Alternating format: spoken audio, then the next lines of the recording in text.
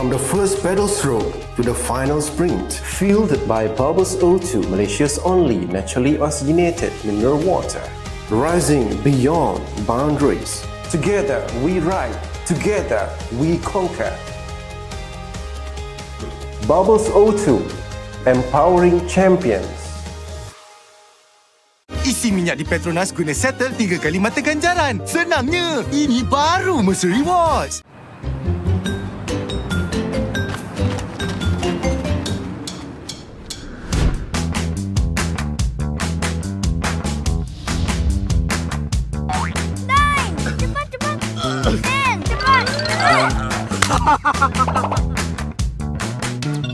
Hah? Buat apa tu?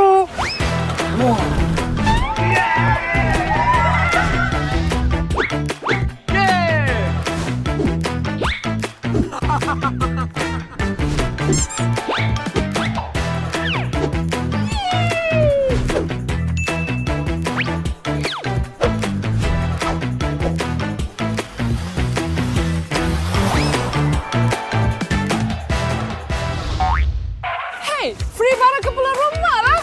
Thank you, Petronas. Petronas, let's go! Ganjaran lebih bermakna dengan Petronas Mesra Rewards. 40 ahli Mesra Rewards bertuah bakal menang voucher beli belah bernilai sehingga RM5,000 dan sebahagian daripada 35 juta mata ganjaran Mesra Rewards untuk direbut. Senang je, hanya isi minimum RM45 untuk kereta atau RM5 untuk motosikal dan masukkan nombor telefon anda di PAM atau gunakan aplikasi Settle. Itu je. Gunalah kad kredit Petronas Visa untuk menikmati 3 kali peluang menang. Jangan lepaskan peluang anda untuk menangi ganjaran lebih bermakna hanya dengan menjadi ahli Mesra Rewards dan isi di Petronas.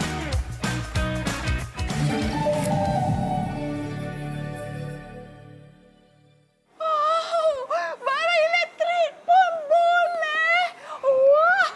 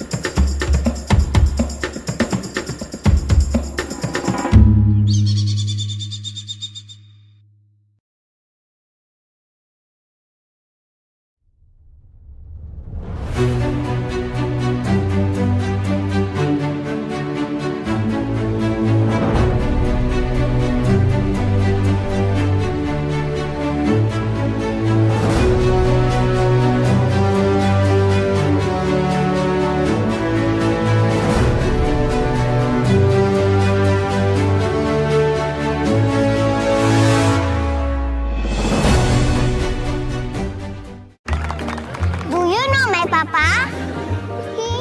He loves helping people.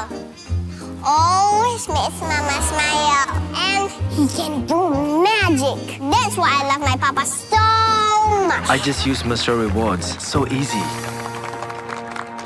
It's so easy to collect points, redeem all kinds of rewards, and easy to win hearts too. Senangnya, ini baru Mesra Rewards.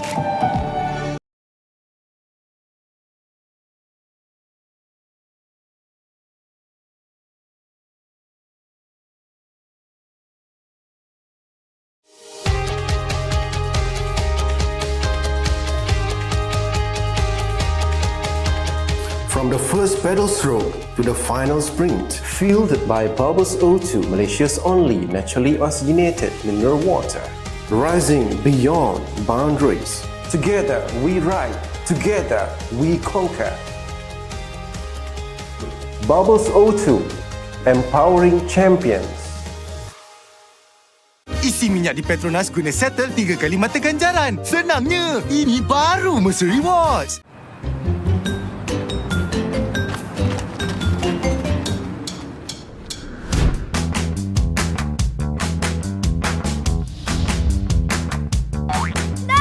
Cepat, cepat. Ten, cepat. Ha?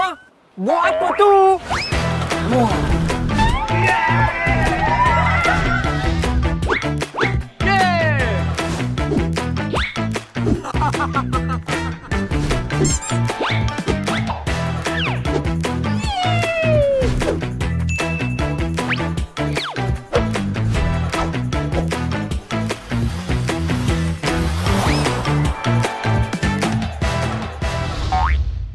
Hey, free barang kepala rumah lah.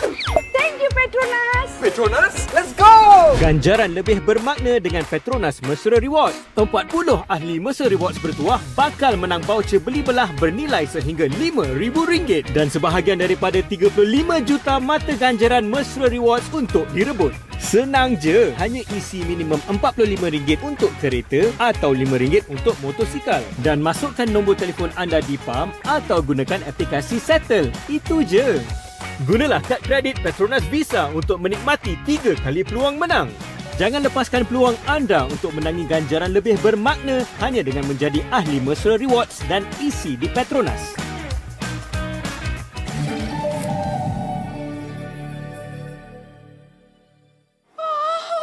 Barang elektrik pun boleh.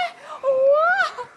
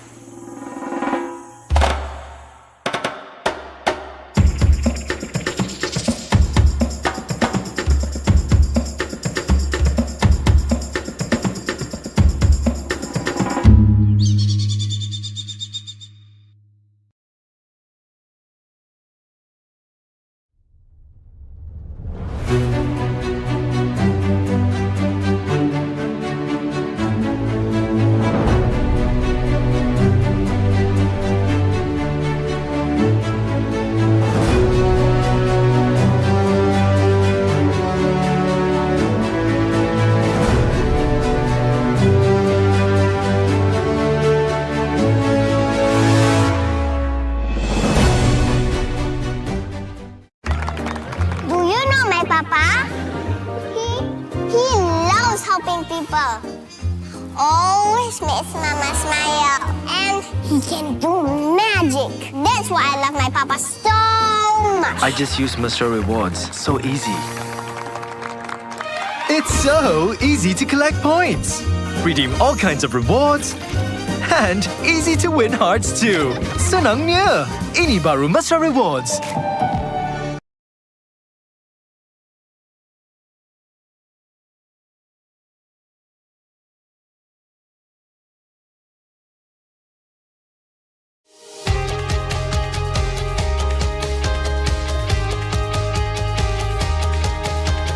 From the first pedal stroke to the final sprint. Fueled by Bubbles O2, Malaysia's only naturally oxygenated mineral water.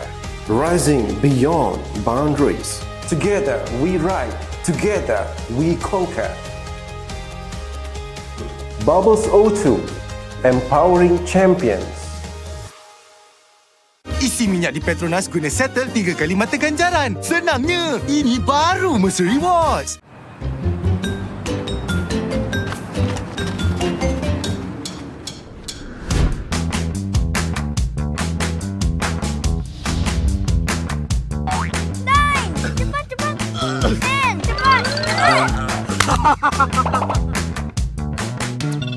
Ha? Buat apa tu? Wah.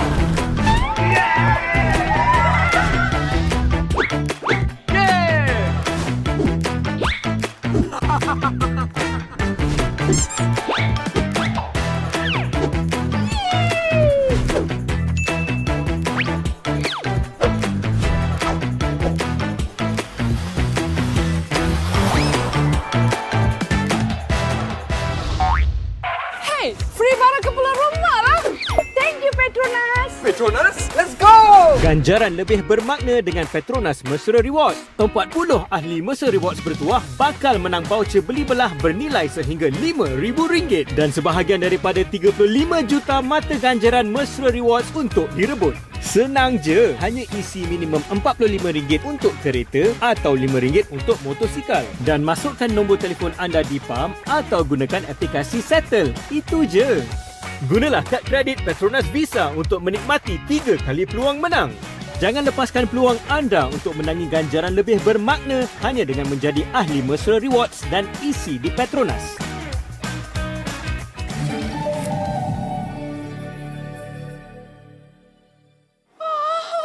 Barang elektrik pun boleh. Wah.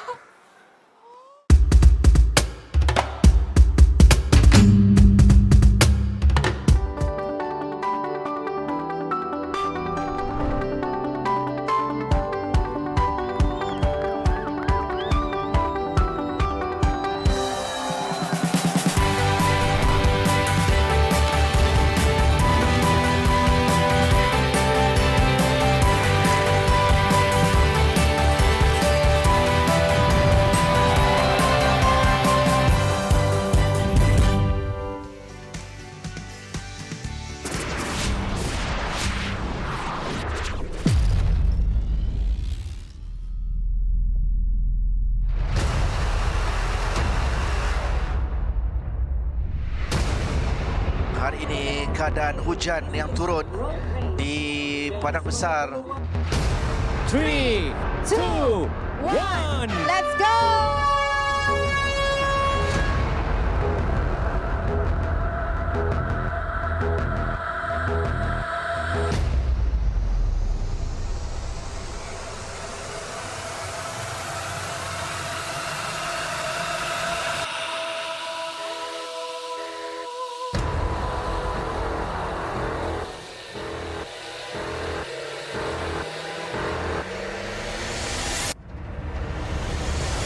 Persaingan yang semakin sengit pada para pelumba dalam memastikan kemenangan di peringkat yang kedua ini. Namun begitu, Gerik yang sudah pun mula untuk melakukan lanjutan. Mata Malu Sally mengejar di tempat yang kedua. Tetapi Gerik sampai terlebih dahulu.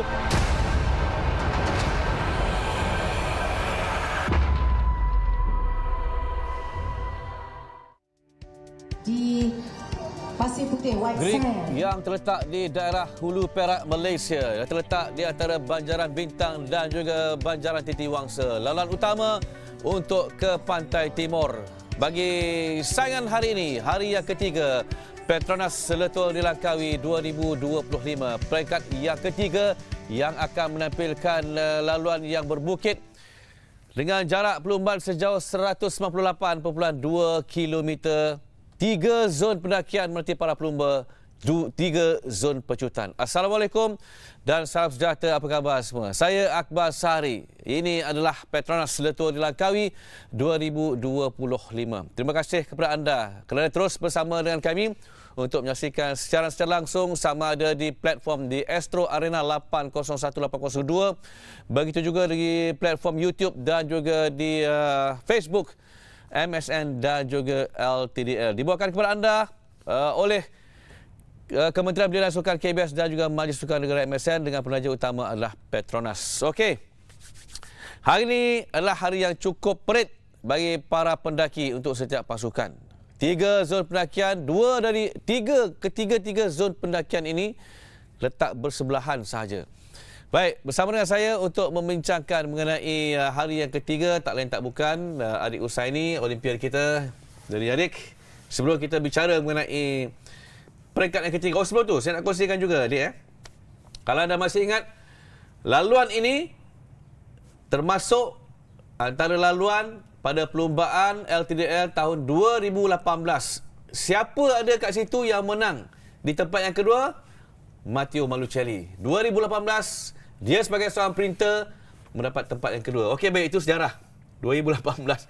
Baik, adik, kita nak recap hari yang kedua semalam. Daripada Padang Besar sampai ke Kepala Batas. Hujan, pertengahnya dah okey dah. Dan di penghujungnya tu, perebutan antara Malucelli dan juga Decline. Baik, Akbar. Semalam, peringkat yang kedua, kita pun tahu perlombaan yang pada awal-awal ni seperti juri ataupun organizer mahu meneruskan perlombaan atau tak. Tetapi kita dengar juga ada saat-saat akhir ada macam nak kena delay perlombaan semalam daripada pukul 11 sampai 11.30. Tapi macam Akbar sini tahu, perlombaan di Malaysia ni memang dah biasa dengan hujan, dengan panas. Jadi perlombaan harus diteruskan. Kita boleh lihat daripada awal lagi semalam perlombaan memang untuk first 70 km yang pertama cuma mengambil masa hanya 1 jam 15 ataupun 1 jam 30 minit hujan saja. tidak menghalang mereka untuk memucut laju. Okey, baik, kita nak tengok keputusan di peringkat yang kedua yang berlangsung di dalam jarak perlombaan antara Padang Besar dan juga di Kepala Batas. Okey. Baik, untuk JC utama selepas 2 hari perlombaan, Matteo Malucelli masih lagi berada di tangan teratas pendahulu setakat ini dengan JC hijau PETRONAS, diikuti oleh Decline dan juga Nur Aiman Rosli. Pelumba TSD berada di tangan yang ketiga keseluruhan, satu pencapaian yang cukup membanggakan bagi kita. Dan kemudiannya bagi kelas JC Oren KBS, pakar pecut menjadi milik Malucelli, mengekalkan JC Oren semalam, dan kemudian Abby Decline tempat yang kedua, Oren Bikra di tempat yang ketiga terpantas. Sementara itu bagi ini yang paling relax lah. Ben Carmen antara pelumba yang semalam memang tersenyum je kan, sebab korang tak ada zon pendakian.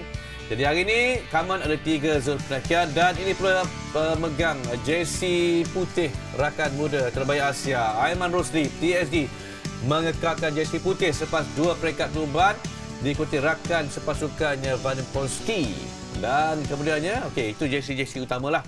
Sambil itu untuk JC Asia Tenggara masih lagi milik pasukan TSD juga.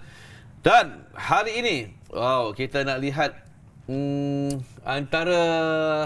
saya kira antara laluan yang paling sukar kalau nak dikirakan daripada 8 perlumbaan di antara Gerik dan juga di Kota Baru. Dan saya dah sebutkan tadi pada tahun 2018 laluan ini pernah digunakan adik Usaini. Kita lihat mereka akan bermula dengan 3 zon pendakian. Kategori 3, kategori 2, kategori 1. Adik. Baik, jika kita lihat pada awal 65 km yang pertama, Akbar, terdapat 3 zon pendakian ditawarkan, iaitu di Gerik di kilometer ke 7.7. Di kilometer 18.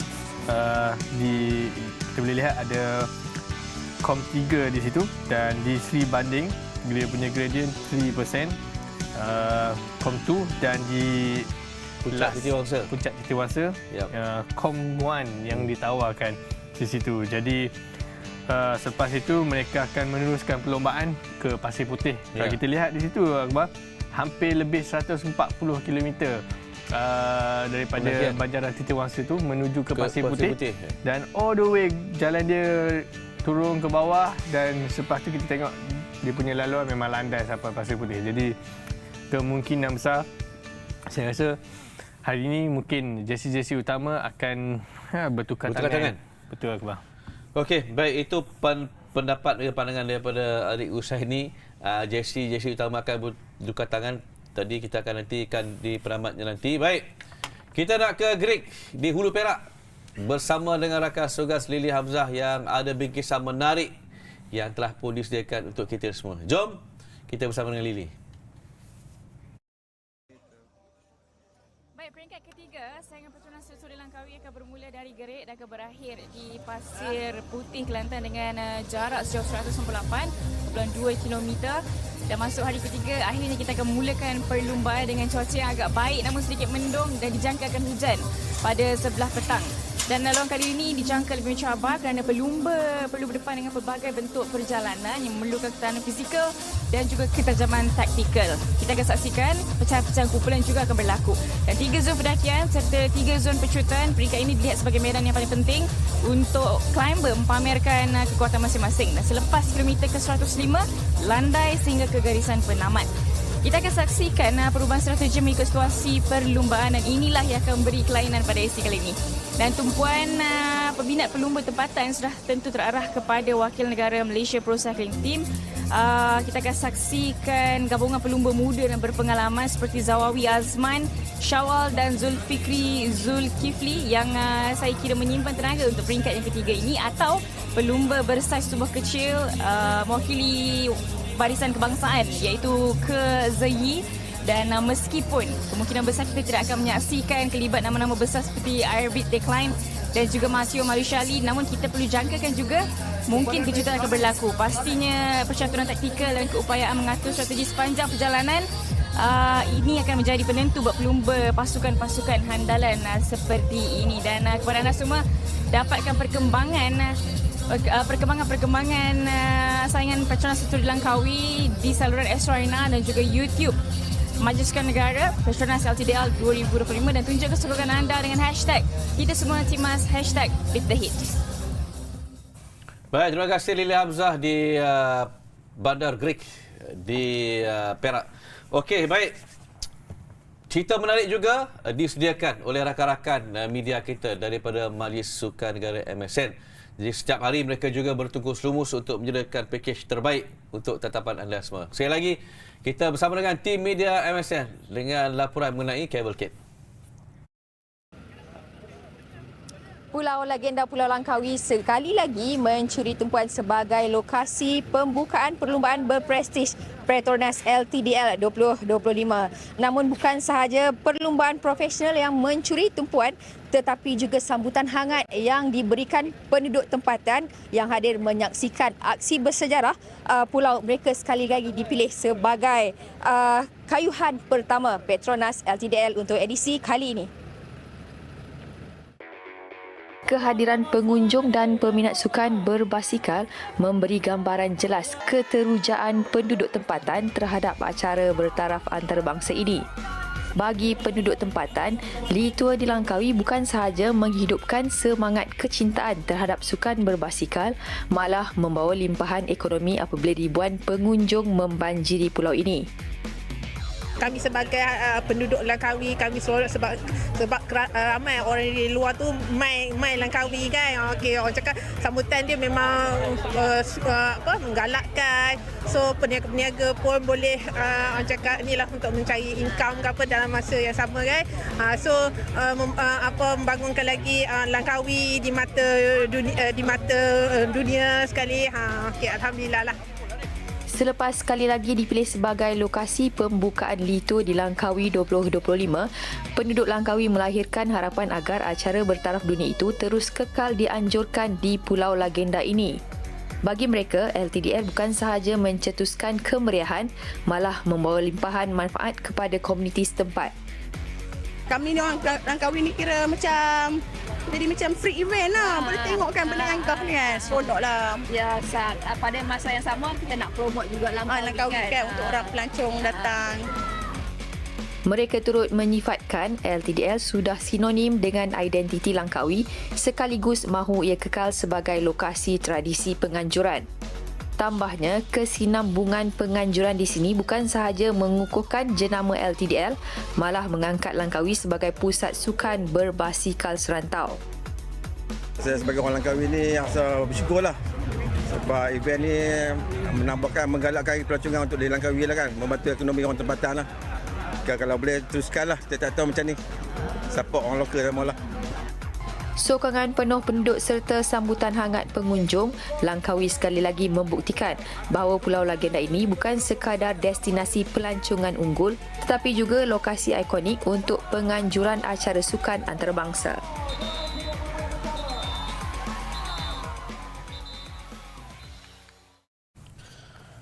Okey, memang LTdL sinonim dengan Pulau Legenda Pulau Langkawi. Tapi pada anda semua, sebelum saya terlupa, kalau nak muat naik apa-apa status, gambar, video dan sebagainya tentang Letup di Langkawi 2025, jangan lupa untuk meletakkan juga kat situ #BeatTheHit. Okey, baik. Adik, sebelum kita berehat ni, ni permintaan orang Langkawi ni. LTdL untuk terus kekal bermula di Pulau Legenda Pulau Langkawi. Of course. Akbar, saya pun orang Langkawi. Mak orang Langkawi. Kampung Mayas. Untuk semua yang tak tahu, adik Usaini ni mak dia orang Langkawi, bapak dia orang Kelantan. Tak ada kena-mena dengan Terengganu. Tapi tak apa, mungkin dia lahir dan besar di Terengganu kan. Okey, baik. Teruskan. Ya, sudah pasti saya pun orang pulau. Orang Langkawi lah, orang pulau. Of course, kalau Langkawi ni memang sinonim. Saya masih ingat ketika saya bersama tim Pro Tour di Europe, selalunya dia akan tanya saya, where you from? Saya dari Malaysia. Apabila dia cakap kat saya, Malaysia, okey, tu Langkawi. Ya, itu yang jadi orang cakap tu Langkawi ni memang dah sinonim. Di kalangan pelumba seluruh dunia memang tahulah kewujudan Letup Langkawi dan LTdL harus kekal bermula di pulau. Betul. Setuju orang Langkawi? Of course. Okey, baiklah, kepada anda semua, saya pasti tak sabar untuk melihat aksi yang akan bermula pada jam 11 pagi ini dari Gerik sampai ke Pasir Puteh. Tak apa, kita nak beras ketika, jangan ke mana-mana, kita akan bincangkan antara prospek yang mampu menonjol di 3 zon pendakian. Kita akan berehat dan kembali selepas ini.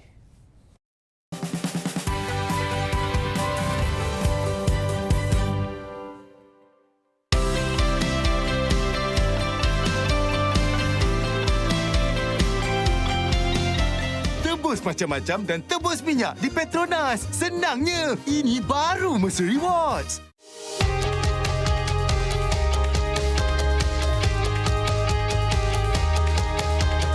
From the first pedal stroke to the final sprint, Fueled by Bubbles O2, Malaysia's only naturally oxygenated mineral water. rising beyond boundaries. Together we ride, together we conquer. Bubbles O2, empowering champions.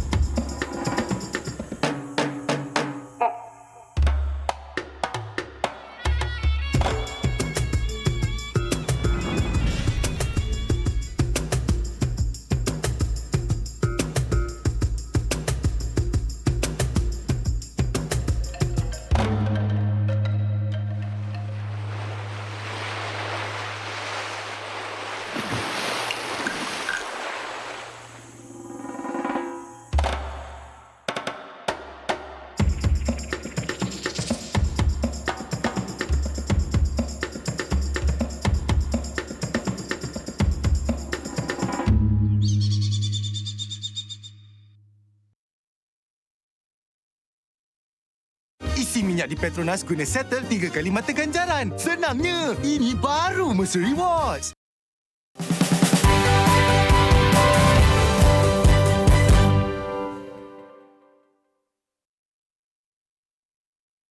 Okay, 5 riders today. In the Tour de Langkawi last year, why have you wanted to come back? Well, I will try to go to take the podium. Is the objective, and we will try. Did you think this is a race that suits your characteristic? I don't hear. Did you think before coming, knowing from last year, that this is a good race for your characteristic? Yeah, we have a 7 stage flat, but it's one mountain stage, and yeah. Then on the level, the mix of the peloton are sprinter and not all are climbers, and yeah. Today is partly a mountain stage. What do you think? It's a difficult stage because we have in the first 70 kilometers 2 climbs and the rest is flat, and we will see how the teams are or attacking, or we will see if the sprinter pass the mountains. Have you noticed that some GC riders already target the time bonus in flat stages? Yeah, yesterday I had seen this, and I think in all the stage the bonus are really important because the mountain stage is not really hard, and we have to stay focused for these sprints. Gracias. Okey, itu dia tadi Fernando Tercero Lopez, salah seorang daripada pelumba daripada pasukan Pro Team, iaitu tim Polti Visit Malta. Antara tim yang akan kita bicarakan kerana mereka menampilkan pakar-pakar pendakian untuk edisi kali ini, dan sudah pastilah untuk laluan Gerik ke Pasir Puteh ini mereka antara yang akan berikan cabaran kepada Ben Carmen, pelumba St. George yang kini memegang jersey O2 Polkadot. Okey, baik. Ada 4 orang pelumba ni pakar pendakian. Mereka ada Davide Baiz, ada Alec Martin, ada Fernando Tercero Lopez tadi yang kita saksikan, dan ada Herman Dario Gomez. Jadi kalau sebelum ni pakar-pakar pecut menjadi tumpuan untuk 2 peringkat sebenarnya, tapi kali ini tim Polti Visit Malta ni fokus of course kepada pakar pendaki mereka. Baik, Akbar, seperti kita lihat hari pertama dan juga hari kedua, peringkat pertama, peringkat kedua, tim Polti Visit Malta ni, mereka cuma menghabiskan perlombaan. Dalam masa sama mereka tiada pelumba yang berada di kedudukan podium. Okey. Ya. Dalam masa sama, saya rasa hari ini hari ketiga sudah pasti tumpuan harus diberi kepada tim Polti Visit Malta ini, kerana ya, kita boleh lihat David Bias, dia ini merupakan salah satu pelumba yang memang untuk pendakian memang betul-betul pure climber, jadi harus diberi tumpuan kepada beliau dan juga tim beliau. Dan kita harus lihat juga kepada tim Burgos, kerana peringkat pertama, peringkat kedua seperti tim Polti, dia tiada apa-apa result yang boleh dikatakan menarik untuk kita lihat, kerana dia datang sini of course dia mempunyai misi untuk memenangi peringkat dan juga memenangi juara keseluruhan. Jadi sudah pasti hari ini saya pun looking forward untuk lihat tim-tim daripada Itali dan Spain ni untuk memberi saingan antara satu sama lain. Ya, betul. Jadi kita sebenarnya ada 2 laluan. Daripada 8 peringkat perlombaan tu ada 2 peringkat yang menawarkan pendakian yang tinggi, boleh katakan kategori 1, iaitu kita ada di Gerik dan juga nanti akan ada di Fraser Hill. Jadi di sini nanti pakar-pakar pendakian akan menjadi tumpuan, kerana kalau kita masih ingat lagi Max Poole bagaimana dia menawan peringkat yang ada pendakian dan akhirnya berjaya memenangi perlumbaan LTdL. Okey, baik. Itu tentang Polti Visit Malta. Jadi kita nak tengok nanti mereka ni akan cuba untuk merampas JC Polkadot daripada Ben Carmen yang rehat semalam. Okey. Seterusnya, tadi ada sebut Burgos kan? Burgos. Tim Burgos kan? Okey. salah seorang daripada pelumba yang akan pasti menjadi tumpuan. Mario Aparicio Munoz. Pengayuh pelumba Sepanyol. Aqua, Mario Aparicio memang tidak asing lagi. Edisi yang lepas dia merupakan King of Mountain untuk edisi yang ke-28 tahun lepas di PETRONAS LTdL Langkawi. Mewakili pasukan Burgos juga. Jadi tumpuan harus diberi kepada beliau kerana saya rasa hari ini kemungkinan ketiga-tiga zon pendakian yang ditawarkan sudah pasti Mario Aparicio mempunyai misi beliau tersendiri dan of course untuk defend dia punya King of Mountain jersey untuk edisi kali ini mesti of course dia mesti target benda yang sama, Akbar. Okey, jadi bermakna hari ini pakar-pakar pendaki akan menyalahkan kredibiliti dan juga kemampuan mereka. Cuma ni ada cuma juga.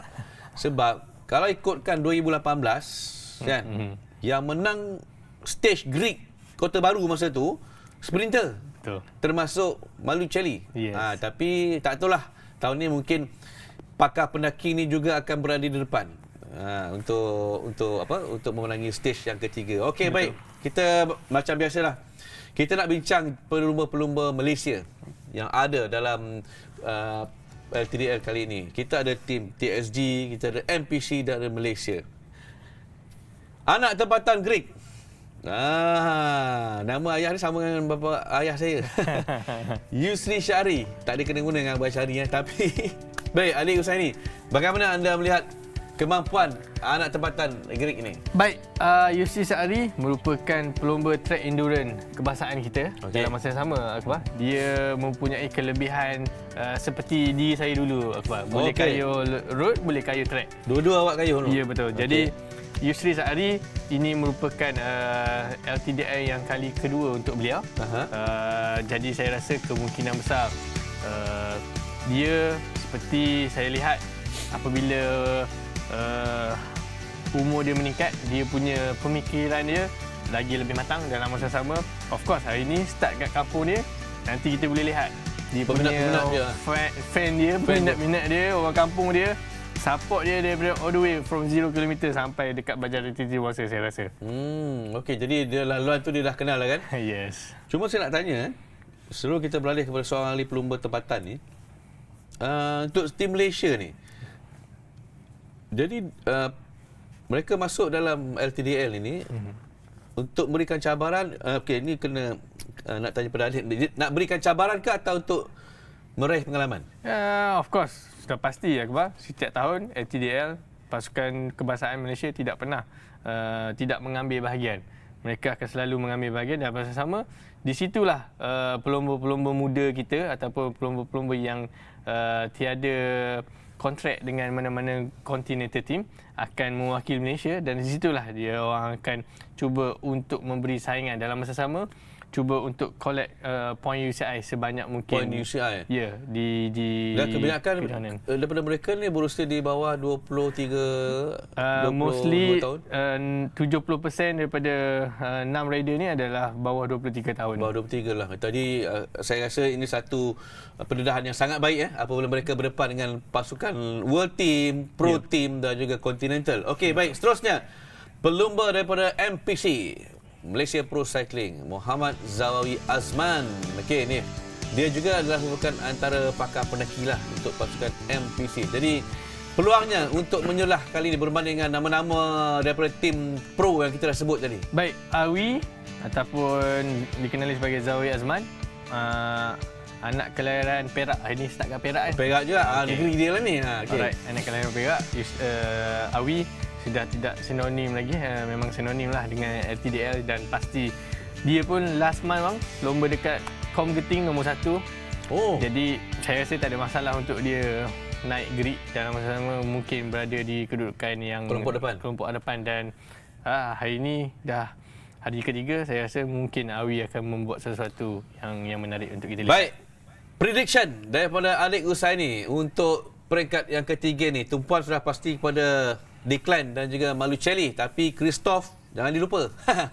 Legend tu. Macam mana hari ni? Baik, sudah pasti hari ni peringkat ketiga saya rasa kumpulan-kumpulan pecut, antaranya Arif Saleh, Alexander Christoph, Acik dan juga semua pakar-pakar pecut hari ni mungkin dia orang akan take it easy hari ni.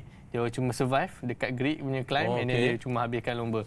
Sebab memang untuk mereka ni, raja-raja pecut ni, untuk climb seperti hari ni yang jauh, hampir 70 km, saya rasa mungkin tidak berapa orang cakap sinonim lah dengan pakar pecut ni. Dia orang cuma survive dan cuba untuk habiskan lomba ni. Perlombaan. Betul. Okey, baiklah. Kita akan melihat nanti siapakah yang akan berjaya untuk melintasi garis penamat selaku pemenang untuk peringkat yang ketiga PETRONAS Le Tour di Langkawi 2025. Ayuh, kita saksikan hari ini perlombaan peringkat yang ketiga dari Gerik di Hulu Perak hingga ke Pasir Puteh di Kelantan.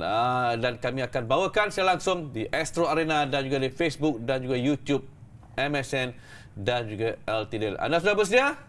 Let's beat the heat. Peringkat yang ketiga PETRONAS Le Tour di Langkawi 2025.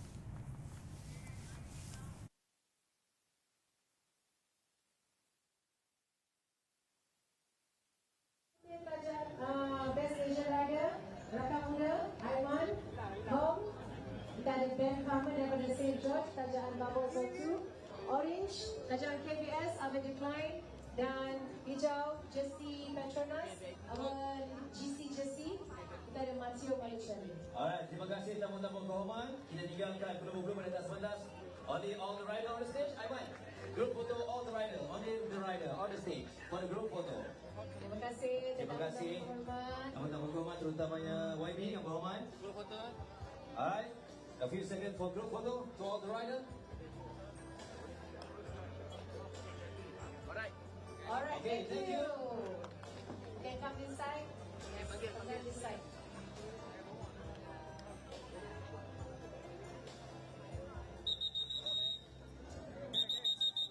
Kau ambil apa lagi?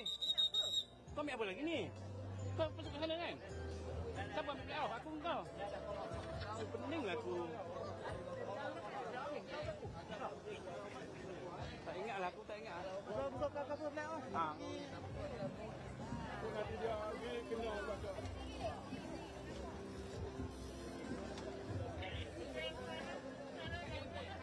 Tak perlu lagi.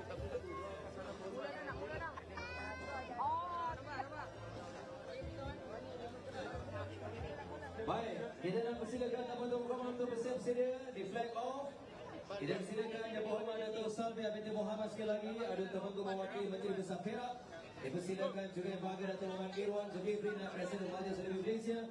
Dipersilakan Yang Berusaha Encik Abu Hamzah, PETRONAS Central Northern Region Stakeholder Relations PETRONAS.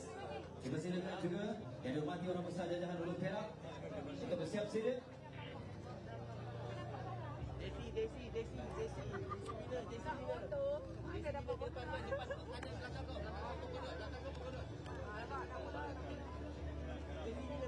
Alright, please all to the jersey holder. Green jersey, orange, orange. Then come. All the jersey holders. Can you please make your way to the front? Yeah. Lead the group. Pada flag off. Aiman Rosli, usah mana Aiman? Pemegang jersey Asia. Okay, Aiman di depan Aiman. Kita nak sebelah sana. Okey, yang ada dekat depan sini, boleh tak kita dengar sorakan gemuruh sebelum kita bermula peringkat ketiga?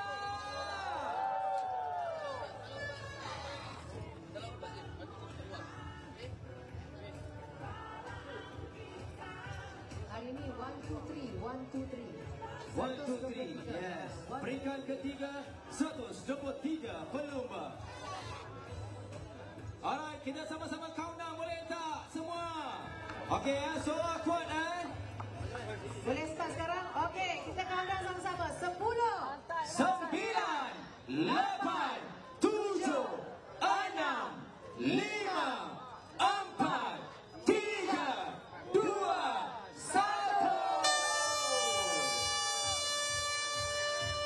Bermula perjalanan yang panjang 198 km dari Gerik. Mereka akan tamat di for today's stage, we are looking at about, let's see if we've got any information. 7.3. That's right, 7.3.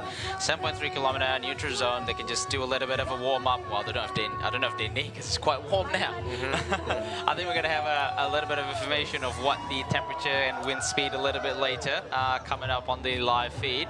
I guess we can just go through the top contenders, Jenny, while they're in the neutral zone. So at the moment, with the PETRONAS general classification, we have Matteo Malucelli, Arvid de Klein, second after a quite a dominant win yesterday. Got the better off of Matteo Malucelli in the sprint finish, and then third is the homeboy Muhammad Nur Aiman Rosli from Terengganu cycling team. And then KBS Orange Jersey, still Matteo Malucelli, still holding the most points, 3 points ahead of Arvid de Klein, and third is Ellen Blikra from Uno X. And yes, today is probably the day for the Bubbles 02 polka dot jersey to be shining. We got 3 King of the Mountain classification today. So Ben Carmen still holding the jersey with 2 point lead, 1 point lead over Shawwa Mazin with 1 point. Here he is in the live feed at the moment. So he got a bit of work to do today after quite a chill day yesterday. And he said in the interview post race, you know, he'd take it as chill as he could possibly can, because he is really interested in holding on to the jersey for today. And then last but not least, the white jersey standings. We have still Aiman Rosli with a 4 seconds advantage over his own teammate Vadim Pronsky, and third is the rider from Thailand Continental Cycling Team is Chaya Sombat, or more famously known on Instagram, Frankie. Okay. Yeah, had a look. All right. Yeah, Frankie did it well yesterday, getting the breakaway and taking the maximum time bonus on the second intermediate sprint. That brought him up to the third in the white jersey standing. Pretty much same time bonus, same timing as Vadim Pronsky. Yep. So I guess today is the day for them to play it out. All right, so here's a look at stage 3 from Gerik to Pasir Puteh. So 18 kilometers in, the first King of the Mountain, category 3 climb, and then not far from that is Sri Banding in kilometer 26, and then back-to-back 65.9 kilometer category 1 at the peak of Titi Wangsa, and then from there they're going to descend down to Jeli, first intermediate sprint point at kilometer 117.3, and then not far from that Bukit Bunga, second intermediate sprint, and third intermediate sprint at Machang 179, before finishing it off at kilometer 198 at Pasir Puteh. The stage started off with very hilly. You know, they pretty much start climbing 18 kilometers in. They climb pretty much all the way until 65.9 kilometer, until they started their descents, and then flatten off at kilometer 117.3. It's pretty much a flat race halfway. It's a hilly race first half and a flat race second half. Yeah. So it will be a very interesting one. I mean, like it will be a sprint finish, provided that the sprinters could get across. They will have, by definition or by theory, they will have enough time to recover. But it really depends how hard they do the climb, right, Danny? Yeah. So that's what we were talking about yesterday. Just a sort of preview of today's. You know, who are the climbers be able to get over this? And I'm sure. So the 2 teams who has won a stage, XDS Astana and as well as Tudor, so they have a victory each, and they have 2 top climbers, obviously. Then the other teams like Uno X Mobility, and also we saw Badiani, VF Group Badiani. They also they had Enrico had a third place finish. So they have, and also Poti Kometa, who has been close and hasn't won a stage, so they may want to drive the pace on the climb. Yeah. If they're a sprinter, we talk about a sprinter. Who are the sprinters who can climb? So today the sprinters needs to show their climbing legs. That's right. And so then we can see that who is going to get over the climb. If the group split, which I presume, I think there's a good chance that the group will split, and then it depends on how many teammates are in the first group, or who are the sprinter in the first group, and they're going to have to decide to drive the pace to the finish because it's still a long way, 100 kilometer. That's right. From the bottom of the descent to drive to get to the finishing line. And then the sprinters sprinter who are dropped, do they have enough teammates? So it is going to be interesting to see. Now, LTdL obviously is yesterday's winner. He probably should have no problem getting over the climb, but he hasn't raced much this year. This is only like in August he started back racing after the February crash. So as we see here, the orange wear right now, LTdL, he's already breathing. Taking deep breath right now, getting ready for the climb. But for him, he hasn't raced much, so there's be a question mark on what his form is to get over the climb. And also Maricelli, and I mentioned before, and I saw him. He can get over the climb fairly okay. But obviously today is a long one. It's a completely different animal than like a 2 kilometer, 5 kilometer climb. So this is pretty significant length and not super steep. I see only averaging about 5% or so, but it's very exposed. It is a big road. It's not considered a high expressway, but it is pretty significant exposed road, and they have to get over it. And if they can stay within a small group that can carry the pace, and that certainly can help him get over the climb. And I'm sure he is definitely want to do that, and in order to get another chance for another stage victory. Yeah, so we had a look. So today, for those riders that are interested, obviously we haven't seen much of Mario Aparicio, the former winner of the King of the Mountain jersey. We assume today is gonna. Oh wow, a little bit of a split. Sorry. Oh yeah, okay. There's a roundabout. All right, my apologies. I was like, what's going on? You're ready for it to attack already. Yeah. So. Yeah. Anyway, so for those riders that are interested in the King of the Mountain classification, they have a total of 18 points to grab from today's stage. Obviously, different category have provide different points. So in total, they will have 18 points. But this stage is reminded me about the stage last year where they climb a Fraser and finish in Bentong. I believe it's, I can't remember, stage probably 4 or 5. I have to double check. But yes, it reminds me of that stage where they finish off Fraser's and then they bomb down the hill and Studio light up the pace.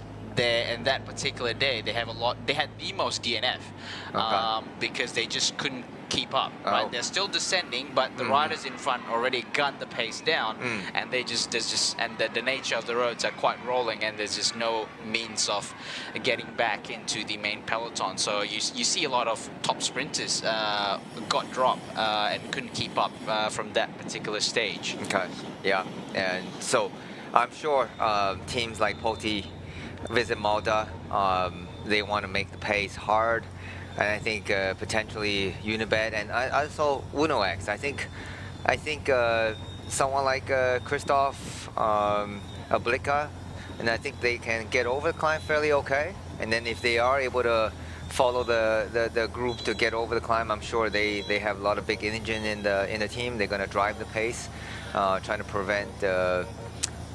prevent any dropped sprinter team from coming back. So it's going to be really interesting to see what's going to happen, because you never know, right? That's never right, know. In particular, sprinters feel good, had good legs, and they can get over the climb.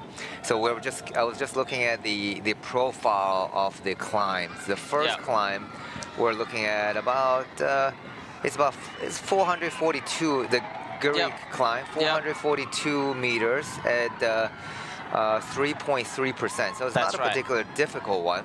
It just starts very early at 18K into the race. They start climbing, and then and the second 3 Banting. And that climb is 577 meter at about 3%. So again, it's fairly. Okay, not fairly too steep. okay. Nothing it's about too 4 steep. kilometers, though. About 4 kilometers, about 4 kilometers. But the averaging, starts fairly gradual, and then the end part you get to 6 to 5%. So that's it's like a easier climb, and then they get a little bit harder, and then it comes up to the last one, which is TT Wangsan. Yeah, TT Wangsan, and that is fairly significant. That's 1,000 meter of elevation and 18 kilometers, so it's very long and 4%. Yeah. Nothing over, in terms of gradients, nothing over 5%, but it's very long, and so it's going to be a test for any rider, I think. Yeah, for sure. Yeah, the climbs like this is not steep, where it can be two ways. It can either everyone just maintain a solid pace, and you can sort of still sit into the slipstream. The rider at the pace that they're going, aerodynamic is still a thing. Considering it's only 4.1% average, so you can still sit in. But if you really, riders in front really pushing the pace, like really gunning it, yeah, it's going to cause some troubles, especially to some of these sprinters that don't have much climbing legs. Yeah, and then I think the more critical part is like being there present as they're descending towards the flat road, because once you reach the flat roads and just start gunning at the pace, yeah, if you're not there, you are still descending, you might have some issues to keep up and get back in the peloton. Right. Yeah, if you're a sprinter interested to sprint, yeah. Yeah, we just said looking at the front of the pelotons, they're still in neutral zone. I just get a glimpse of Yukiya Aroshiro. He's a legend in Asian cycling. Old but gold, they call it. Yeah, he's over. He's 40, I think 40 years old almost. And he's a rider from Japan that have raced for the World Tour teams and Bahrain Merida for many years. Yeah. And he's not a young man by any means, but he's still doing very well. Riding very strong, because I remember, he was a rider under the Ekip Asada, Ekip Asada team, and then I was the assistant DS, and that was one of his first Tour de Langkawi major race, and I remember like he went on the break, and the break was caught. I think just with a few kilometers to the finish, and he was trying to lead out for his sprinter Takashi Miyazawa. Then he crashed and had a huge scar, on his face. That's where it came from. Okay. So so in the team meetings, even in team meetings, and we were all talking about, and I was looking at him bandaged up and pretty much look like a zombie. But I said that tomorrow, you've done a great job in getting the breakaway, and I think you should take a rest. And he said, no, I didn't do my job today. I didn't finish my job, and I couldn't help Takashi. I crashed. I couldn't help Takashi to win the sprint. Tomorrow, I'm gonna go on attack again. At that time, I was thinking, okay, maybe he's just angry. He just want to get back racing. Well, let's see tomorrow. He wake up. He's probably in pain. And we started the next day, and guess what? He went on attack. He went on attack. He went on attack with all the bandage, and that just shows you how tough these bike riders are. Yeah. Then I remember I called my friend from the team car, and they said this guy Yukiya Aroshiro is going to be probably one of the first East Asian rider finished the Tour de France. Yeah. And that's what happened. Yeah, he did. He's the first East Asian rider to finish Tour de France, and he crossed the line together actually in the peloton with Peppu. Was another well-known Japanese rider. Rode for Trek for many years. Right. And so he managed to he technically reached Champs-Élysées and crossed the finish line first. So that was a great story. So good to see him still racing. Just amazing rider, very humble, very nice rider. I hope I get a chance to see him again. So he's 41 years old. Just a quick check on Pro Cycling Stats. 41 years old. Yeah, my first memory of him, he appeared on GCN. Okay. Well, I think at a Giro d'Italia. It was still racing with Europe car. Yeah. Okay. Great. Still racing with Europe car and GCN. So teammate with Pierre Rollon at that particular time. Yeah. So yeah, good times. It'd be like, as someone that just got into cycling about 10 years ago, 2015, and then seeing like, oh, there is an Asian rider in Grand Tour. So it was like, maybe I could do it. But no, find out later. Just it's a different ball game. Yeah, he's an amazing rider. I'll just take a glimpse of his Caputo Lorenzo Heltman with the airbrushed. I want to see like what is actually on his graphic. I need to figure out. You gotta go It's meet pretty him cool. one of these days. I need to see him in the hopefully when they stop in KL. Yeah. Good. Here we see the back of peloton. I see the riders are having some ice socks stuck in their jersey. In the back of the neck, and that's it's definitely hot and a hot day out there. Yeah, so the thing with this, like the temperature, we just had a look on the live feed screen at the moment, just now actually, about 27 degrees Celsius, but then like because of the humidity, it can feels hotter than 27 degrees Celsius. So it's really important, like we've mentioned throughout the last few commentaries as well, for these riders to really keep their cooling down. Because when we talk about cooling, I think it's a well-known scientific fact that like if you're like overheating, that could actually cause some performance degradation, right? Like you put on whatever watts you're putting out. If you're overheating, you're just not going to be able to put out the same amount of watts. So yeah, it's really, really important for these riders to cool down. Yeah, absolutely. Yeah, Danny. So they had to sort of extend it, the neutral zone. At the moment, they just passed the 0 kilometer. Okay. I guess they must have sent something must be up the road. Okay. So yeah. Yeah, I see LTdL Klein waving a little bit. So probably he's happy. Okay. So not letting the start just start too early, kick off too early, and then they're gonna start fighting and getting on the climb. But I see a lot of teams are moving to the front of the group already. Confama, Poti. So I have a feeling that they're gonna drive onto the climb, and I just see a glimpse of the purplish color of Bogos, and I think they have been super quiet in the race and waiting for Sayambaya or Mario Apricio and taking the lead up the KOM. I'm sure he wants to they need to get something out of this race. I don't know, for whatever reason, I have a feeling that these two are having a chat of who's going to get dropped first up the climb.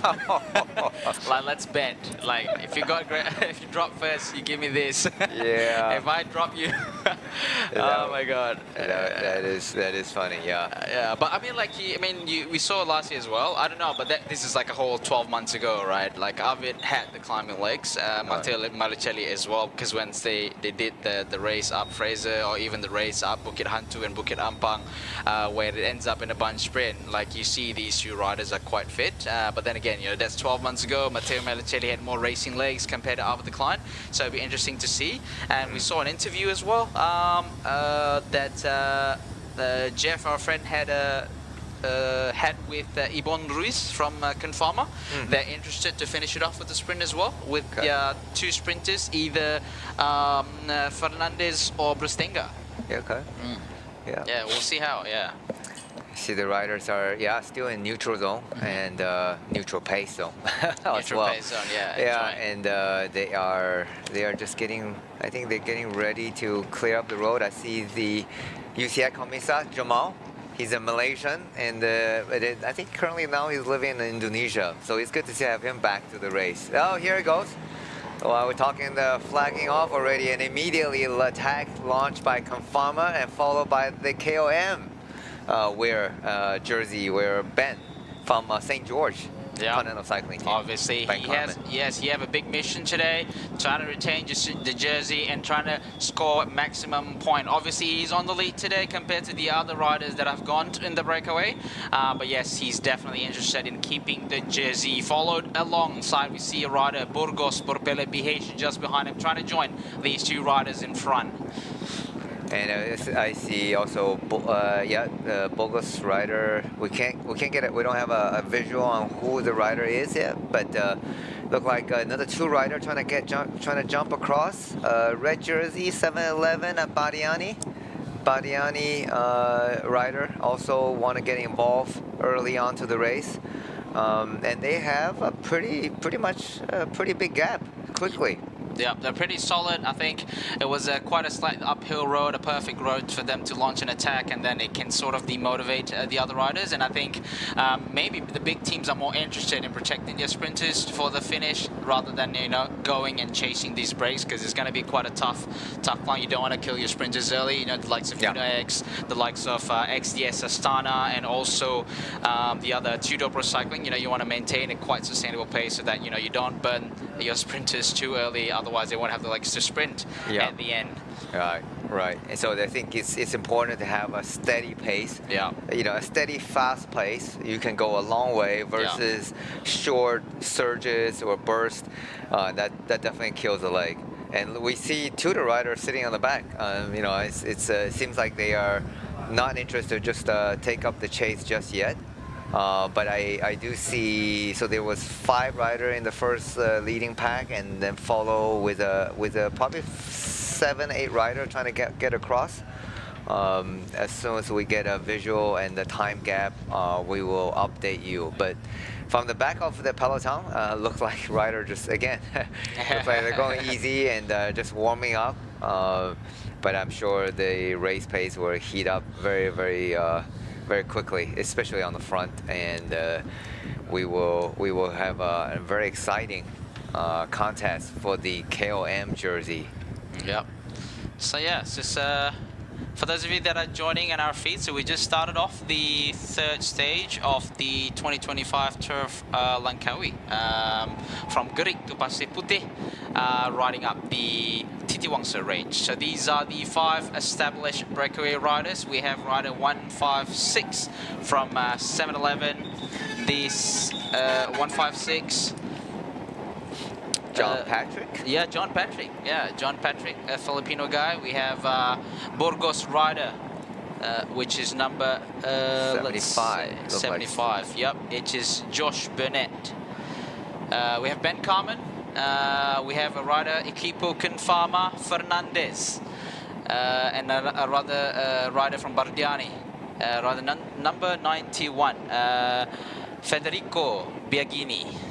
Okay, all right. That's a good 5 riders setting up a steady pace, or a fast pace, like a little team time trial going on right now, trying to reach the bottom, trying to reach the KOM points, led by the KOM jersey wearer Ben Carmen. Yep. We're yet to get a time, but looks like there are a few more riders chasing. Peloton not actively chasing. But we can see some visual of few riders attempting to bridge across to these 5 established breakaway in front here. Consist of Fernandez, Biagini, John Patrick, a rider from BH, and Ben Carmen. Yeah, we saw an interview earlier with Ben Carmen's teammates, Malaysian rider Rumbal. Of the same St. George team, and he said their intention is to defend to try to rack up some more KOM points earlier today and defend that jersey all the way to the finish. So it will be interesting to see that if Ben Carmen of the St. George cycling team able to defend the polka dot jersey by end of today, because there's a lot of points. There's a category 3, category 2, and category 1 climb. So for those who are not familiar with different category of climb, so Izzat, if you explain, so what are the category 4, 3, 2, 1, and HC category? I mean, what are the differences? Okay, it's one of the main difference for you to understand in a simple words. I suppose the difference, it could be either distance or the elevation gauge. So the higher it is, the higher the category, and also the higher the category as well, the more points you can score. For example, we have category 3 today. Or let's start with the category 1 on first stage in Langkawi. So category 4 in Bukit Malut the other day was only 2 points, whereas in category 3 you have a different point classification. Yeah, more points. Yeah, so more category points from 3. there. Yep. Yeah. So category 3 you have a maximum of 3 points. That's right. So category 3 points, and then category 2 you have 5 points, and category 1, you have a maximum of 10 points. Okay. So yeah, it's really important for example, Ben Carmen, as the current holder of the Bubbles 02 King of the Mountain jersey, to play his part. You know, if he can't get all, you have to play his game and score as much as possible if he's going to retain his jersey. Right. And so this year we don't. This year the hardest category climb is category 1. Yeah. But in the editions where they're climb like Cameron Highland or like last year, or Genting Highland, that is considered the HC category, which is stand for horror category. Yeah, host which category. is host category. Yeah. The reason I remember is horror because it's a horrible climb because you have to suffer so That's much right. more. But the reason that is considered the hardest climb, and that the rider can score the maximum point. So in this year edition, the hardest climb is only category 1. But by no means it's going to be easy, because it's still 1,000 meter of elevation gain on the today's hardest climb, and the Fraser, Booker Fraser, which is comes on stage 5, and that's going to be 1,200, almost 1,250 meter of climbing. So yeah, it's by no means it's easy, but it's in this particular edition we talked about earlier, because it doesn't have Genting Highland. Actually, there are numerous riders are potentially contenders to win the climbing stage, the Fraser stage, and also the time gap is going to be so minimal. And then the following stages means that the rider have to really fight out for every intermediate sprints and for bonus seconds and trying to move up to the GC. So that actually makes the race potentially more exciting to watch. Yeah. So we just had a quick look at the front of the peloton, front of the race, but unfortunately it looks like the peloton is about to catch. There were a few riders that were in the chasing, joined the breakaway, but unfortunately we can see that the peloton is actually quite actively chasing. So I'm not sure if they're just going to let these hanging, or they're gonna reel the riders back in. We'll see what the peloton wants to do with these few riders in front. We're trying to get they already reeled back in, trying to get a glimpse of who are the teams on the front. And it looked like it's Tringano Cycling Team Ednan on the front, drilling the pace. Right. Interesting. Yeah. To see, that's an interesting tactic. Maybe they're trying to launch their climber Badin and Matthias. Yeah, so that'd be an interesting one, obviously. Just a bit of a heads up, we are going to go through some quite a remote area up the Banjaran Titi Wangsa, or the Titi Wangsa range. So we might experience some connection disruption. So just a bit of a heads up, that might potentially happen, but I believe the media is doing their best to improve that from year to year. So here we are, head of the race with 189.9 kilometers. That's a long way to go still, Danny. Yeah, that is a long way. So today the rider is going to cover total 205 kilometers. So that includes the neutral zone as well. That including the neutral zone. That's so for those who are sitting at home watching the race, just get an idea. 200 kilometers, and that take average average weekend warrior probably about 7 hours to ride to finish. But I think for these guys, I think maybe a little less than 5 hours, and they will be able to finish, because we were estimating the average speed of yesterday's stage. Oh yeah. So stage 1 was over 48 kilometers an hour. Yeah. And yesterday my pick was 45.6 kilometers. Okay. And you picked 48. And the actual speed was about 46.5 kilometers. So that's right. I got the 3-digit right. Yeah. 456. That's 465. Yeah, okay. yeah. You're good at that. So there we go. Back to the front of the race, and it's front of the carnival. Yeah, that's the cavalcade, they call it. The cavalcade, bringing all, I guess, like the head of the pack, I suppose. So this is basically the route that these riders will go through. So heading towards the climb. So these are definitely one of the most scenic routes around here. It's going through the peak of the Peninsular Malaysian jungle. Yeah. As they're heading up to the they call it Banjaran Titiwangsa. So Titiwangsa is like a form of range that I guess becomes the backbone of the peninsular Malaysia. So it stretches basically from north to south of Malaysia. Yeah, it's basically a backbone range for peninsular Malaysia. Same range as the Cameron Highland, the Fraser, and up to Genting Highland. Exactly. As well. Absolutely right. Yeah, it's beautiful. I saw, saw the riding through the jungle, through the forest. Yeah, it's absolutely a beautiful aerial shot of the region, of the mountain region. Yeah, and then a lot of these this route is quite familiar for those that likes to, like I think mentioned in the last few commentaries. It's quite a famous route for people that does Odex. Odex riding. They call it the Odex Big Hill, where they have to go across the range into Kelantan and then come back up, right? So I think it's like 600 meters with like 5,000 meters of elevation or something like that. And then because sometimes they have to cross this at night, and they met some elephants. Right. Wow. Well, there we go.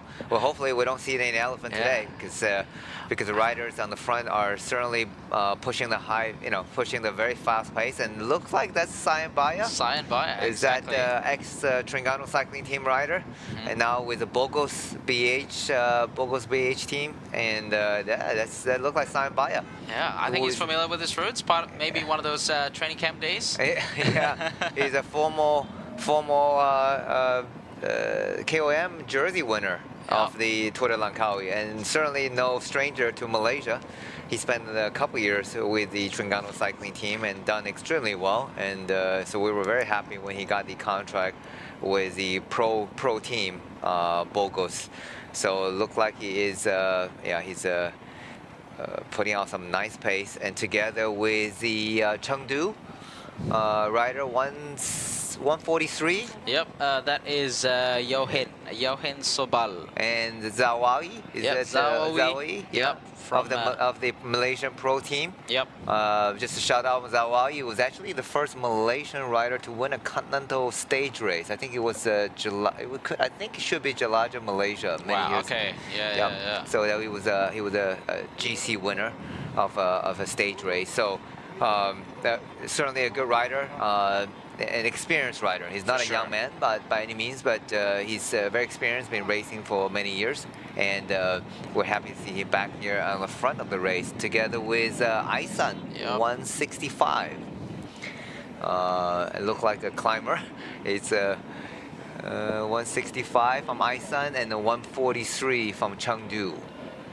So 4-rider quartet, and consists of Sayembaya of Bogos, and Aisan, and Zawai, and the Chengdu rider. So we have at the moment in front Zawawi from Malaysian Pro Cycling, followed by Sayembaya from Burgos Berpele BH, and then we have Kato. We have Shinosuke Kato from Aisan, and also Johan Sobal from Chengdu. Okay, there you go. And definitely you can see the roads are tilting up. Just look at the shoulder shrugging, swinging left and right, and you see the effort they have to put it on just to keep the pace going on the climb. And Sayembaya is very smart, taking on the shortest route, trying to get into the trees and trying to get out of the sight of the peloton. And the 4 riders are doing fairly well, but it looks like peloton is not far off. Yeah.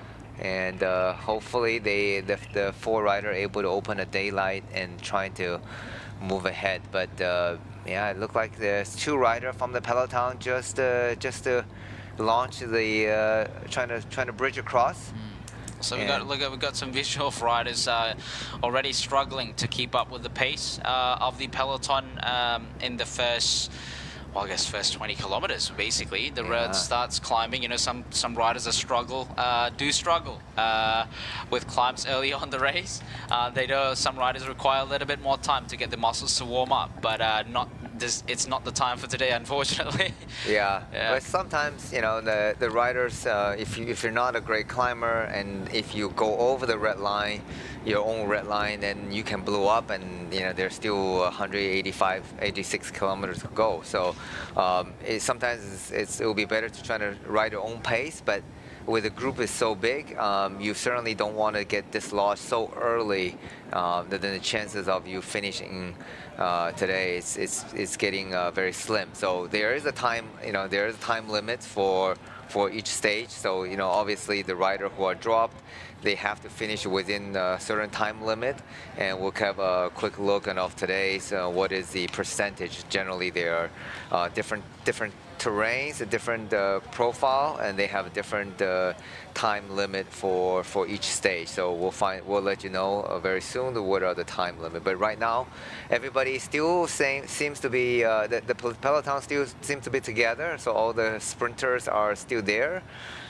We can't get a visual of who are the teams pulling or setting the pace for their sprinter to get over this climb right now. Yeah, at the moment we can see it's only the 20 seconds gap. There's two riders trying to bridge across to the breakaway. A few chasers as well. So it looks like it has formed two chasing groups, two riders just behind the breakaway, and then I think like a handful of riders just behind them. Whereas the peloton is still at the back, just riding and maintaining a good tempo up this climb. The four riders again is Zawawi from Malaysian Pro Cycling. We have Sain Baya from Burgos Berpele BH. We have Yohan Sobal from Chengdu DYC, and we have Shinosuke Kato from Aisan Cycling Team. Yeah, I just took a look at the time gap for today. For stage 3 today and stage 5, the Fraser climb, the time gap is 20%. Yeah. So Danny, can you sort of explain what's this 20% time gap? Yep.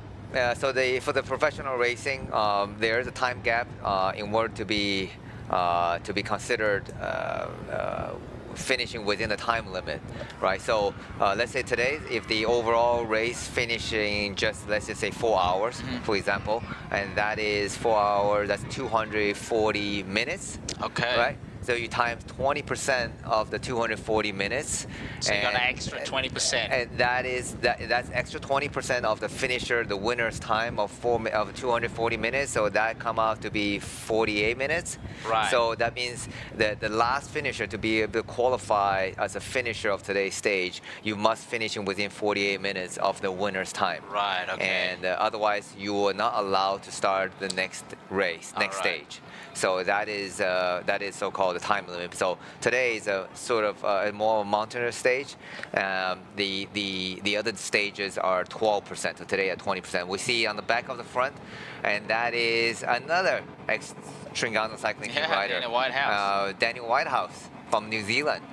Riding for St. George and launching an attack because he sensed that the group is not going fast enough. The peloton is catching up to the breakaway, and Daniel is certainly a very good climber. He was former winner of the 12 Philippine, and then he took some time off riding, and so it's really good to see him getting back to the racing, and especially at the front of the peloton. And he's certainly a rider with a climbing pedigree, and followed by another ex-Tringano Cycling Team rider. There he goes. Here's an Tringano Cycling Team in the breakaway. Sain Baya just launching another, trying to bridge across, and he is indeed getting back to the wheels of Daniel Whitehouse. So I think they missed Tringano. They want to reach there first. You're absolutely right. I'm sure. They missed Tringano. They want to reach there first. So it's good to see they are well represented. Okay. And Daniel Whitehouse and Sain Baya at the moment, two riders in front. So both riders are good climbers. So if the peloton set up a little bit, those two guys certainly are able to grab a lot of valuable KOM points. But let's see. It's still early. It's still way early in the race. We only covered about 15 kilometer. Yeah. And so there's still 3K to the first KOM points at the Gerik. That's right. So we're running along well together. We can see that these riders are working well together. We have Sain Baya already dropped to the small ring. Probably prefer a little bit more higher cadence. We see Danny Whitehouse is still riding in the big ring. I guess everyone have their own way of climbing. So here's a visual from the first King of the Mountain. We can see the riders are not far off, Sanbaya and also Daniel Whitehouse. And Peloton is already strung out, pretty strung out. It's not in one line, but there's a good. I think from the front of the Peloton to the back end is at least 200 meters. Yeah, that's right. Yeah. Quite a stretch. Yeah. So two riders looking really good. They have Sanbaya on the Bogos on the BH bike. On the BH bike. And Daniel Whitehouse on the Pados. Yeah, Pados. Shimano group set, BH. Yep. Majin group set and Pados, but it looks almost exactly as the Shimano shifter levers. Yeah. It's, we are definitely, the Shimano Di2 has been the flagship, like the market leader. Oh yeah, for sure. And everyone certainly trying to copy that. Copy the leader. So we, it's no surprise to see. So when something works so well, and certainly the other guys, competitors, going to try to copy the product, because it's difficult to invent something great each time. So sometimes the form of flattering is, I guess, when people copying your product, that means your product is really good. Yeah, for sure. And it's interesting to see as well. Like, I think, although it starts off, I think you kind of have to make the choice, right? Like, do you compensate on the climbs, or do you gain on the flat stage? Like, you see, like not many riders are going super shallow rims these days. Like, you see even like Danny Whitehouse looks like no shallower than 50 millimeters, I believe. But I guess Sanbaya, with his wheel sponsor Vision, they either have 60 or 45. So it looks like he's on a 45 millimeter wheels. Looks like the breakaway have joined by another two riders. This is a rider from Picnic Post NL, finally on the breakaway. There haven't been many representation of Picnic Post NL in the last couple of stages, but here he is, a rider from Picnic Post NL. We get to get a visual of which rider this is, and also another rider joined. Looks like the Rockets. Okay, all right. And the breakaway again. Maybe for another €200 this time. Well, we talked about yesterday. They have been getting the most combative riders on stage 1 and stage 2, and why not making 3 in a row? So there you go. So that's a really good 4 riders, and from Picnic Post NL and also the Unibet Rockets, and those four riders could certainly make a significant gap, because even earlier, just before today, you were mentioning there was a cycling news article about one of the riders from Picnic Post NL, and he stopped. Was that the Christensen? Christopherson. Okay. Yeah. Right. So Van Riels. Yeah, Adrian Mayer. Mayer got the first stage, and second stage was by Christopherson. Yeah. So it's good. Like they saw, they were proud of it on their Instagram post. Okay. Saw that. Yeah. The positive thing was they had two awards in a row. The negative thing is how they're going to carry all these all these awards back home. Trophies back home. All right. It's pretty big. Okay. Well, it's better to walk away with trophies than walk away empty-handed. A good problem to have. You can always call up Post NL now and then ship it back. I guess back to France. Exactly. I mean, I'm sure Post NL deliver there. It's not. Just charge them. Yeah. You got €600. 600 euro, right? Exactly. So that's a good problem to have. So back at the front of the race. So the quartet. We're trying to get a visual. Who are the Post NL rider, and who is the Unibet Rocket attacker? Yeah. So we got Sanbaya, and looks like joined by another rider. A blue, white helmet. It could be Isan. It could be a Terengganu cycling team. Yeah. Maybe Terengganu. We would like to have a closer visual, but we will see who are these 4 newly formed breakaway at the moment, with 30-second gap to the main peloton. There you go. It was Terengganu. Yeah, it's 114. That's Vadim Pronsky. Exactly. There you go. Well, nicely done. He came across fairly fast alone by himself. So he had the legs for sure. Yeah, Yeah, here it goes. Here's a sprint for the KOM points. Let's see who gets it. 100 meters to go. Sign Baya and picnic post NL looks like. Oh boy. Yeah. Oh, picnic post NL. Picnic post NL got the maximum points. Okay. For the first King of the Mountain category 3 climbs. All right. And 5 riders on the front, so they're gonna try to regroup because I think they're still the second category, the second climb, it come up fairly quickly. It's still 12 kilometer away, but it's the start. They're still climbing right now. So still climbing. Yeah. No race and no rest. So it's right number 12. Number 12. Yeah, it's Patrick Eddy. Yeah. He was contesting the sprint yesterday. Yeah. Very interesting. Australian rider Patrick Eddy. Okay. Contested a sprint yesterday. I think he switches mode. He's a climber today. Yeah. Yeah.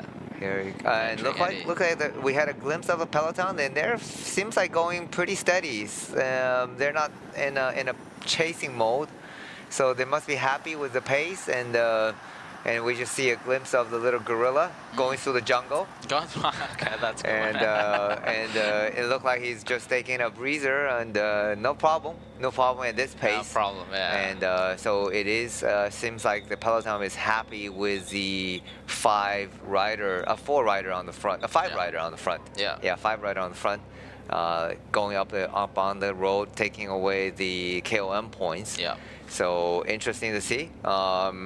That they are deciding to sit up so quickly. Maybe they're saving the legs for the third and the category 1 climb. Wondering if any teams like Uno X and Poti Visit Malta is gonna take up the pace to trying to drop the race leader Marichelli and the sprinter from of a decline from the Tudor team and the race leader from the XDS Astana team. Yeah, so the roads that they're going through, obviously nowadays they have highways to go from one state to another to cross from west coast to the east coast. But this particular road that they're going, there used to be the old highway. So back then, before highway was a thing in Peninsular Malaysia, so this used to be the so-called highway. So basically back then, they don't have the technology to cut through mountains and stuff. So the roads have to flow with the mountains. So yeah, you can see some distance marker as well on the side showing Kota Baru, which is like the capital of Kelantan, on the side of the road. So yeah, so this is the old road that they're using. More hilly, a bit windy. Yeah. Okay. Yeah, it's a decent surface on the road, just surrounded by beautiful jungles, which is great. We talk a lot about, if you ever get a chance to visit Malaysia, certainly Langkawi Island, certainly this is a very nice, very scenic. It's a little bit further away from Kuala Lumpur, but it's very scenic, and we know that the traffic is being shut down, but generally there's very little cars here as well. So it's very nice to come here and ride. And if you don't want to hassle bringing the bicycle, I just recall there are companies in Kuala Lumpur you can rent bicycle. All right. I think one of the company called Jung Velo. Jum, J-O-M. Jum Velo Tours, and then you can actually rent the bicycle from them, Polygon bike, and then also just, so you can just go out for a bike ride around Kuala Lumpur, or you can go all the way, taking a tour, go up Fraser, Cameron Highland, and coming to this part of the world will be fantastic. And personally, I have not ridden here. I would certainly love to get an opportunity to come and ride in this part of the world. Yeah. Obviously, I've never ridden up this road as well. Okay. And obviously, both me and you, we have friends that have ridden up here. They've shared some insights of what the climbs are like. But yeah, like I said, we looked at the course profile, 18 kilometers of the Tinti Wangsa climb. So it looks like the gap for the peloton have grown.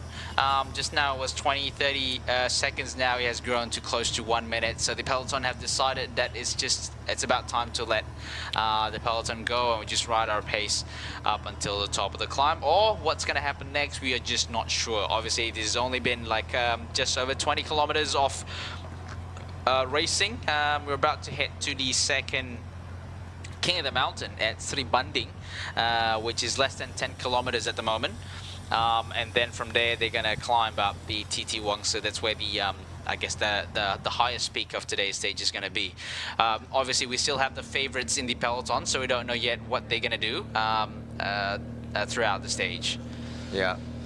But it looks like peloton is definitely going up at a much easier pace. So probably all the sprinter team have decided, hey, let's just get over the climb, and then we chase and make a bunch sprint again. And that's I think that looked like Mario. There's some riders from the Bogos team just calling for feeding. So whenever a rider's calling for feeding, that generally probably the pace has slowed down. 74 as Mario Aparicio. Aparicio. This is just hanging around at the back. Yeah. And haven't seen him out and about yet. I think we were sort of expecting he's going to come out today and sort of show what he's made of.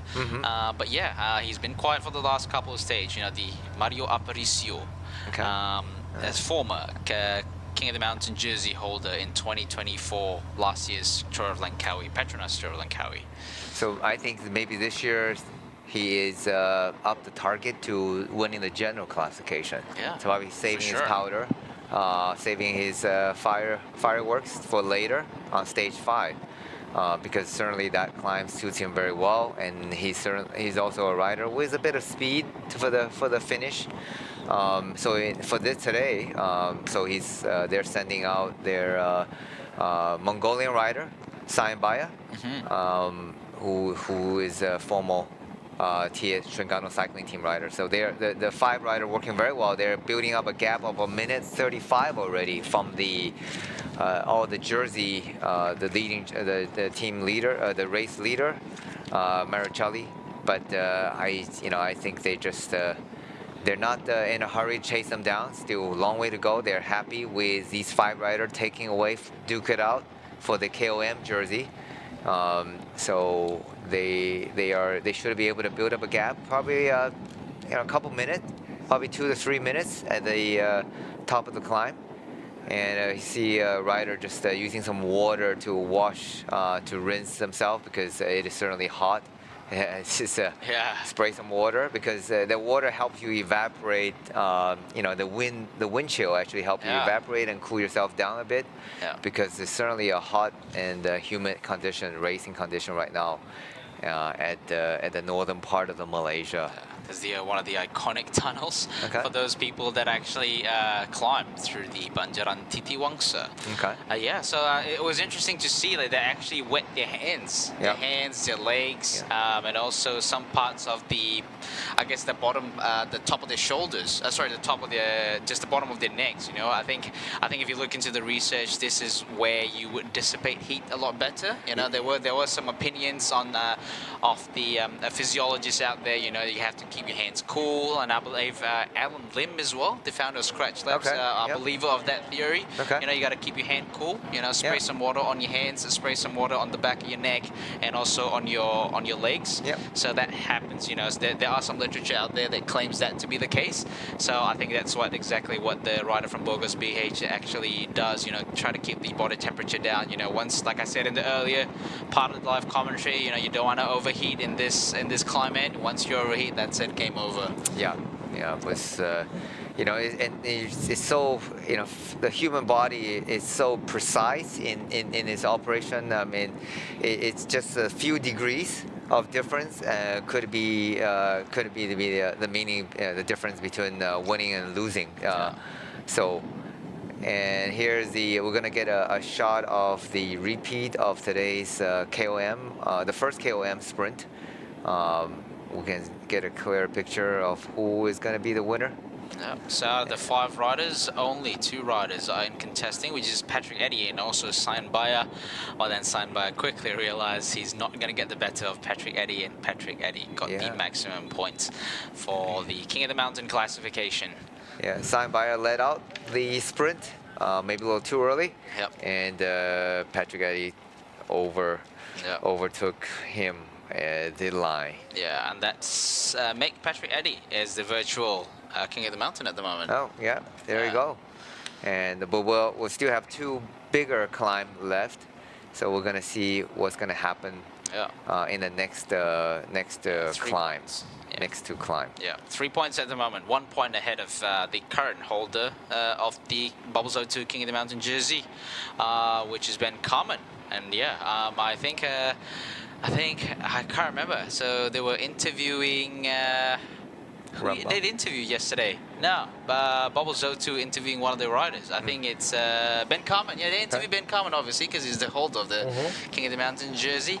Just to keep himself cooled down, he throughout yesterday's stage, I think he drank no less than 15 bottles of water just to keep himself cool. Okay. Wow. That's a lot of water. That's a lot of water. Yeah. That's a lot of water. Yeah. So, but that's that's essential, especially when you riding here. And then we see here at the front of the peloton, the XDS Astana and the Tudor cycling team are on the front, setting the pace.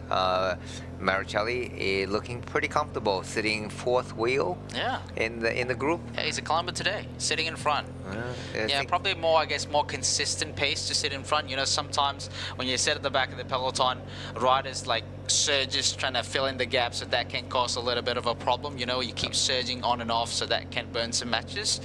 Physiologically speaking, you know, sprinters are not good at this kind of effort. Yeah. You know, yeah, I've got one shot. I'm just going to use it for my sprint finish, right? So if you keep surging on and off, that can drain them a little bit more. So 1 kilometer to the second King of the Mountain classification for today, which is in Sri Banding. Yeah. The 5 riders working very well together, and they're almost pedaling at the same cadence or similar cadence. Some riders prefer to climb in the heavier cadence. Some riders prefer using a lighter cadence. But generally, I think 80 to 90 RPM, that seems to be the right way to do it. And back at the front of the race, XDS Astana setting a steady pace. I think a lot of the sprinters are happy now. Yeah, oh yeah, for sure. They're not flying up, attacking, and trying to drop the sprinter, so they must be happy. That just like yesterday you said, Mitch Dock was saying that thank God the attack stopped. Well, getting back to the front, look like St. George rider going for the KOM because it is coming up in just a few kilometers. That is the KOM. I think Hisan Baya goes and chasing on the and for the second, the category 2 KOM points. And look like Sanbaya has the faster speed, and he's definitely able to overtake. Slingshot overtake the Daniel Whitehouse. There you go. Yeah, Sanbaya does have a bit of kick on him, and this time there's no question who is going to be the KOM. Who got the maximum KO points. So it's pretty intense here, the fight for the King of the Mountain jerseys, and now the virtual wearer of the Bubbles O2 King of the Mountain is Sanbaya now with 5 points. Surprising, Patrick Eddy didn't even contest it for it. Yeah, it'll be interesting why that is the case. So now these two are riding together, Daniel Whitehouse and also Sanbaya, and obviously rider, Daniel Whitehouse from St. George Continental. Obviously, as we were speaking and as the points are counting down for the King of the Mountain classification, we know that the jersey has been stripped off from the team, from Ben Carmen, and I think it's up to Daniel Whitehouse to keep the jersey in the team, I suppose. Yeah, there he goes. Trying to be legal, what's your error? Yeah, trying to be error and legal at the same time. Yeah, so he's Sanbaya doing a super tuck. Yeah, like his I guess his backside needs to be on the saddle, otherwise he'll be relegated or disqualified. So yeah, he says playing a little bit on the edge there. Yeah, I think these guys are very familiar with the rules now. Yeah, and nobody doing the sitting on the top tube super tuck anymore. Meanwhile, back on the front of the peloton, and the pace is very, very calm. And I think all the judging from this, now there's still a category 1 climb to come, but judging from this pace, I don't think any sprinter is in trouble now, at least for the time being. They're happy sitting in and following the peloton to get over the climb. and keeping their legs fairly fresh.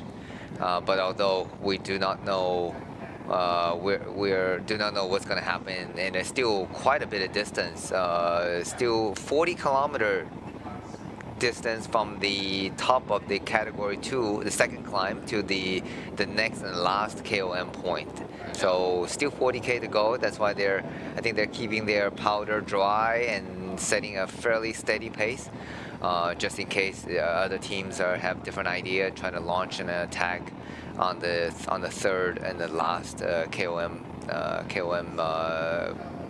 point. Yeah, it could be very deceiving seeing they soft pedaling, but you know, by no means they're soft pedaling by us mere mortals. I think they're probably doing upwards of 270 watts, you know, at least 300 watts. You know, I think their soft pedaling is probably 300 watts, yeah. Easy. You know, us at the back would just be, you know, tongues out, you know, head tilted sideways, you know, half dead, just trying to keep up. But yeah, so that soft pedaling is 300 watts. By no means it's easy to be in the Tour of Langkawi. You need to have a lot of watts, you need to have a lot of fitness to be here. Absolutely. Yep. So there, must be the waist zone or feed zone. There you go. The waist zone just near the top of the KOM. So the peloton just crossed the second KOM point.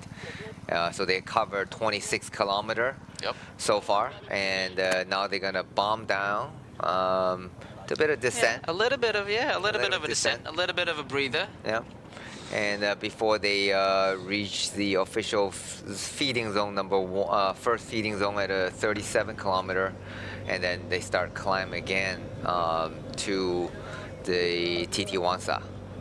Exactly.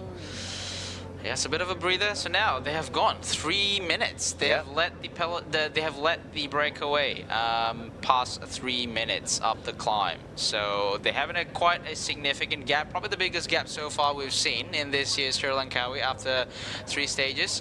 Patrick Addy looking at the back. Maybe he's looking for some fueling. Looks like the other 3 riders have joined back. The 2 riders in front. Or maybe signed by. I just said, oh yeah, true. Yep. My apologies. So everyone's back together. Vadim Pronsky, Daniel Whitehouse, signed by Christopherson. The 5 riders are back again riding together. Yeah, and that 3-minute gap, it will be interesting to see what will be the time gap at the top of TT Wansa. So we are pretty much on the bottom. They're going down.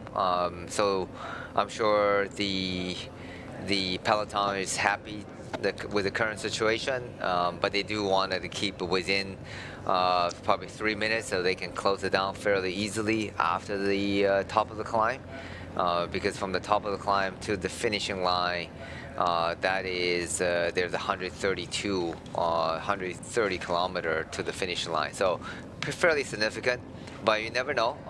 You know, it's the 5 strong riders, you know, potentially they could rest up.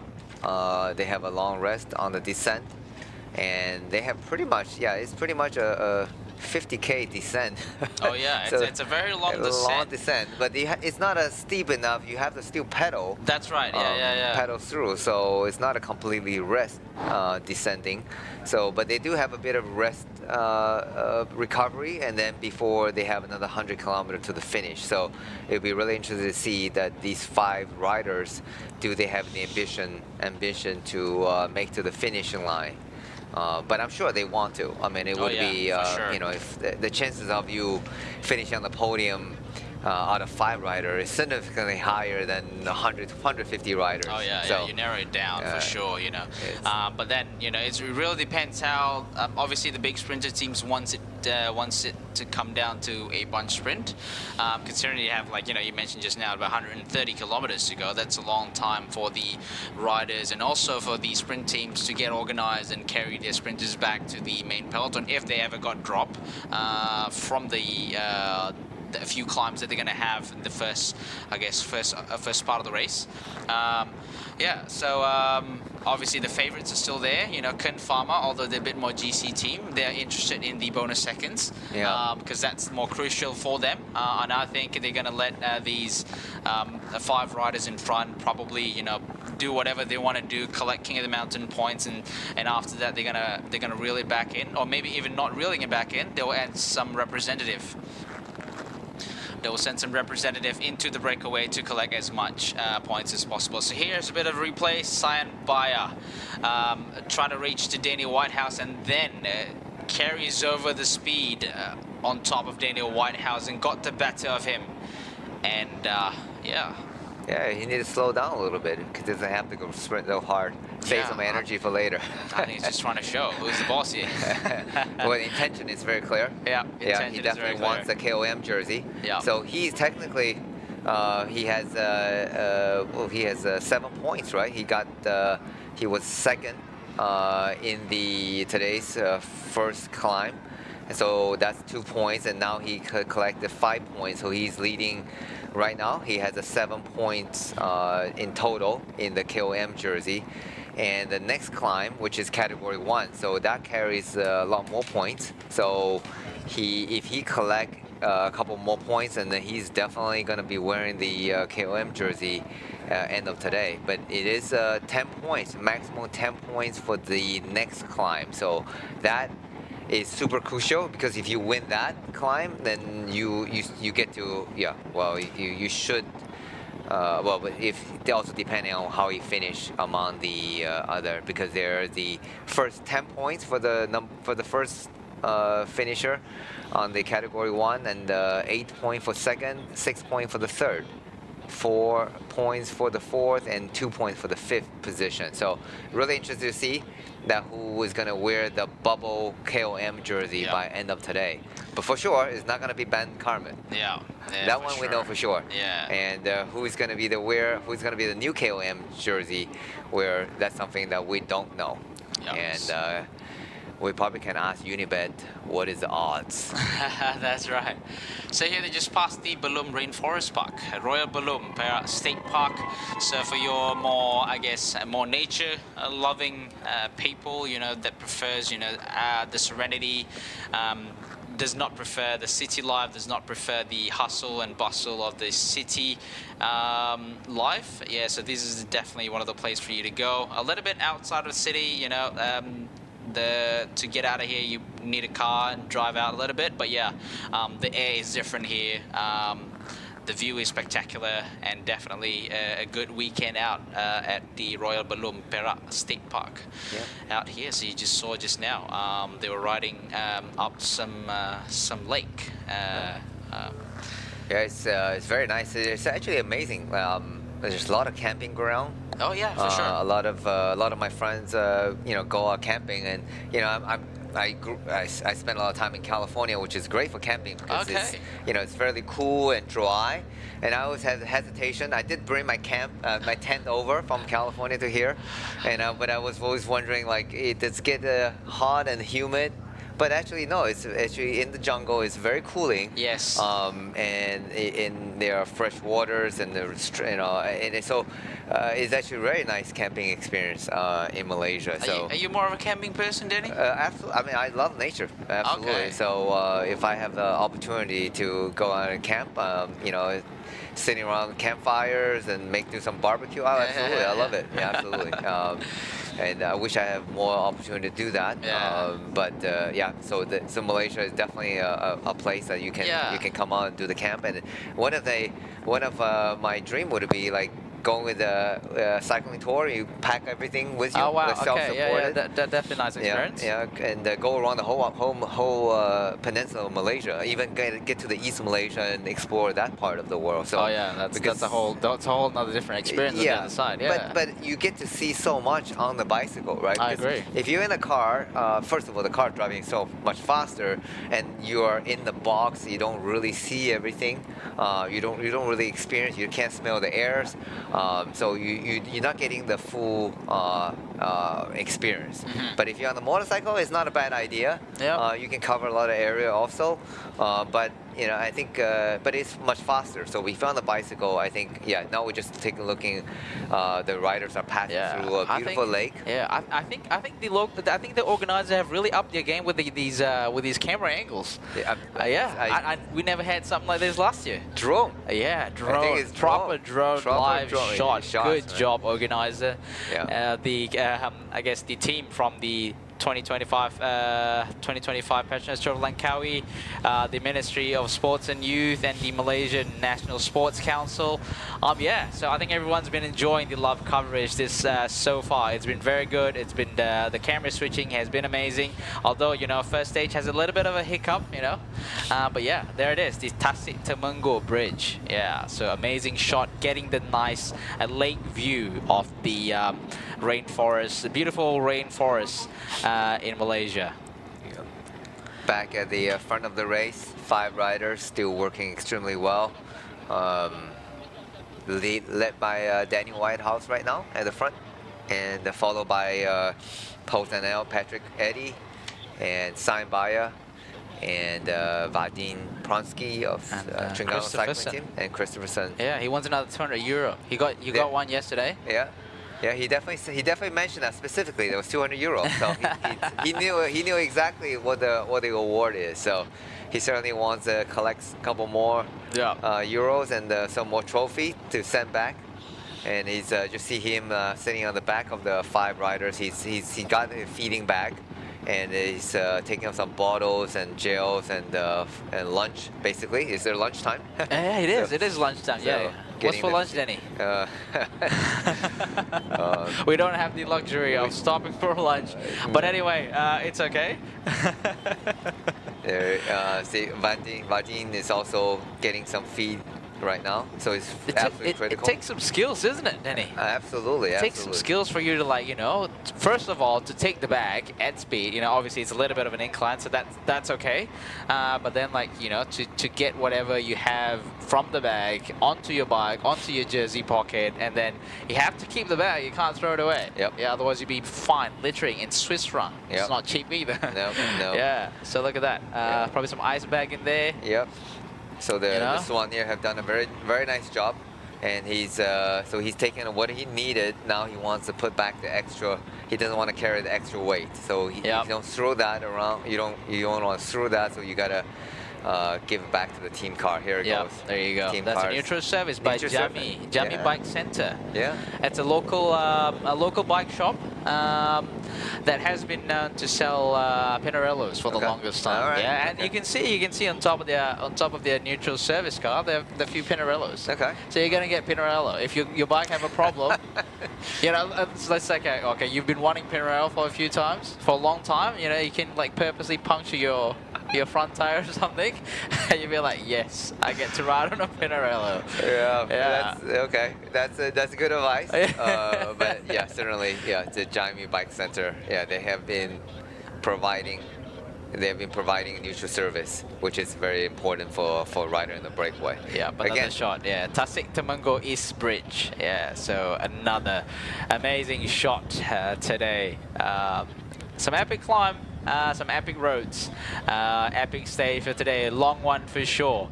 But yes, this is next level broadcasting by the local organizer. Amazing shot. Kudos and props to the organizer for giving this shot to all of us to enjoy at home and see. And more than anything is to let the world see the kind of demography and biodiversity that we have here in Malaysia. Not just Langkawi, obviously we had some shots of Langkawi in the first stage, but this is now in the state of Perak. Well, in the entire Malaysia, I think there's so many different, every region has their own special geoparks and natural beauty, which is really nice. I don't think you ever get sick and tired of riding in Malaysia, which is, again, if you ever get a chance to visit this part of the world, bring a bike, or if you don't want to bring the bike, and you can rent the bike from the tour organizer local companies and enjoy the scenery as you see the rider at the front from Tudor team and going through their feeding bag, getting the water bottles. I think there was some friendly push. I saw that just now over decline. You know, I think Matteo Mellicelli grabbed something from the team Soigné, and then he lost a little bit of a speed. So over decline was like giving a bit of a push. Oh wow! Maybe Mellicelli was in his way a little bit, just giving a little bit of a push. You know, friendly competition. Yeah, oh, absolutely. I mean, these guys, and we talk about they spend hours on the bike racing, you know, with each other, against each other. But you know, this year you may be rival teams, and next year you may be on the same team. You know, helping each other out. So this is a very common. They're not. This is obviously not the finishing sprints. So these guys, professional guys, they are friends off the bike, and then they are when it comes to fighting for the win. You know, game on. It's a 100% commitment. Yeah, I think it was like Arvid Decline and Mellicelli. We want to fight each other at the sprint. Yeah. Right. So we want to make sure everyone's at the sprint. You know, and in fair and square manner. And that particular time, that's when we become competitors, become rivals with each other. And I think that part of cycling is what still amazes me, because it's a sport that teaches you to switch on and switch off whenever you need, right? Like you can turn on, you can turn on at the moment. We are competing with each other, and then you reach a climb. Okay, we're not competing with each other. You got to turn off. You got to turn off that competitive switch for a little bit, right? Whereas other sport, it's on the whole time. Right? You're competing almost. I think the most professional athlete, they compete with each other in and out. They actually spend more time probably against each other or with each other more than their families. No, but I think most professional athletes, they are professional. Even I see, okay, cycling is not a physical, I mean, it is physical sport, but you're not punching each other physically. But I see like boxing, fighting. They are. You have a good point. They're trying to kill each other, knock each other out in the ring. But they actually you know, they actually are friendly. Although a certain kind of boxing, there's a bit of show and tell, like before they're fighting. There's a bit of show. But you know, I think that comes from mutual respect. Right. You obviously, they are competitors, they are rivals. But when it comes to off the bike or even in the race, they're not in the competitive situation. There is mutual respect. We've seen it in the big race. So like, for example, I assume if Mellicelli today, right now, get a puncture, and he as a race leader, I'm sure other teams are not. No team is going to launch an attack just trying to drop Mellicelli just because now he has a puncture. So they will respect and they'll probably wait for him to get back. Slow down the pace. Slow down the pace to get back. And we've seen that in the biggest race. You know, you see Pogačar and versus Vingegaard, and they're the two biggest rival in the biggest race. And they, every time across the finish line, whoever won the stage, and they actually get congratulated by the competitors. So, that's right. Then that's part of the mutual respect. And I think the majority of the professional sports has that. I've seen a bit from the Formula One as well, and so it is good to see. You know, it is. They are professional. That's what makes them professional. And so sometimes the ability to switch on and off. Like now they're competing, and now they're not competing, right? Exactly. I think I read somewhere, it's like a meta-analysis that talks like, you know, like a recreation of.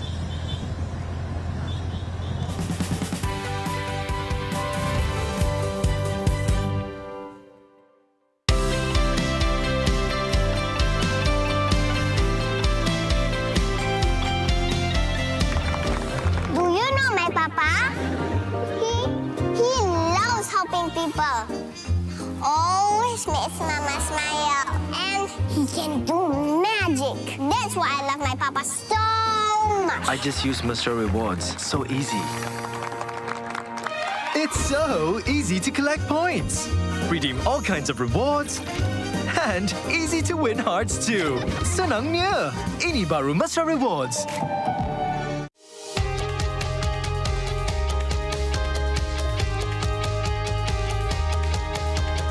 From the first pedal stroke to the final sprint. Fueled by Bubbles O2, Malaysia's only naturally oxygenated mineral water.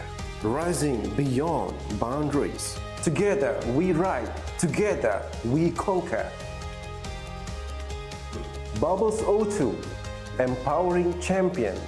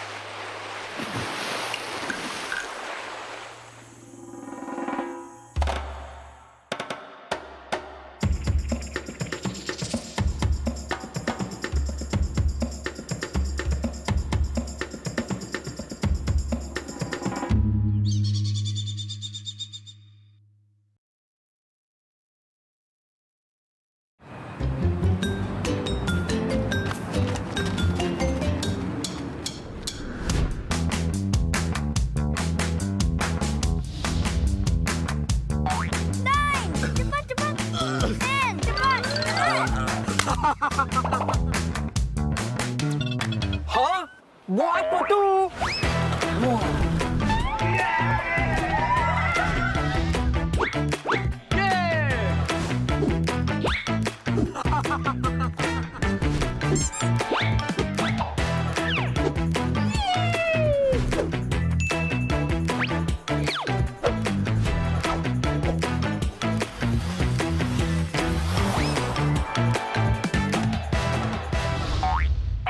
Hey, free barang ke pulang rumah lah. Thank you, Petronas. Petronas, let's go!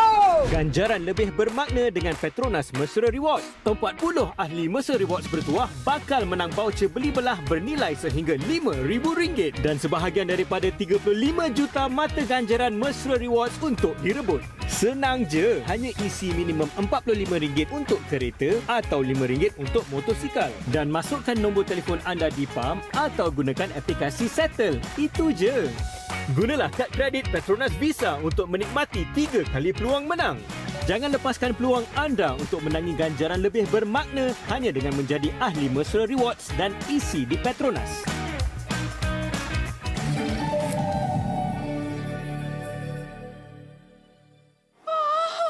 Barang elektrik pun boleh. Wah.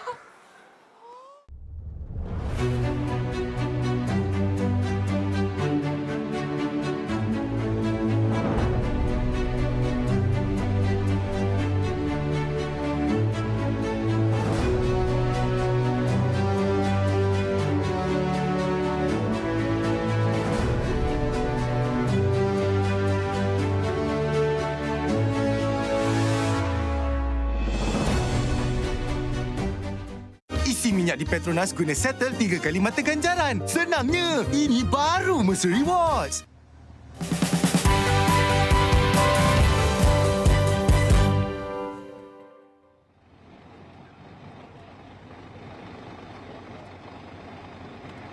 Breakaway and front of the race and the back of the race. And meanwhile, the rider from Picnic Post NL is getting some feed. So in the breakaway situation, so the team car are allowed to come all the way to the side of the breakaway. Meanwhile, in the we're getting inside shots, and the riders are talking to their DS. Take a 6 seconds. Yeah. Take a 6 seconds. Then you come back, and then we do the sprint with Chris. Yeah, I'm happy with that. Yeah. And then timing good, huh? I can survive the maybe. Yeah. So take a 6 seconds, and then we come back. So they're talking to the team, the riders, something about taking 6 seconds, then come back. Yeah. I'm not sure exactly what's the game plan or what's the context? But yeah, so there's always one way. Obviously, you can speak to the radio, but sometimes connection can have a bit of an issue. Yeah, so here he is, Patrick Eddy, just trying to be as aero as possible. You can see just being. Obviously, it's not a super steep descent. It's a pedaling kind of descent, but it's definitely trying to maximize the aerodynamic efficiency so that you don't lose as much speed and you don't need to surge as much to come back to the slipstream. Yes, so this is the back of the peloton. We got a Iceland rider just at the back here, hanging in the back here, looking at the back, maybe looking for the team car or something. Yeah. Rider number 184. So that is George Matsui. He was in the break a little bit in the last couple of stages. Yeah. There you go. He's probably having radio problem right now. You just mentioned. Look like he's having radio issues. He cannot talk to his team car, so he's trying to shout to the camera. But I think you need to tell that to the Commisa, because the Commisa has the radios that they can inform.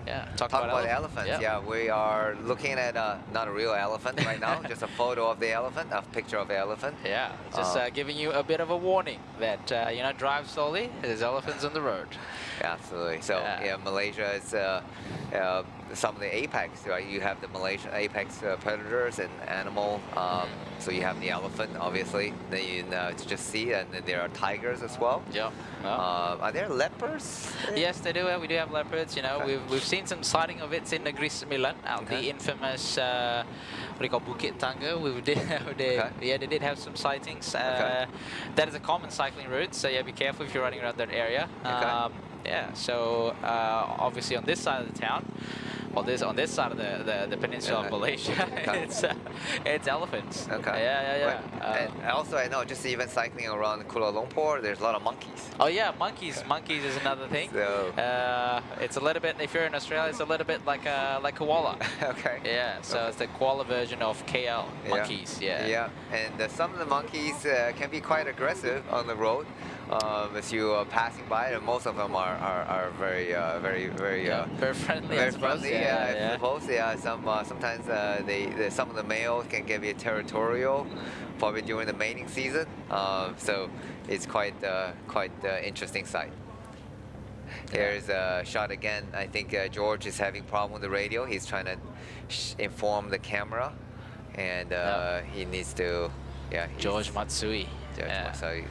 Matsui on the that's a new POC helmet, POC sighting. Okay. Yeah, I have one of those. Okay. They're nice. All white. Yeah, all very white. airy. And but does it look? I mean, is it aerodynamic? It looks pretty chunky. It's pretty chunky, but I think the way it works is that this is POC claims is that they allow for ventilation through the helmet, so that it acts a little bit like an exhaust. Okay. So that it sort of like disperses air towards the back of the helmet to avoid any vacuum formation. Okay. Yeah. I see. Okay. So I guess it's when you talk about aerodynamics, that's CDA. Yeah. So they're not really improving the A, they're improving the CD part of the equation. Okay. Yeah. All right. So, thanks for the insight. Meanwhile, we'll get a shot of Nusantara rider, BYC. From Indonesia. There's Nusantara BYC and there's Chengdu DYC. Okay. I got confused sometimes. So there's HKSI from Hong Kong, HKSI Pro Cycling, still climbing in the big ring, a lot of these professional cyclists, they have big range these days. We talked a little bit about the gear ratio range these days. Some are in the big ring, some in the little ring. So there's no one type of, cadence that suits everyone. Everyone have their own preference. You're right. So when it climbs, a certain rider likes to climb in the heavier gear, because when you climb in the heavier gear, your heart rate actually technically is lower. Yeah, stabilizes a little bit. Yeah. Harif Saleh, the Trengganu cycling team sprinter, he likes to climb in massive gears. But he preferred that because the heart rate is lower, he feels more comfortable. But some riders who really like to spin it at very high cadence. Just now saw a glimpse of the Frankie, Taya Sombat. He has the aero cuff on. Okay. Yeah, all right. He's a marginal gainer guy. He loves the marginal gains. Yeah, definitely. He had a helmet cover, and then he had a shoe cover yesterday, and then He has the aero cuff on, so definitely those are all the small aero advantages you can gain. Not very expensive. You can put onto your shoes or a helmet to make it a little more aerodynamic, because now it's just especially at the current speed traveling, and so the aerodynamic plays such an important part of cycling efficiency, and that's different between winning or losing. So certainly all the riders are very in tune in these latest technology. You can read it up about it, watch on YouTube. It's really interesting. And I think everybody out there should find something that's they're comfortable with. Not to say there's no one particular product probably work perfect for everyone. But there's certainly a wide choice, a wide variety of choices. But you see here on the front of the peloton, led by Tudor, and then XDS, Astana, they all got the aero helmet on. So almost every brand have their different version of aero helmet, and together with their aero kit, jersey. I think a lot of the riders are racing in their racing suit, right? So they're one-piece racing suit. Not the most comfortable, but definitely a lot more aero. And so they are basically like a time trial suit with a pocket on the back.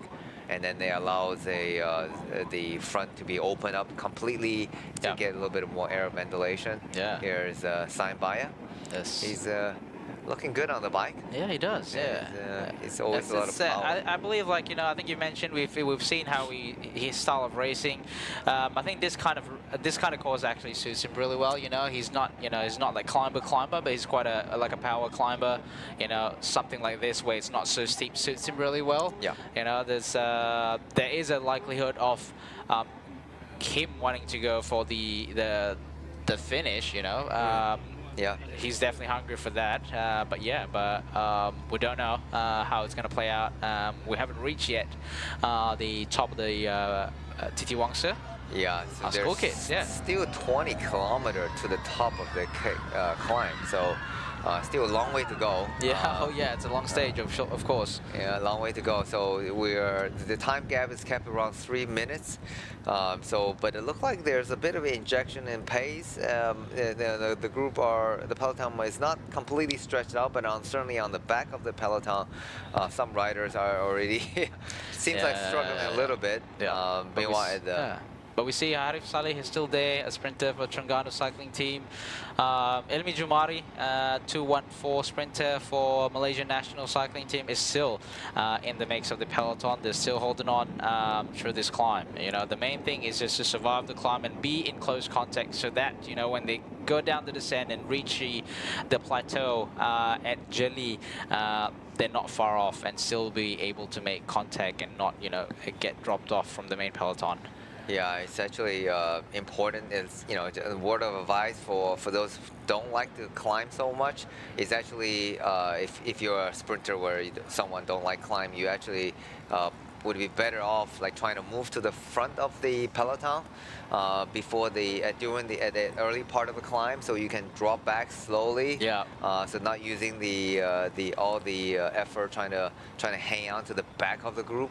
Actually that allows you to drop back a little bit and then trying to recover and then move back forward again. So here we go, the green leader jersey of Maricelli. And Matteo Maricelli. On the 60mm wheels. I think the whole team is on 60mm Vision. Metron SL. I believe in the SL. I got to double confirm. I do know the rockets in the Metron SL for Langkawi. Aero bike, aero wheels. So that's their new bike sponsor for this year. So previously they were riding on Willier. That's right. And now they're switching over to XDS. The X Lab, what they call the X Lab bicycle.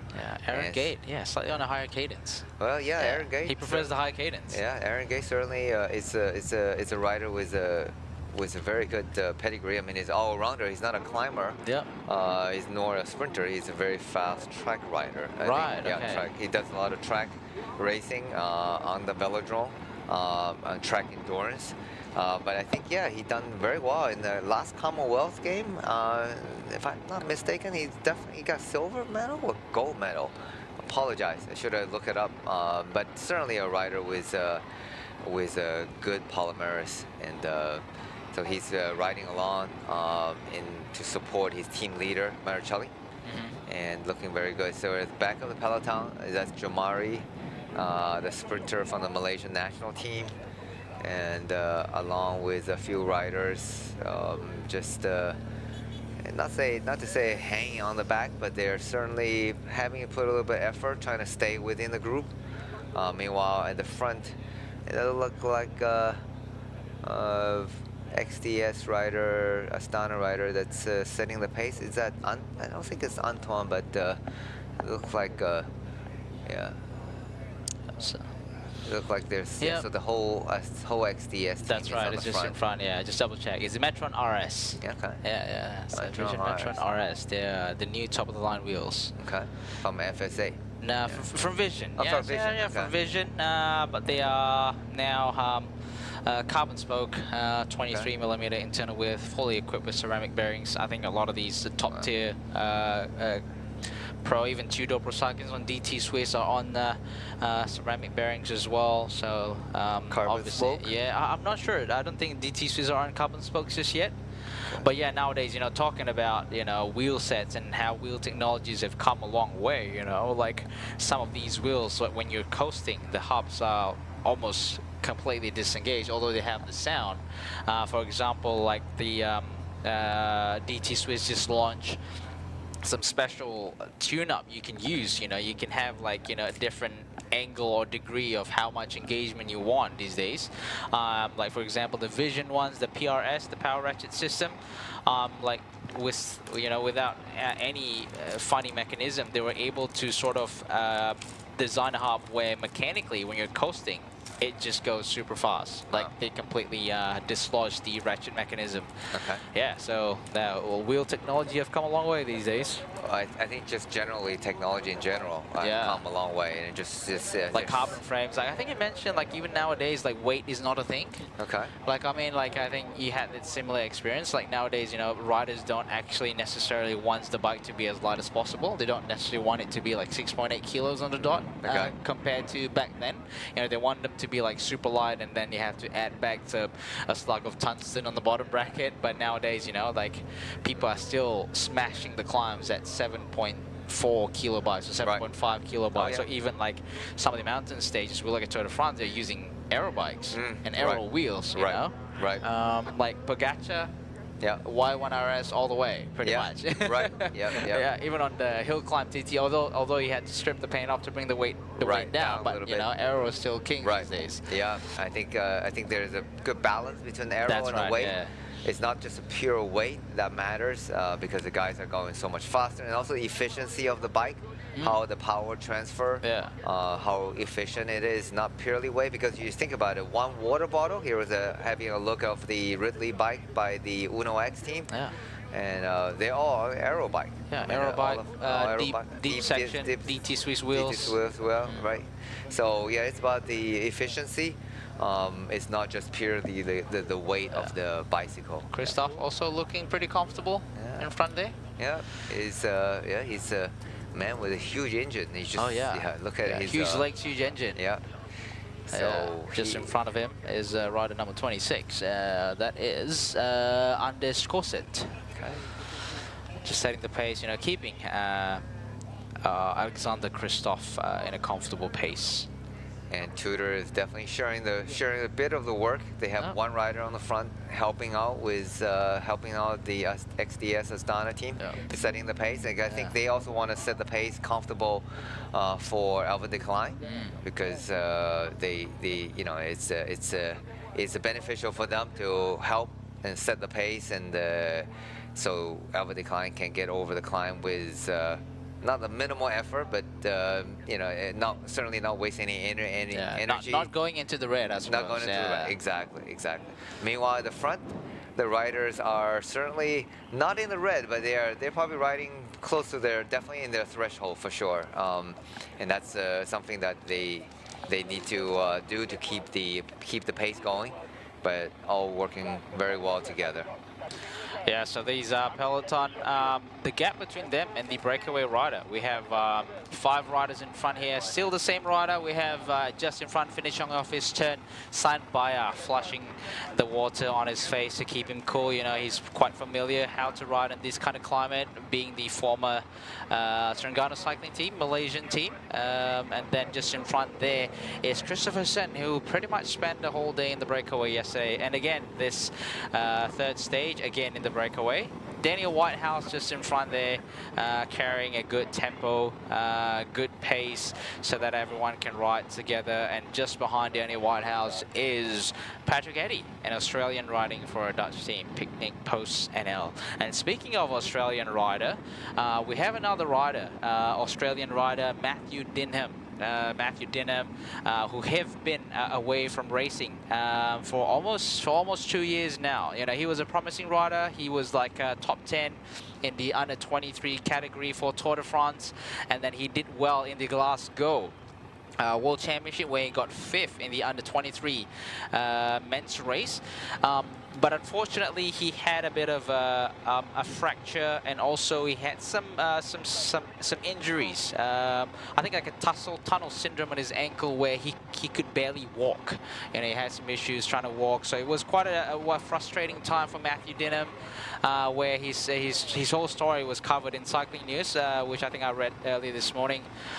Yeah, so Tour Langkawi has been one of the race that he hoped to join in recovery from racing. So it was quite a sad news, you know. He thought he had to commit to a surgery where he had 30% of walking again. But that was the only option, you know, considering he didn't have, like, he was not living a normal life. He could barely walk or stand for more than a few minutes. So he had to take that risk. But after a long time, not giving up a dream, you know, being an Australian, he said it's hard work.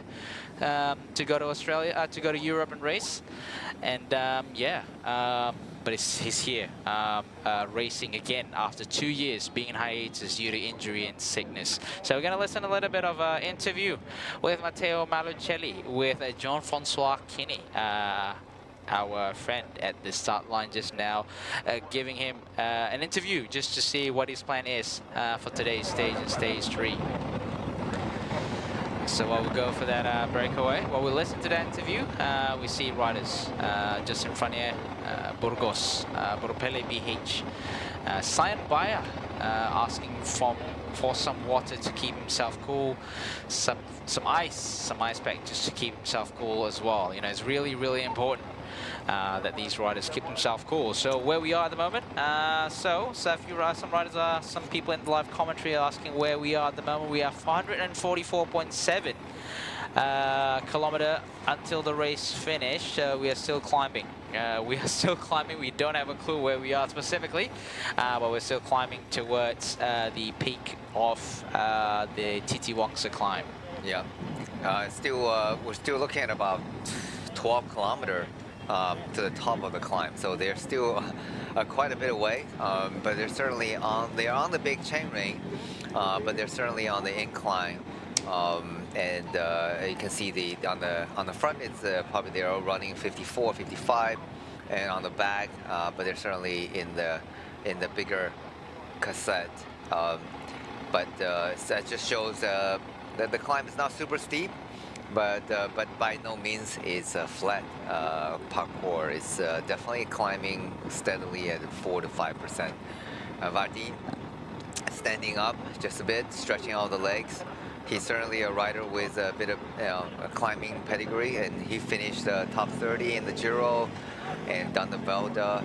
So a World Tour rider with the Astana team for many years, and now riding for the Terengganu cycling team. And he's very happy to be able to race. And he said to me, you know, in the World Tour team, you don't get a whole lot of freedom to race for yourself. And certainly one of the reasons you want to join the Terengganu cycling team, you want to win some races. Okey, Lily sekarang berada dengan salah seorang peminat LTdL yang turut serta memeriahkan perjalanan rider-rider untuk ke garisan penamat. Abang, nama siapa? Syed Zulkarnain. Okey, dekat sini memang tunggu rider-rider datang lah? Ya, sangat meriah. Okey, so hari ini dengan siapa? Family ke seorang? Family, daripada Taipei nak balik ke Kelantan. Tahu tak pasal rider-rider akan lalu ke laluan ni? Tahu daripada Gerik ke Pasir Puteh. Betul. Sangat meriah. Sangat meriah. Ada favourite rider tak? Ada Harith Sales. Oh, okey. Mungkin boleh bagi kata-kata semangat sikit untuk rider kegemaran abang, Arif Saleh. Okey, semoga sampai ke destinasi dengan selamat. Okey. Abang nak balik mana ni, kampung? Balik kampung Rantau Panjang. Alright. Okey, have a safe journey. Thank you, abang.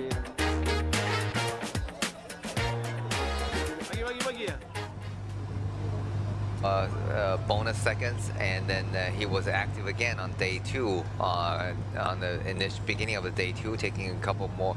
Didn't take any bonus second, but he was certainly active, showing that he is intention to defend the white jersey. Although at this pace, he should be able to. Well, we hope to see that he is able to defend it, but although it is his teammate Vadim Prosky is in the breakaway, that they may also have the intention to pass over the white jersey to his own teammate, but I'm sure Sainbaya is also eligible for the white jersey, and he may prefer to get the KOM jersey instead. We shall see. Yeah, we just saw just now the riders on the roadside got a jackpot because there are not many other spectators, just them. So okay. They got all the free bottles. Okay, there you go. They got all the free bottles from the rider. I think there's an exception from the UCI that if you toss it to if you toss it to the spectators, yeah, you're not going to get fined. Right. So yeah. it is allowed. And in fact, a lot of the kids, especially now we see here, and as well as in the European racing, they actually it's a big souvenir. If they are able to get collect a bottle from the race, and also it's not only just any bottle, especially if they get a bottle from like a big rider. Oh yeah. Oh, they would treasure that, and I remember watching the stage in the Tour de France. Oh, here we're getting an aerial shot of the top of the climb. Yeah, I remember I've been there. Yeah, there's a little bit of rest spot, and as well as a lookout point. Yeah, maybe a little bit of restaurant, a restaurant or two, cafe. That's right. That you can look out to a beautiful view, surrounding view of TT Wangsa. Yeah. Yeah, so it's normally called the R&R. So R&R, I think it's quite common here. If you go to the highways, you can have the R&R. So it's basically like a rest. I don't know what's it short for. Maybe the viewers can let me know. Although I'm born and raised in Malaysia, but never actually know what R&R means. But yeah, so it's like rest and refuel. I don't know. Maybe rest and refuel. Probably. Yeah. Maybe the viewers at home can let us know. All right. So yeah. So they're about to reach it. That's where they're heading. That's where they're heading at the moment. You can see the road tilting up a little bit. The gap has definitely increased a lot more. So it's now 3 minutes and 50 seconds. It's keep getting bigger than the gap. It's getting closer to the 4-minute gap. So that kind of tells me that, you know, the guys we're talking about, the guys on the front, these 5 riders are pushing at their threshold. And meanwhile, the peloton is probably just a little bit below threshold because they don't want to burn their sprinters. So they are pushing a little bit slower. These guys are riding with power meters, so they know exactly how many watts they're producing per kilogram of their weight. And so they are. That's one thing about. I think the power meter is by far the greatest. Recent invention, popularized technology for cycling. Yeah. So everybody know exactly how many watts per kg they need to produce to get over the climb. That really helped the training, not only for the professional as well for the amateur riders. And but you know, it's one funny thing that I always get a lot of the amateur riders talking about. They're able to produce 6 watts per kg as well. Okay. You know, they felt like they are just as good. But one big difference with the professional rider is that they are able to produce 6-7 watts per kg at the end of a 190k race. Yeah. You know, and riding at a 48 kilometer an hour. Yeah. And there's a lot of cases when the other races, like this one even, they have to get over 1,000 meter climbing, 1,500 meter climbing. And at the end of the race, they got to do 1,500 watts of sprinting. So, yeah, it's a little different when you produce that power over the entire course and end of a race. No, I agree. Like, yes, you can produce 6 watts per kg, but the thing with the difference between like the amateur or weekend warriors compared to like a rider that rides in the Tour de France. So, for example, we take the peak at the moment, Tadej Pogacar, like he can still do that at stage 21. Like, right? Like after 3 weeks of racing back to back, he can still put out, you know, an attack that is, you know, like 10 watts per kg or something up a climb, right? You know, that especially that this year's, like just now, like the recent Tour de France where they had a slightly different course in Paris where they had to go through that climb around Paris, right? On the cobble. Yeah, Wet and a cobble, and a wet cobble. So it's not easy to be able to unleash an attack that you could do on day one. So yeah, that's the difference between a lot of between me and you and these professional riders. But you can see, Danny, the road is tilting up a little bit here. Some of them that prefers to ride in the big gear are now riding out the saddle. These guys are still maintaining in the big gear, you know, slightly, you know, grinding at a slightly lower RPM. Seinbauer prefers slightly lighter cadence in this particular one. Drop to the small ring. Maybe he prefers that.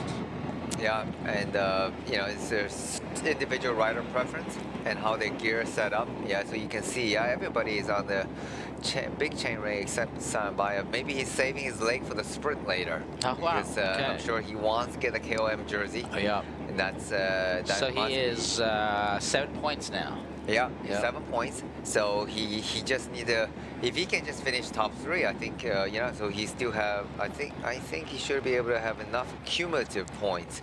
But I'm sure he want to collect the maximal points as possible because on the Fraser climb, he may not, depending on how he finish, he may not able to collect too many points. Although he is definitely a rider. We talk about Fraser climb. It's a climb that probably suited for the fast man who can climb, or so-called sprinter who can climb, or a climber who can sprint. So Seinbauer, knowing him, he's certainly a rider that probably fits that category very well. So he was certainly trying to contest that again. Even for the general classification, because they talk about the team coming to this race because they want to collect the maximum UCI points, and that's important for the team ranking.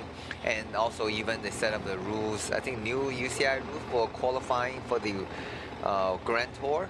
You have to be the top 30 ranked team in order to be qualified. So a lot of times for the viewers who are not familiar, for the Grand Tour, you have obviously the World Tour team gets automatic invitation. And then they typically have at least a couple wild card spot that reserve for the smaller teams, like the pro team. You still have to be a pro team. And so in order to participate, you not only you have to be, a lot of them are local team, like the French team gets the invitation, the wildcard invitation. The Spanish team gets Intermarché, or the French team, Spanish team gets the wildcard invitation for the Vuelta, and the same, the smaller Italian team gets the invitation for the Giro. So you still have to be a top 30 ranked team in order to get that the wildcard spot. So that's a new rule that UCI had put out. Yeah. And I think that's what the plan is, you know, for a lot of these pro teams, trying to make their way into Langkawi to collect that extra points and improve their team points in the UCI ranking, so that they will be eligible to be chosen to enter any Grand Tour racing in 2026. Right. Yeah. So so you know you have your Rockets, your Fantini, your Bardiani, so all these pro teams are trying to score some extra points here in Tour of Langkawi. Yeah, because you know, like Trengano cycling team, they have ranked. I mean, I think a couple years ago they actually finished the season was ranked number 30 in the world, or 31, so pretty close to the top 30 spot. That's not an easy feat for a Continental team. to do. So they obviously have a much smaller budget and limited racing. Here we go. Oh, here's the KBS orange jersey holder, Alvin Decline. Is he in trouble? Yeah, looks like he's in trouble at the moment. Oh no. It looks like he is in trouble. He's just swaying to the left side of the road. There's just no one else at the back. He's hurting at the moment. He is not looking good. So we talked about earlier, but he hasn't done a whole lot of racing this year. So this is probably only the 5th race since August. He's suffering right now. He's getting dropped and getting distance, and by the pace set by. The Tudor was even in the front. Yeah. I really do hope that his other teammates got the memo that his team leader is at the back of the peloton struggling. Yeah. But doesn't look like he's having a good time. Doesn't look like he's in the game for it at the moment. Yeah, the little gorilla is. Well, he's not pounding his chest right now. No. He's trying to survive through the day. We'll feel. I mean, we all been there. It's not a good feeling. Sometimes when the lights just goes off and the power just shut, in your legs and you're pedaling square. I mean, look like he was pretty much pedaling square right there. Yeah. And there's still a long way to the finish. So we're looking at. We're not even halfway. To be frank, yeah, and I hope his teammate, they're gonna at least 1 or 2 teammates gonna draw back, trying to help pace him over, because if he drop out now, we're looking at a 60K. Well, this is the front of the group, and so they're looking at 60 plus K to the finish. Oh, no, sorry, more than so well over. Yeah, so they're 130. We're still talking about 138 kilometers to the finish. It's going to be difficult for him to finish within the time limit. Oh yeah, for sure. Yeah. Like considering, if it's going to play it out how it did last year, then it's going to be a tricky one for him. So for him, even after the descent, trying to keep up when the roads are flat. I think when the road flattens off is going to be where the real game is going to start. Trying to take as much points classification, either points or even bonus seconds at the intermediate sprint points. The gap have gone down from 3 minutes 30 seconds to 3 minutes.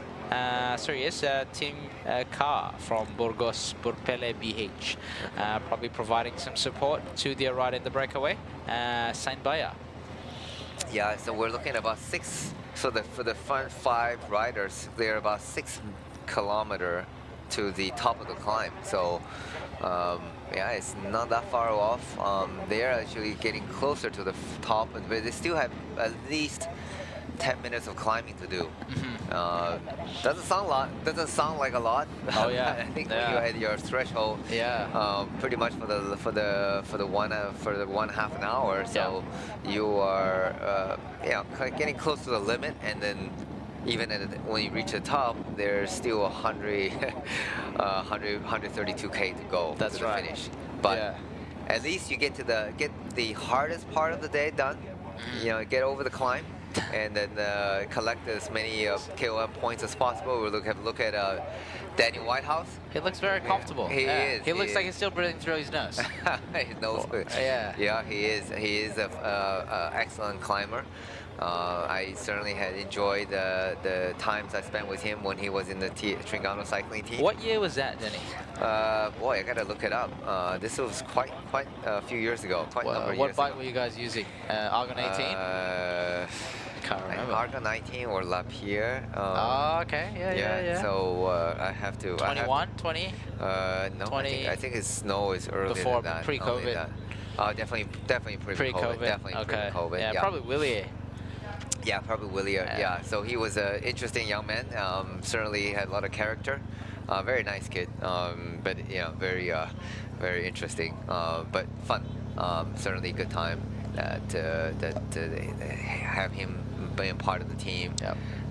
He did he won the Tour Philippines, and even though he was sick, because it was so much raining, and now we're gonna pause for a minute for an interview, and we shall see who are we interviewing. I hope it's not LTdL. No, I think it's Matteo Malucelli. Okay. Yeah, I was gonna play the stage out a bit.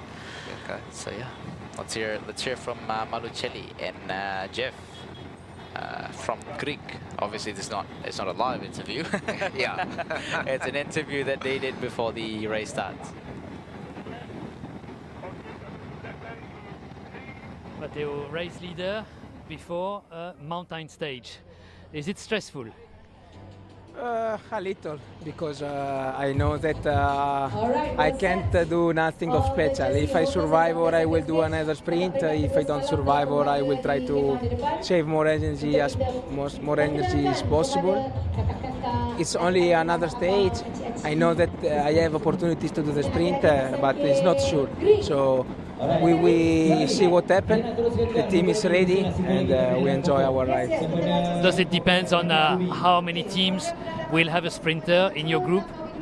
I think that Polti, Tudor, Uno X, and Haas want to arrive again at the sprint, but for sure some teams like Total, Unibet, and Spanish team want split the bunch of the climb to try to take some bonification before the finish line, and also try to win the stage. So there are two races inside the race.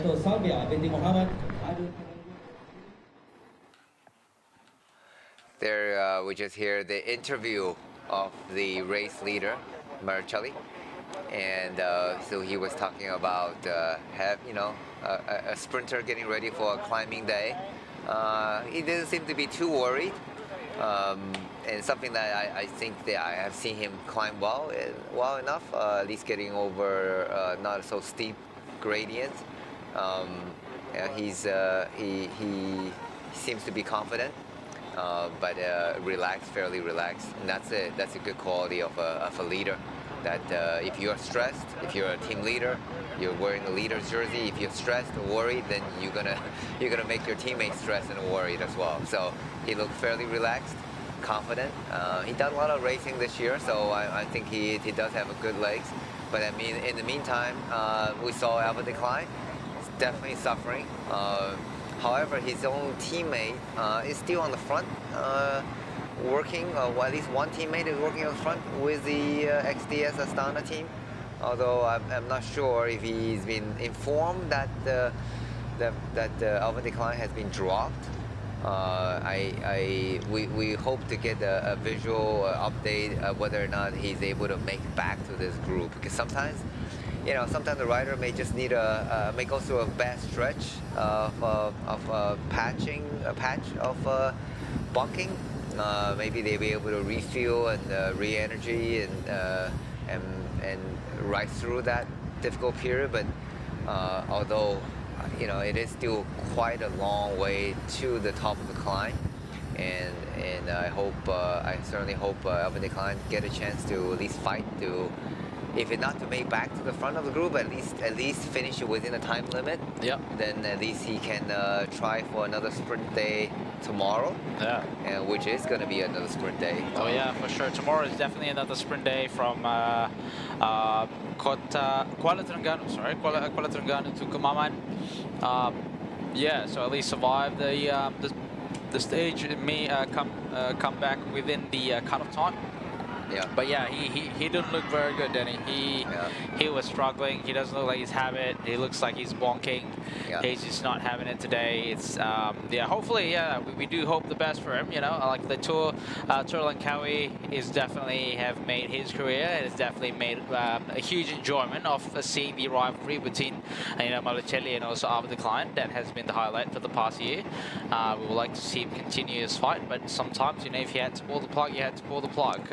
But yeah, wishing the best for him.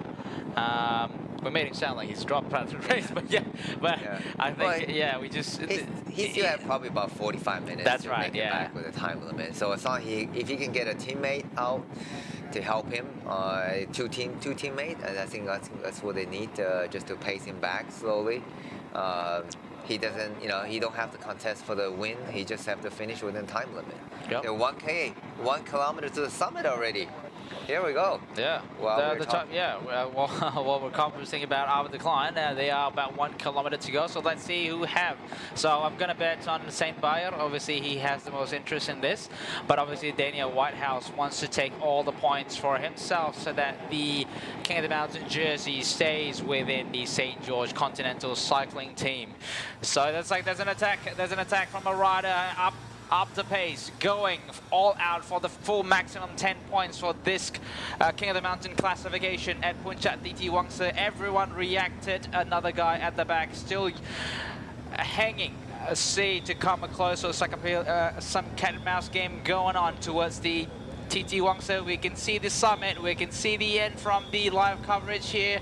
It was Daniel Whitehouse that initiated the attack, signed by ramping up the pace, looking back, who's going to come within, who's going to drop.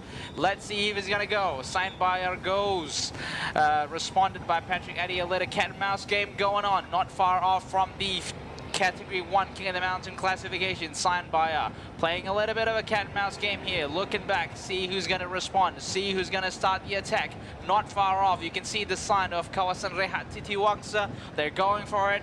Signed by looking back, see who's going to respond. Looks like Patrick Eddy on the right side of the road. Signed by trying to respond. Danny Whitehouse just behind Signed by. See if he's going to come. Christopherson over there. Vadim Pronsky not interested in the fight. 100 meters to go. Let's see who got the maximum point. Looks like Patrick Eddy got the maximum points. Second by Signed by, followed by Christopherson, and fourth by Daniel Whitehouse, and last but not least Vadim Pronsky. Across the Category 1 King of the Mountain, and now they're descending down, Danny. So that's pretty much the end of all the climbing for today's stage. So now they're going to descend down and heading towards Jili, and where the flatter part of today's stage will happen. Yeah, the rider finally, well, it's not done yet because the peloton is still climbing. We still have, but for the first 5 riders, they are done with most of today's, well, all the actual climb. Vadim, I think he just wants to. He didn't react to the sprint for the KOM point. I think he wants to get over the climb and trying to collect some intermediate sprints bonus second. Yeah, he's definitely in a good spot. Yeah. Meanwhile, Patrick Eddy definitely. I think he was talking to the team car. They were talking about the strategy, how to win the KOM for the points. So he got. So they just calculated what he got. So he got 10 points. 10 points. Yeah, he got 10 points. And then Saint Bayer got 8 points. 8 points. So Yeah. Saint Bayer still the leader in the King of the Mountain. 15, right? Yeah. So he got 15. So Patrick didn't get anything on the second intermediate, second KOM. I think second KOM. Second KOM. Yeah, we gotta rewind that. Yeah. So we shall see who is going to be who is going to crown the KOM as of end of today's stage. So yeah, Signed by has 15. We to see that, but I thought Eddy did win the second KOM point. Yeah. You're right. Yeah, he did one. So second classification. So he got 10 plus 5. 5. So he got 15. So so I guess it depends. So how does that work, Danny? Both on the same point. Right. So they're gonna go count back on the finishing result of the climb. So in this case, if it both rider at 15, since Eddy has won both of the Category 1 and Category 2, he should be wearing the KOM jersey. Okay, all right, but we will see what's the official results for the King of the Mountain classifications. The peloton just passed the R&R TT Wangsa, where the final King of the Mountain classification for today's stages, and now they're about to start a very, very long descent. So a good place to sort of rest and refuel. Yeah, good segment. Yeah. So it's so the sprinter who got over the climb with the main group here must breathe a sigh of relief, and obviously, yeah. So they at least now it's going to be a sprinter chase, and it's depend. Obviously, it's not a done deal, right? So the sprinter team has to get on the front now, start chasing, and close down the gap. But it's still 130K to go. There's no need to panic. There's only the time gap is only 3 minutes, so they can leave the gap there until pretty much, in my opinion, until the last 50 kilometer of the race, and they can start really shut down the gap. So let's hope these 5 riders get going a little bit longer and collect a few more bonus seconds from the intermediate sprint number 1, which is at Gerik, and then intermediate number 2 as well. So before they get to really hunt down into the finish. So yeah, we'll right now enjoying the aerial shots of the beautiful jungle and the forest. Yep. Let's hope little gorilla get back into at least get back into the hunt to finish the stage. Yeah. So normally sometimes you can have a little bit of an advantage going through descent if you're not in the big group. You know, you can pick your own line, trying to have the best race line. Sometimes that could be an advantage. But let's see if LTdL can make it back into the peloton at least and finish it off the race. You know, making a good comeback. We all want to root for the LTdL. I guess he has become the favorite of Tyrrell & Cowie spectators and the lovers of Tyrrell & Cowie. So here we are spectating the peloton at the moment. We see a rider from Kern Pharma is doing his fair share of work. Now obviously they are interested to be more present in the intermediate sprint to get as much bonus seconds as possible, and they know they need to chase back, considering that they do have a few riders in front in the breakaway. And then we have the likes of Vadim Pronsky in the peloton that are more interested for the bonus seconds for the Asian classification category. And yeah, Kern Pharma wants to be more present in the classification. So here is a rider, number 86 from Polti Cometa, which is Manuel Peñalve, you know, and, doing a little bit of domestic duty.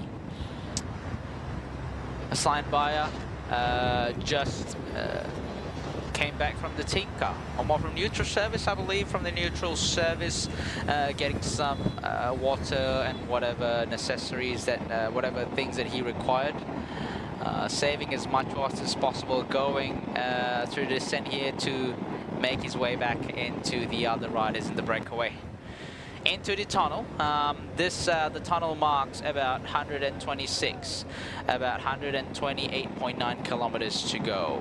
Their descent now, a very long descent into the town of Gerik before they go for the first intermediate sprint.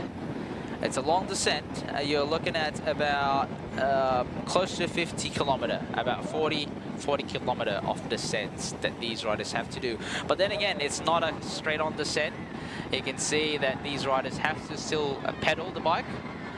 Oh, Rolex buyer dropped the packaging. Let's see if the commentator sees it. Number 23, Burgos, Burpele BH, signed buyer. Just at the back here. Some spare bottles in his middle back pocket jersey.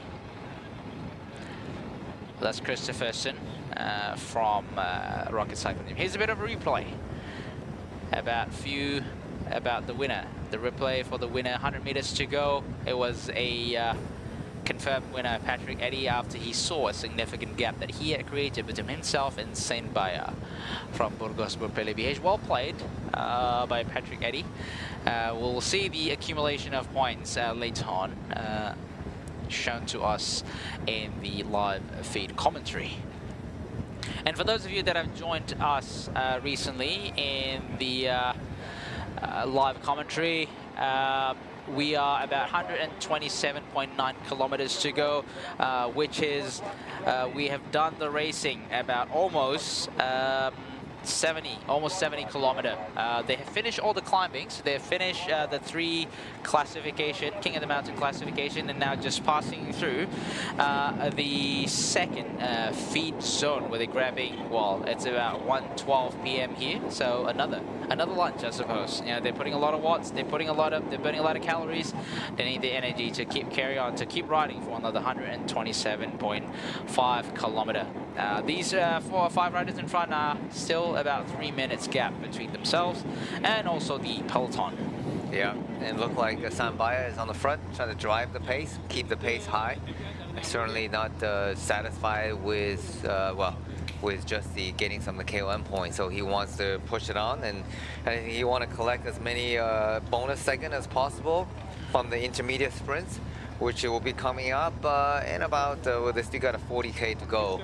And meanwhile, we see Vadim Kroski getting more feeding, more carbohydrate into their body, and we see counterattack. We'll see activity happening in the back of the peloton, in front of the peloton of the main group. Come Farmer, rider decided to go, and XDS Astana rider follow the wheel and telling him, "Hey, where are you going? What do you think you're doing?" Yeah. Sort of. That is true. It doesn't seem like the disturbance that caused by the Confarmer rider, because if you're not in the front of the group of the peloton of the breakaway, and well, there's no purpose for you to be there trying to cross over a 3-minute gap by yourself. You're just disturbing the pace. So XDS Astana team wants a steady pace, a steady chase. They don't want anyone to spur up unnecessary attacks. Meanwhile, Vadim, I think he trying to chase back because he was busy digging through the feedback, and meanwhile letting a pretty big gap go. So hopefully he can come back. Looks like he's slowly making his way back. So I think the speed is definitely faster than this, because he's running out of his 54.11 gear here. So he's I believe it's definitely faster than 68 km or 70 km per hour. It's no problem. He's getting back 70K, 70. Well, there 105. That makes more sense. There you go. That makes more sense. Because he was running out of his gears. 54.11. If I presume he is on 54.11, but so he's definitely running out of gears. So there's a peloton. Meanwhile, is doing a descending, and I see Wuno X now also coming up to the front of the peloton and to help the chase. Probably also want to control preventing any attacking happening too early. Vadim Kroski still having a bit of an issue with his feedback, a good thing Team Car managed to get back to him. And was his commentator car? No, that was his team car. Sometimes you don't have the team car right there, and I see the neutral service car here, because I think right now, for Tour de Langkawi, there are 2 team cars. A lot of the smaller races only 1 team car, but in Tour de Langkawi, World Organized Race in HC category, HC category, pro category race, so they have 2 team cars.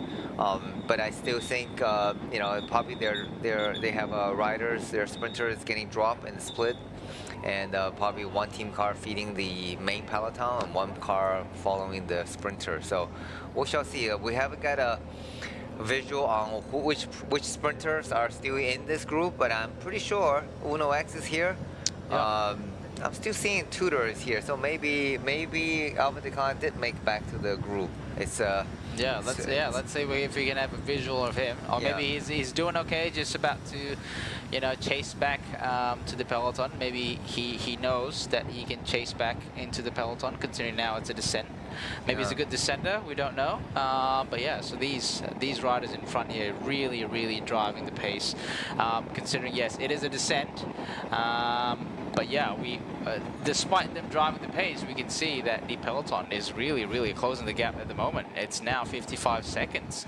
It went pretty big, like 3 minutes and 30 seconds. Now it has dropped down to 55 seconds. I think some of these teams in the peloton, my prediction is they want to bring the peloton back, and then some of these teams wants to go on another breakaway to go and get as much either points or time bonuses for the 3 intermediate sprints after the descent. That's one possible, or they're trying to, or maybe some sprinters are dropped. Some of the big sprinters are dropped. So the guys in the peloton want to leave a big gap so they don't come back to them. So to contest later if it finish in a bunch sprint. So that could be the case, but we see Uno X there. So I would assume Alexander Kristoff is there. I don't see, and also XDS, Astana, Marichalia.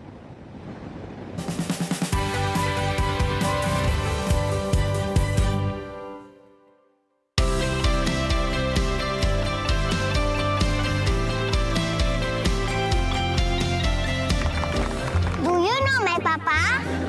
He loves helping people.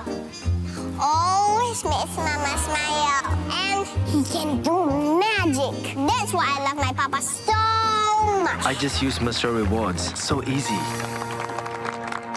It's so easy to collect points. Redeem all kinds of rewards. And easy to win hearts too. Senangnya. Ini baru Mr. Rewards.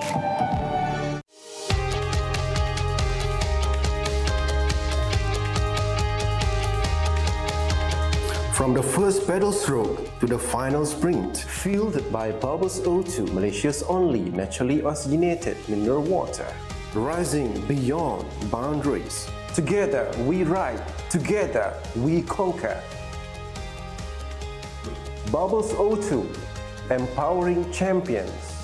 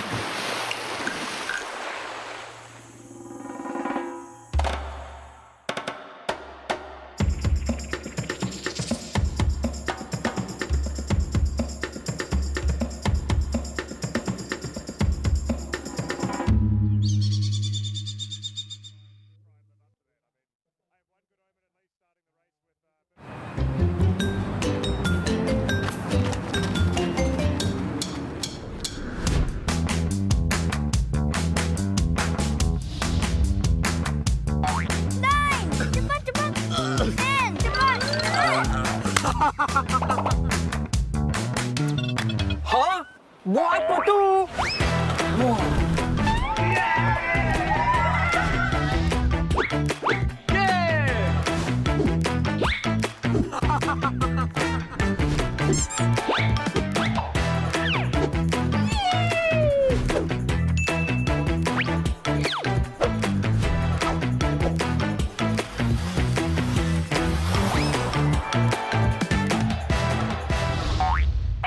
Hey, free barang ke pulang rumah lah. Thank you, Petronas. Petronas, let's go! Ganjaran lebih bermakna dengan Petronas Mesra Rewards. 40 ahli Mesra Rewards bertuah bakal menang voucher beli belah bernilai sehingga RM5,000 dan sebahagian daripada 35 juta mata ganjaran Mesra Rewards untuk direbut. Senang je, hanya isi minimum RM45 untuk kereta atau RM5 untuk motosikal dan masukkan nombor telefon anda di PAM atau gunakan aplikasi Settle. Itu je. Gunalah kad kredit Petronas Visa untuk menikmati 3 kali peluang menang. Jangan lepaskan peluang anda untuk menangi ganjaran lebih bermakna hanya dengan menjadi ahli Mesra Rewards dan isi di Petronas.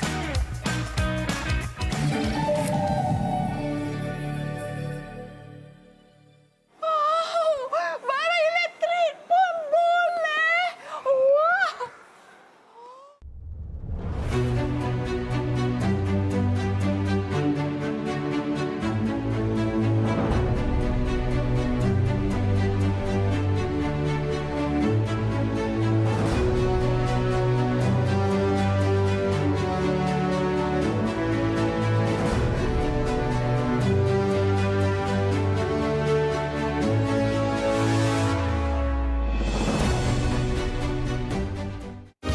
minyak di Petronas guna settle 3 kali mata ganjaran. Senangnya, ini baru Mercer Rewards.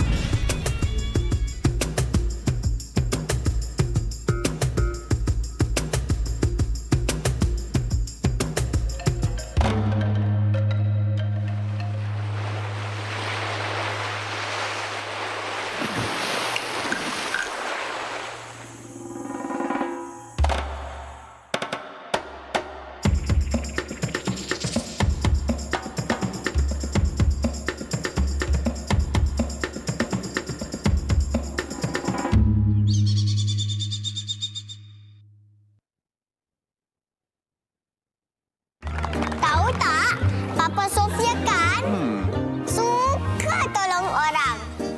Dia suka buat Mama senyum. Lepas tu, pandai buat magic. Sebab tu Sofia sayang Papa. Lah, guna Mercer Rewards je yang. Isi senang, tebus macam-macam, senang. Beli jiwa pun senang. Senangnya, ini baru Mercer Rewards.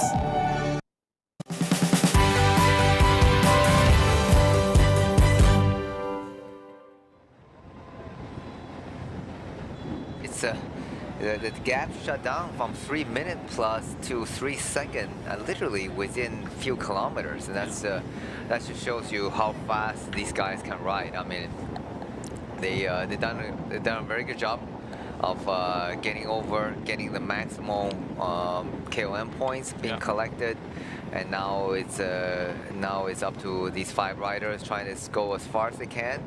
At least I think they want to get to the first intermediate sprint, but I think it's unlikely because we're still looking at quite a way to go, because they are at least 33k to the first intermediate sprint of today. But although right now they look like they're on the flatter part of the downhill, and then they probably gotta do another 3-4 kilometer before they start descending, like really going downhill again. Yeah, so at the moment it's a little bit of a roller, isn't it, Denny? So it's just like not a full-fledged descent, because you can see in the course profile, you know, from the peak of TT Wangsa, they will go a little bit of descent. So here he is, so back in the peloton. So we see the peloton is really chasing Denny. So we have a rider from Polti. And then just now, Kern Farmer was in front, and XDS as well in front. So they're really trying to bring back the peloton. Sorry, the breakaway. Yeah, I think that's because some of the sprinters are dropped already. So we see Tudor, Ryder, sort of on the back of the peloton. I think of the decline definitely dropped. So I think that confirms. At least Paneve is here, should be in the group, and Confarmer, if they're trying to also drive the pace and preventing the dropped sprinter from coming back to this group. And that's why they're driving the pace there. Yeah, we had an interview early on. It was they had an interview with Ibon Ruiz. They want to go for either maybe for Brustenga, one of their sprinters there. In Confarmer? Yeah. From Confarmer. So there's Miguel Angel Fernandez or either Mark Brustenga. So these two actually do have the legs for the sprints. A sprinter that could potentially get them a better position. Right. For today's stage. So for those who just, if you just join us for today's race, for the finishing 113 kilometer of the race still to go. If you just join us now, here's a recap of earlier today. There was, a 200k stage, started with climb, and there was a lot of actions. And these 5 riders from the peloton finally managed to break away on the climb to the TT Wangsa, and that contains Vadim Prosky of the TS Trengano cycling team, and as well Sain Baya of the Bogos BH, Daniel Whitehouse of the St. George, Patrick Eddy from the Picnic Post NL, and Christopherson from the Unibet Rocket team. And they had a maximal gap of close to 4 minutes, and 3 minutes 50, I think, maximal at one point. And they swallow up all the they got across all the KOM points, and they're on the descent.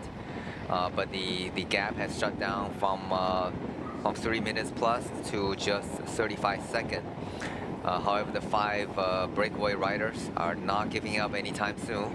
They are definitely driving the pace and trying to get to at least the first intermediate sprint, so they can take some bonus second and ahead of the peloton. And meanwhile, the peloton, some of the key sprinters seems to be dropped. We saw earlier Gaba Decline was dropped fairly early on the fair bit away from the top of the KOM points, TT Wangsa. So some of the smaller teams, well, the team with less have not won the stage, doesn't have the pure sprinter, the fastest sprinter in this race.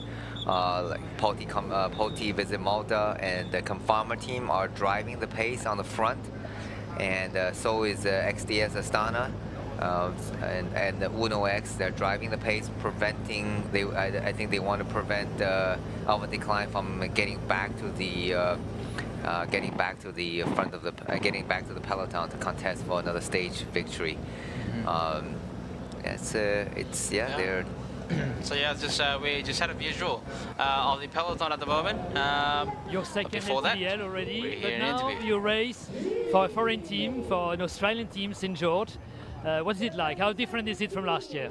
Yeah, it's a big difference this year, especially we're taking care under Brett Dutton, who has pretty good experience in bike racing. So as Australia being my second home, it feels kind of home, but not like entire home like in national team. But yeah, the team support has been really, really good. We got a good sponsor. Brett has been really good to us. He has given us a lot of opportunity, and we just seize it all. You have started Le Tour de Langkawi smartly with taking the King of the Mountain jersey. Is that a goal to defend that King of the Mountain now with Ben Carman? Yeah, 100%. Why not? King of the Mountain jersey looks pretty good on Ben, and onto St. George. Yeah, we want to defend it and then hopefully carry through until stage 8. Is today the stage for the King of the Mountain overall? I reckon this stage will be where we can rack up a lot of points and we can defend it through Fraser, because we know what we to compare Fraser. We can't go one-on-one with Fraser, but hopefully we can rack up a lot of points throughout today and then carry over Fraser and on the last day. Do you have the feeling that many other riders in the bunch are interested in being the King of the Mountain? Yeah, 100%, especially we only had 2 points in the lead. So it's literally, if someone wins one sprint, yeah, they will take it. Win one comp, they will take it. So we definitely would want to defend it. Thanks, Joe. That was the interview with the Malaysian rider. Yeah, riding for an Australian team this year. Yeah, St. George team. So they were just talking about defending trying to defend the KOM jersey. Although that's didn't happen. Oh yeah. So yeah. they actually lose it. Although there was an attempt, Ben Carman tried his best to get in the breakaway in the first attempt. That didn't happen, and then followed by Daniel Whitehouse. He did try to contest for almost all the King of the Mountain classification, but unfortunately, Sain Baya and Patrick Eddy was the better rider, and was more, hungrier, hungrier for the points. Yeah. So that you can only plan. And then just move forward. The only way if they want to really capitalize on the King of the Mountain classification, they're going to have to do it either tomorrow, but that's not much point. It's only category 4 tomorrow, and obviously Fraser, that's going to be a tough one. You know, Fraser, obviously the first I guess 3/4 of the climb is okay, but the last 8 kilometers of the climb is going to be quite steep and quite narrow roads, and then to be up against these World Tour riders or some of the top pro riders is going to be quite a monumental effort for a team like St. George. Yeah, it will be difficult, but however, the KOM fight will be quite exciting to watch. It's going to have 2 riders, Sayembaya and Eddie. That's going to be tied on the points based on our calculation, although we have to wait for the official result. And that means that these 2 riders who are equal on points is going to have to duke it out all the way, most likely to stage 8, until they get to Kuala Lumpur. So because there will be a fairly lumpy into the finish. So that means there will be a fight for the stage honors, fight for the overall classification, also fight for the KOM jersey. And that's you know, it makes the race exciting. And meanwhile, in the back of the peloton, we look like the peloton has caught up to the breakaway riders. That's right, Danny. So the peloton have finally caught up with the breakaway rider, and now Uno X is taking over the lead with as much speed as possible. We can see they are really powering it down the hill. I wish we can have a little bit of a glimpse of how much speed they're carrying down the hill. The motorbike is definitely struggling to make sure that they're not in the way for these cyclists. Yeah, so it's one big group. I might reckon they're doing probably 90 kilometer to 100 kilometer an hour. Yeah, they're going fast. Yeah, they run out some of the gears, pedaling down the hill. We don't know whose rider it is because he's just in front here. Maybe Mario Aparicio, I'm not sure. Possible. Yep, he's on a bit of a mission as well this year.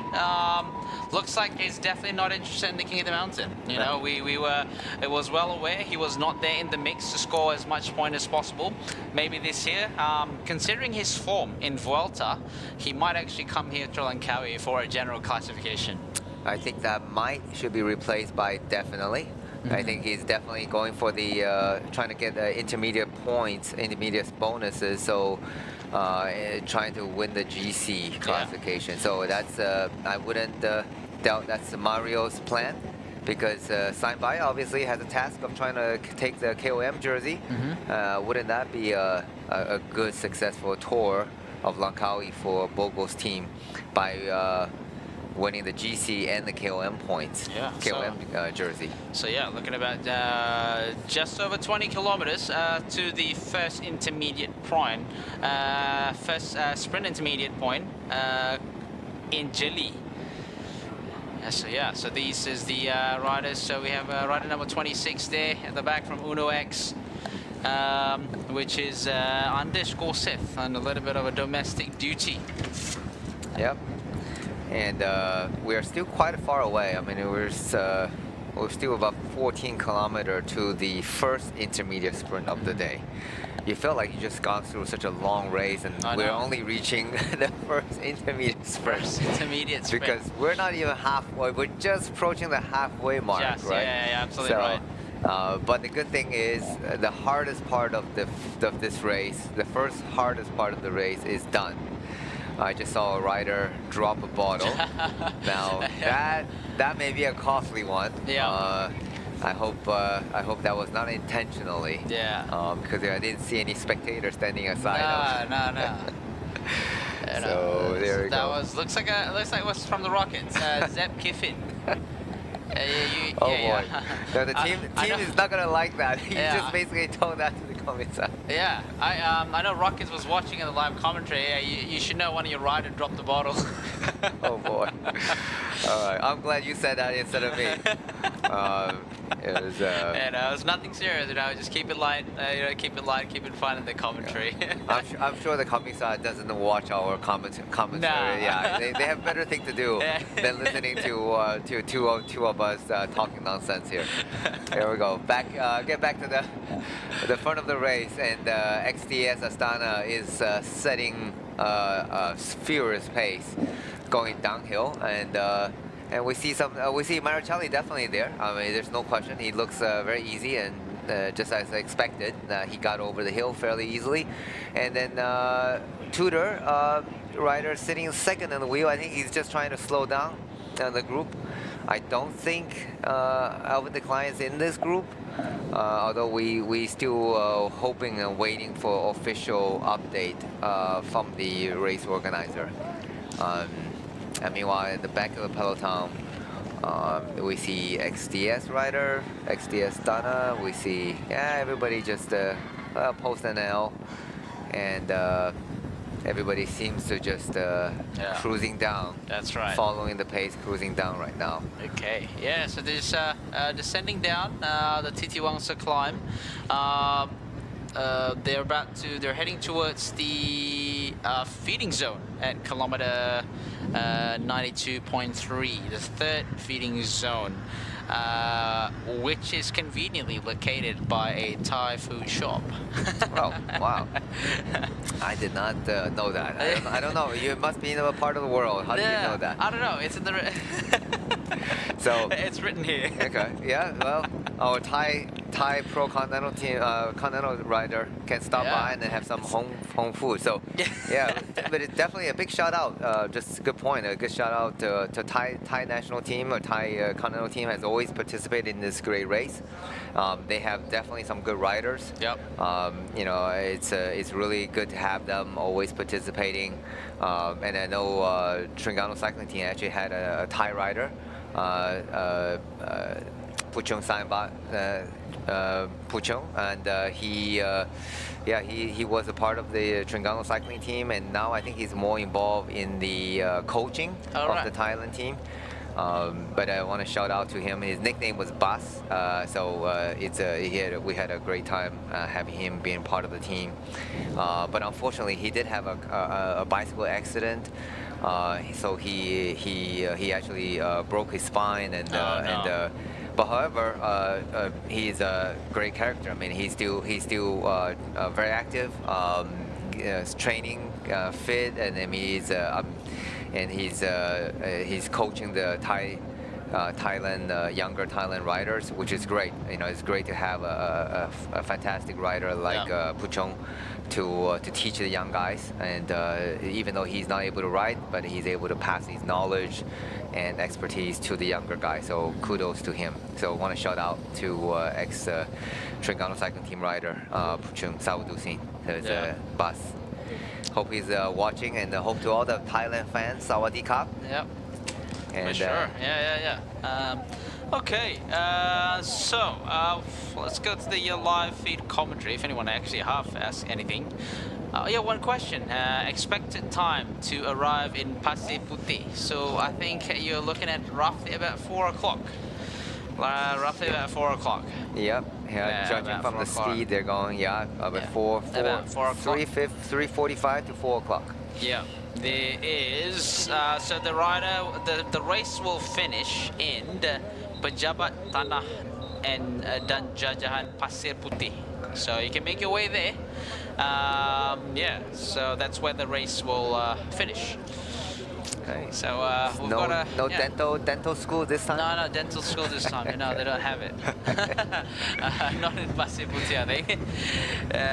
Batu Melintang area. So this is, they call the Batu Melintang area. So they just pass. Again, I'm still amazed by the road surface here. Yeah. Yeah. Looks they just resurfaced it. Yeah. And looks like the white line looks pretty fresh. The tarmac looks pretty fresh as well. And we're getting a shot of Kizi, and he's a former Terengganu cycling team rider. So but now he's racing under the national team. And here we're going to have a replay. So this is called the Gunung Ring Eco Park.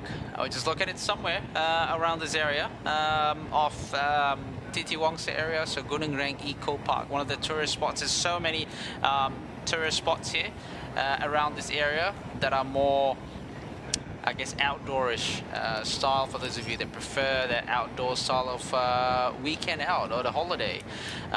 For those of you that prefer the jungle a little bit, want to experience the jungle a little bit more, Perak is definitely a destination for you to go to. You can enjoy the river, the rainforest, some hiking and trekking around this area. So, of course, make your way down to Perak if you're ever in Malaysia. Yeah, it's nice, nice rock. Seems like good for rock climbing. Oh, maybe they do actually have there. Let me just go do a quick Google while you're commentating. Sure. On the front of the race, front of the peloton, front of the race, we have XDS Astana is driving the pace together with Uno X, and we see Poti Visit Malta team also on the front. No longer I see any Tudor rider. I see a few in the peloton, but definitely the peloton has shrunk a little bit. It's still a pretty big group, but it looks like it is probably I would say about 30-40 rider probably got dropped along the way, and these are the guys basically made over the climb in the first group. So. Well, it's if the group is big enough, the dropped group is big enough, and they should be able to organize and start chasing, be able to chase back. Yeah. But it's since it's still we're looking at just cross the halfway mark, so we're into the last 98K to the finish. Yeah. So Danny, it's quite common, especially on the stage where there's some climb involved. You will have, obviously, we're quite familiar with the breakaway group. We're quite familiar with the peloton, but normally in a stage where there's some quite a climb in the race, something like category 1 like we have today, normally they can form another group at the back, what we call is like the gruppetto, right? So like what's the difference between these three groups? If people that are new to cycling that doesn't really know what's the difference between these three groups. So the first group is the breakaway. Yeah. Well, the breakaway obviously are probably contain if it's on a mountain stage, the best climber of the race, and they're trying to get away and trying to win the stage. And then you have the middle chase group, probably the guys where the majority of the guys are there. That they're not the best climbers nor the worst climber, but they trying to make through the mountain stages, climbs, and they're trying to get back to the breakaway because they're still able to contest for the win. And then you have the so-called the gruppetto or the sprinter group, where they may get dropped early on the climb, and now they have a huge task ahead of them. Not only they had to climb their maximal, now they got to chase at their maximum capacity in order to get back or finish.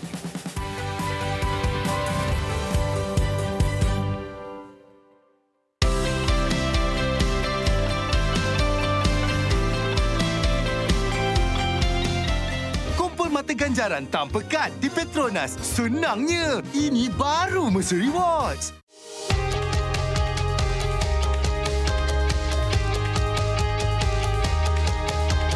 From the first pedal stroke to the final sprint, Fueled by Bubbles O2, Malaysia's only naturally oxygenated mineral water. rising beyond boundaries. Together we ride, together we conquer.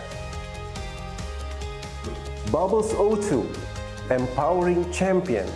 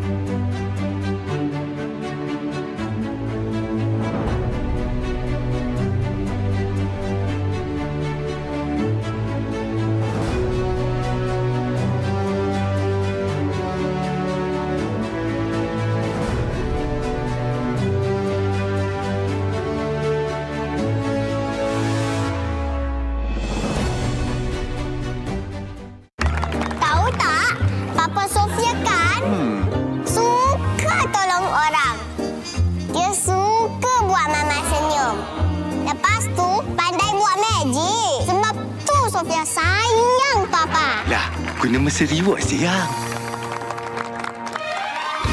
Isi senang, tebus macam-macam, senang.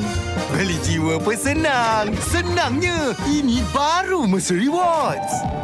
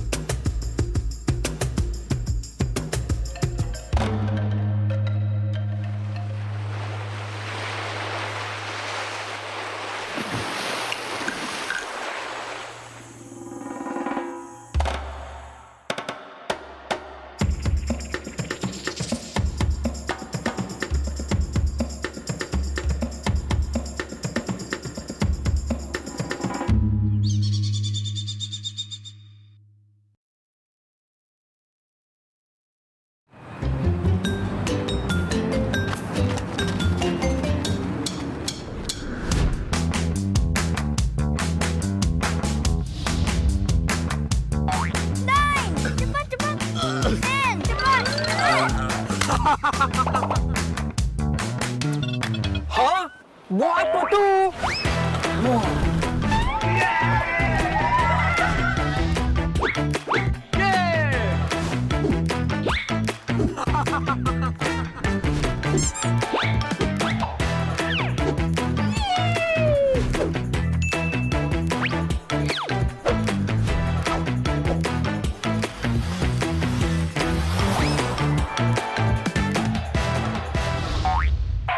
Hey, free barang ke pulang rumah lah. Thank you, Petronas. Petronas, let's go! Ganjaran lebih bermakna dengan Petronas Mesra Rewards. 40 ahli Mesra Rewards bertuah bakal menang voucher beli belah bernilai sehingga RM5,000 dan sebahagian daripada 35 juta mata ganjaran Mesra Rewards untuk direbut. Senang je, hanya isi minimum RM45 untuk kereta atau RM5 untuk motosikal dan masukkan nombor telefon anda di PAM atau gunakan aplikasi Settle. Itu je. Gunalah kad kredit Petronas Visa untuk menikmati 3 kali peluang menang.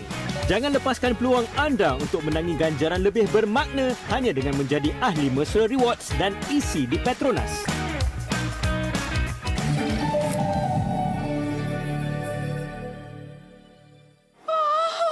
Barang elektrik pun boleh. Wah.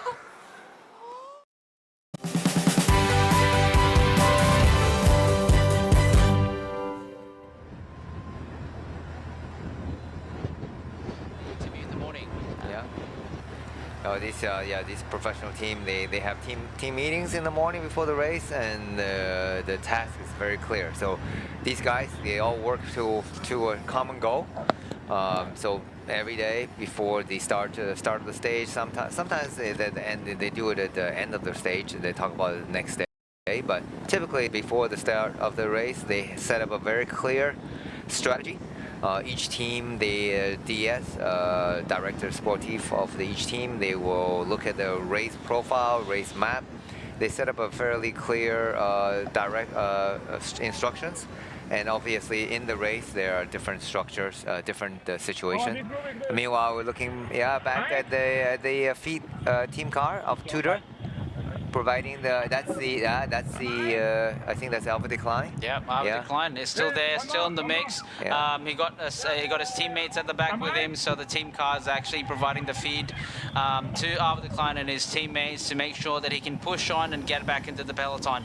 But I think in front here, XDS Asana and Uno X wants to narrow down the sprint field by pushing on the pace and making sure that Alpha Decline is not able to come back to the sprint. Yeah, and then we just talk about one moment you're rivals and you're friendly. And then so we saw at the beginning of the race that they were fairly friendly, and they were even chit-chatting, joking around on the climb, riding together. And suddenly the race situation changes. Then immediately, the guys, XDS guys and Uno X now get back on the front, drive the pace. It's not personal. Yeah, it's not personal. I'm sure it's nothing personal against Alpha Decline, but it's just bike racing, right? They need to. Everybody want to win the stage, so they need to try to keep the final contender to a minimum, so give them a better chance of winning the stage. So it is it's back on the front Uno X team with cuff on their shoes again. Good eye. Good Always aero spot. cuff. Aero cuff, yeah. So if your shoes are not the most aero, get a pair of aero cuff and put it over your shoes, and you just save another 2 watts right there. Yeah, I think it works out pretty well, because obviously if you go on like a full aero shoe covers in this hot and humid weather, it's probably not a good idea. You might have sweaty feet, it's not nice. Being more humid, you might end up having a little bit of a bacterial infection. So you don't want that. So aero cuff is definitely a good hack. Just cover it up. At least you allowing that ventilation to be exposed. You can get air to come in and give some cooling and ventilation into your feet inside. So aero cuff just basically covers. So you see these riders are really paying attention into these little details.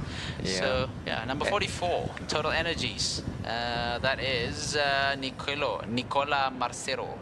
And meanwhile, talk about paying attention. Yeah, so these riders are, there's we're trying to get a time gap check between the Alpha Decline group and the main peloton.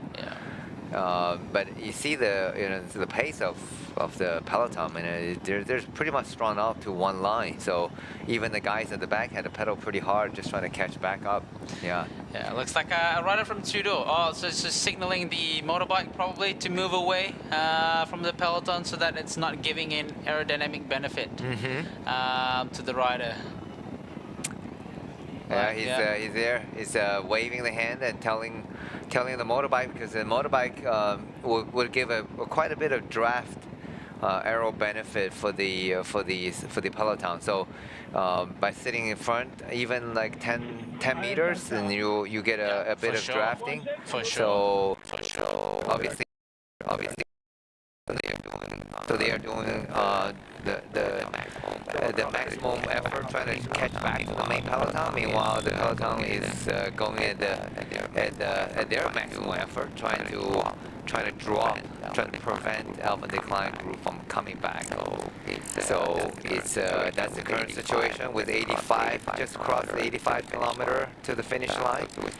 So we're still looking at about 2 hours, a little bit less than 2 hours of racing. Based on this pace, they're probably finishing up in about an hour, another 45 minutes or so.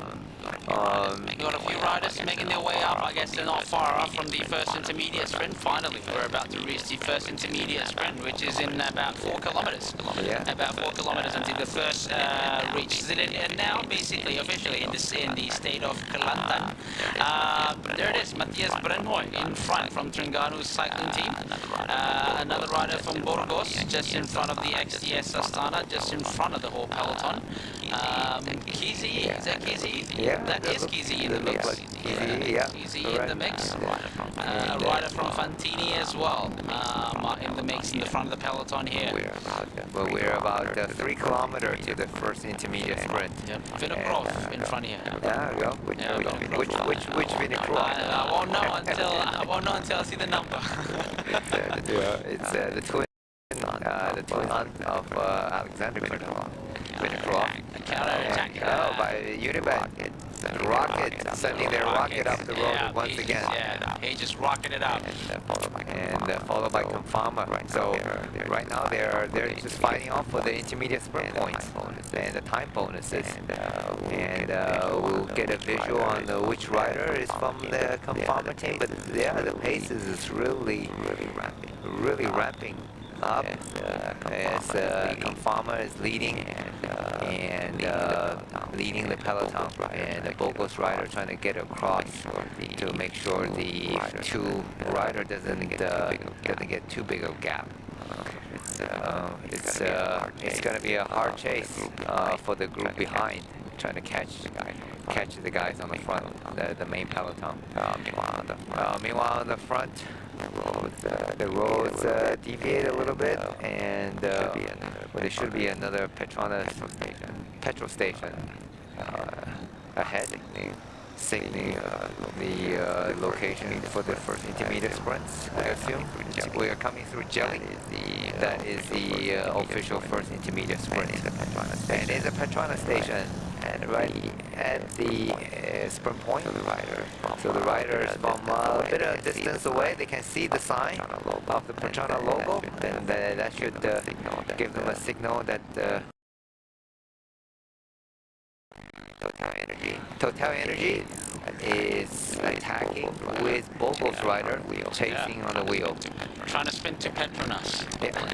Total Energy is trying to spin to PETRONAS. Yeah. There you go. There you go. There you go. So followed by a rider from Bogos Propelli BH.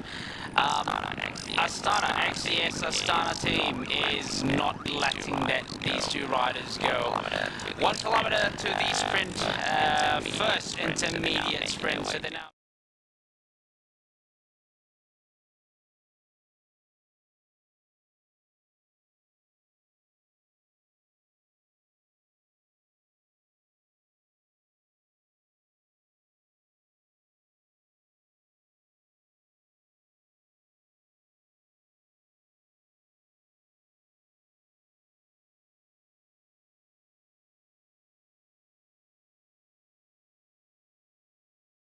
Under 1 kilometer until the first intermediate sprint. There you go. Badiani is looking back to see if someone is going to assist him to close the gap, but that's not the case. Let's see who's going to score the maximum points for the first intermediate sprint in today's stage. Not far to go. Not far to go, and they're in the visibility. Let's see if the rider from Total Energy is in front here could pull it off. Uno X is bridging the gap, just caught behind him. Carried on. Uno X carried on. They're not far in the mix. They're in the mix now. 100 meters to go. 100 meters to go. Rockets is there. XCS Astana is there. Let's see who got the maximum points. Looks like XCS Astana scored the maximum points. But let's see what's the official result from that bike throw just now. We only talk about intermediate sprints, right? They're sprinting like it's a final. I know, right? The peloton is like really going for it. It's not even a breakaway group. It's the actual main peloton. I think it's a XDS rider trying to prevent anyone else from taking the bonus, the rival team from taking the bonus points. So now, after the intermediate sprint, there's a calm, but then just spoke a little too early. Bogos rider decided to launch an attack, and let's see if that's Mario or that is Wojtek. Okay. Yeah. All right. So rather called Wojtek Minik. Okay. And so immediately after the intermediate sprints, I think the peloton want to set up, but immediately counter attack happened, led by Bogos right now. But the gap is fairly small. We're looking at a 10, maybe like 10 bike length. So peloton is once again stretched over to a single line. So the speed is increasing again. And let's see what are the team strategy now. Where is the sprinter group containing up and decline? Yep. And how big is the gap? We really hope to get information on that. It is properly strung out at the moment. I mean, when the race is absence of any breakaway group, and for sure, the peloton is going to be super aggressive. At the moment, we can see it's strung out. It's properly strung out. There's a few riders on the first half of the peloton, and then there's a gap of 1 to 2 riders, 3 riders almost, and then the other riders. That some people said that's the biggest gap in the world. Yeah, the biggest gap in the world is a gap you can't close. So it's not by the distance, it's by the speed, right? So if the guys on the front are going 50k an hour, you have a gap of 10 meters. You're going 50k an hour, and you're not going to close that. No, definitely not. But yeah, it looks like the peloton is getting reorganized, and again the pace. And is now we're going to get a replay on the sprint 1, so we can see who actually take the, or which rider from the Uno X team took the, no, from the XDS Astana team took the intermediate sprint. Yep. We're going to have a little bit of a replay after this just to see how did the first intermediate sprint come by. And meanwhile, Uno X team are intent to keep the pace high.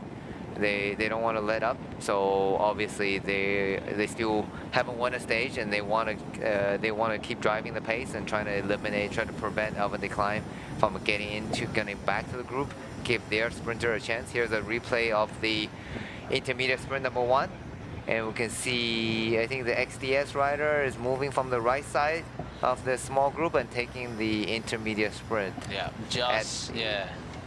at the PETRONAS sign logo. Here we go again from the front view. Unibet, Rockets versus XDS Astana. There we go. Pretty close, pretty tight sprint. Pretty tight sprint. 1, 2, 3, yeah, pretty tight sprint. And let's see if we can have the official result. Oh, it's Aaron Gate. Aaron Gate. There you go. There you go.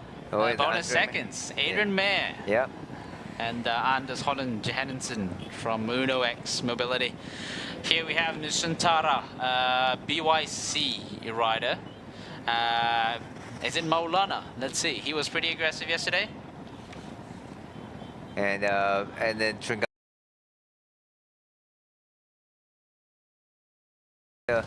trying to go away and then trying to get some some intermediate, trying to build a gap. Because yeah, certainly he was very much involved in the earlier part in the climb and in the break. So now he's again back on the attack after the first intermediate sprint. And here's the race leader, Marichelli, and coming back to the team car, doing some domestic duty to help out his riders who've been working tirelessly so far for keeping him safe on the climb, and as well as trying to keep the group in check and give him a chance to take his second stage victory of this year's Tour de Langkawi. So I guess now that the gradient have eased down a little bit, so it's a little bit easier. It's a little bit easy for him to go and help the team out for some feed or get some bottles or return some stuff to the team car. Yeah, he's looking pretty fresh. Nothing doesn't seem to be troubled, and just waiting for his team car to come across. And here's Mark Renshaw. That's a Kern Farmer team. Yeah, Mark Renshaw is definitely the DS. Okay, here's Vadim. Again. I'm not sure. Yeah, they will probably be unnecessary right now because it's unlikely. I think unlikely the peloton is gonna ease up because they still are very much keen to build a gap. Yeah. About 12 kilometers to go until the second intermediate sprint, so quite a while. Maybe another 15 minutes of riding. 15-20 minutes of riding for these two before they reach the second intermediate sprint in Bukit Bunga, also by the side of the PETRONAS Bukit Bunga. Okay. Yeah. We get to the next PETRONAS station to refuel. Yeah, from one PETRONAS station to another PETRONAS station. Yeah, we don't have Total Energies here in Malaysia. We have Shell though, different. We have Esso. Yeah, it's you know, once the good thing about if you driving around in Malaysia, there's no short of petrol stations. Oh yeah, for sure. Definitely not PETRONAS though. Yeah, absolutely. You'll see a lot of the PETRONAS station. So it's if you come to visit, you're renting a car, you don't have to worry about running out of petrol here in Malaysia. I can say that the traffic, police traffic and marshal have really made sure that all the cars are stopped for a while, give room for these riders to ride past. And yeah, it makes for good spectating, you know, you got the first class seat. Yeah, absolutely. And that's one thing about the good thing about cycling. You know, watching a cycling event, you can get really up close and personal with the riders. Yeah. I mean, these guys on the flat road, they are certainly zooming by at 40, 50k an hour, but you know, on the climb. So you've seen it on the big races, and obviously Fraser probably not, but in the past edition with the Genting Highland. They along the steeper part of the route of the climb, and you can see there was tons of spectators running along the side of the riders, and you know, and they can actually, you know, you can on the really steep part of like 15% gradient, you can actually run up probably faster than the cycling up. Oh so, yeah, that's true. You've seen the spectator getting really close, and some of them, you know, give a pat on the back, or give a little bit shove, and although that's not allowed, well, that shouldn't be encouraged, but especially for the rider on the back just trying to finish, not impacting the result of the race, result of a climb. Yeah, you can literally touch the rider. Yeah, I mean, you can't do in a Manchester United game. Well, you can do. You probably go to jail. That's what happens. You're probably gonna get wrestled by the security or something. Yeah, if definitely. you do that, yeah. Definitely. So. Back at the front of the group, Kamfama is setting a fierce pace. Yeah, they are intended to get to the finish line with a smaller group as possible to give their sprinter a chance. And meanwhile, we see the Terengganu cycling team got their 3 of their climbers, so literally on the front and front of the peloton, and just behind the Badiani. And so rider number 54 have been in front, so that's Jimeno Ferrer. He's been there in front for quite a while. Yeah, so alongside with Anton Kuzmin and also Simon Darby from Unox. Anton Kuzmin from XDS Astana. We do see Danny now, but Yanni is being in the mix just behind there. Yeah, they, you know, we were to mention that yesterday they have a podium finish. Yep. So they do have fast. We even talk about their sprinter is pretty relatively smaller size, lightweight for a sprinter. So he should be able to get over the climb without much problem. And I think he should be in this group, and so obviously he has a very good chance of improving or get back on the podium again, or possibly even improving his result. Oh yeah, for sure. I mean, he's been knocking on the door. You know, he was top 5, top 10 in the first stage. He was on the podium yesterday. I think, you know, if you know, I think they're finger crossing at the moment, hoping that Arvid Klein doesn't make back into the peloton. So that definitely reduces the chances and increases your likelihood into getting a better placing. Maybe second, maybe first place, you don't know. Yep. See how which sprinters have the freshest leg, you know. But we looked at, you know, Matteo Malicelli at the moment. You know, he can actually go back and get the feed, so I assume he has good legs at the moment. Still fresh to be able to help the team out, to set the pace out, make sure that the pace is tempo is comfortable for him to reach the finishing line. And we can talk about the finishing line a little bit. But yeah, so we don't know what's the condition of Zanoncello. And also the other sprinters, for example, like Miguel Angel Fernandez or Mark Brustenga from Kern Pharma, and also Manuel Peñalve. We can't discount him. Also, we will see if any of the local sprinters are in the mix as well. You know, the likes of Harif Saleh, or maybe Izzat Hilmi from Malaysia Pro Cycling, or even Elmi Jumari from the Malaysian national cycling team. I think for the time being, looking at the group, I cannot see Harif Saleh or Jumari, so I assume they must be within the over decline, the so-called the sprinter group right now. Although we don't have the exact time check, and also I'm not sure if Peneve is here. Although he should be able to get into here, but they are not in the front driving the pace, so that's also a possibility he didn't make it to the first group. But the first group is still fairly big. I mean, we're talking about easily probably half of the peloton is here. At least half the peloton, looking like 60 rider, I mean, 60 plus rider. You look at how fast these guys are going at the moment. It's strung out, single file at the moment. You know that the peloton is going super fast when the first half of the peloton is riding single file. So we got 72.4 kilometers to go. Heading towards the second intermediate sprint, just under 10 kilometer. So now at kilometer 72.3, they are just passing on, still in the town of Gerik. The second, yeah, there you go. There's a signboard there, Ailanas. Look at the spectators running into the barrier there, the road separation, just to get it more close up to the pro riders riding to the town. I mean, it's always a good experience. I mean, you can watch in the live feed, seeing the rider from the screen, but being there, seeing how fast the riders zoom past you, is just as a sheer excitement. So they just arrived. Tanah Merah, quite a, I guess, quite a known town, quite a well-known town in the state of Kelantan. So for those of you that are not very familiar with Malaysian Peninsula, so early this morning they started their race in the town of Gerik, which is in Perak. And then from there, they climb up the mountains across the TT Wangsa range, which is basically the backbone of Peninsular Malaysia. And they're riding basically from the west coast to the east coast. And at the moment, they have just arrived in the state of Kelantan.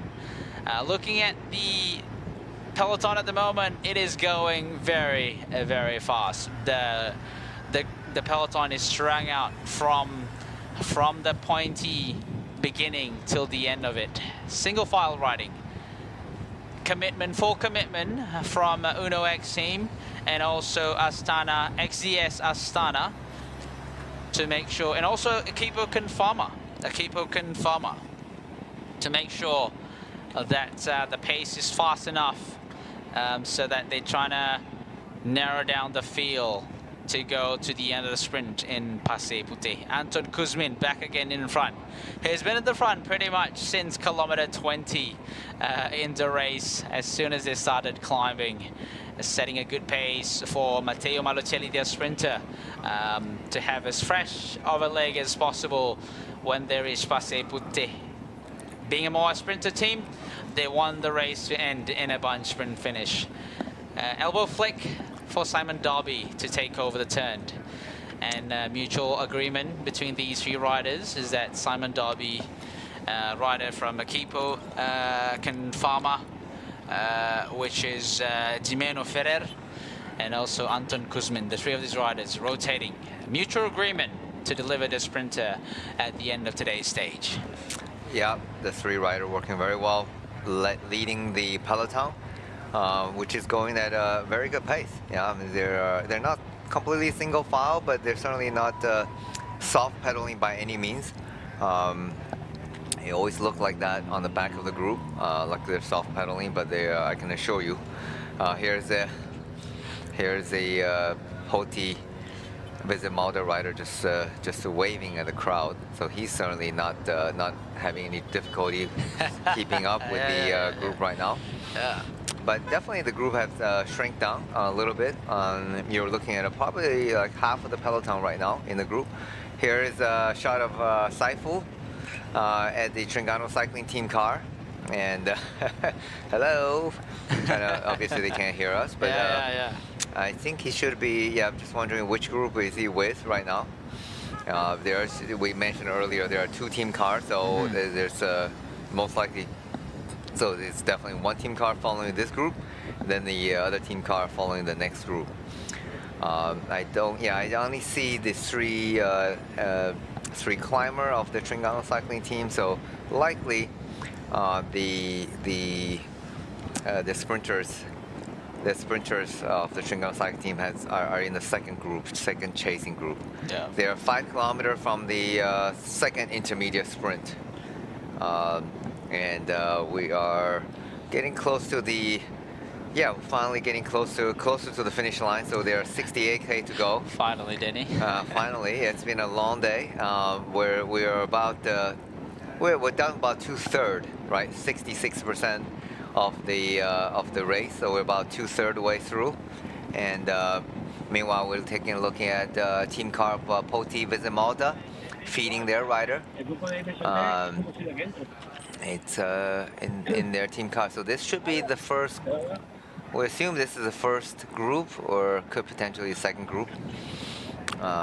It's a high pace feeding because they are going at 40. I mean, it's going at 50, close to 50k an hour. So and then meanwhile you're trying to ride at that pace and trying to watch out for other cars, and meanwhile getting as much water. You know, when these guys going for water bottle, they didn't just go for one water bottle. Oh yeah. So you're taking up the water bottle for the entire team or all the rider in your group. So they can take up to easily 5 to 6 bottles. In some cases, I've seen riders getting 8 to 10 bottles into their jerseys. And it's quite hard, right? Then you're getting the bottles in your weight. You just increase your weight by 10, maybe 5 kilo. Oh yeah. Then you're trying to get back to the front of the peloton. So it's not an easy task. These guys make it look easy, for sure.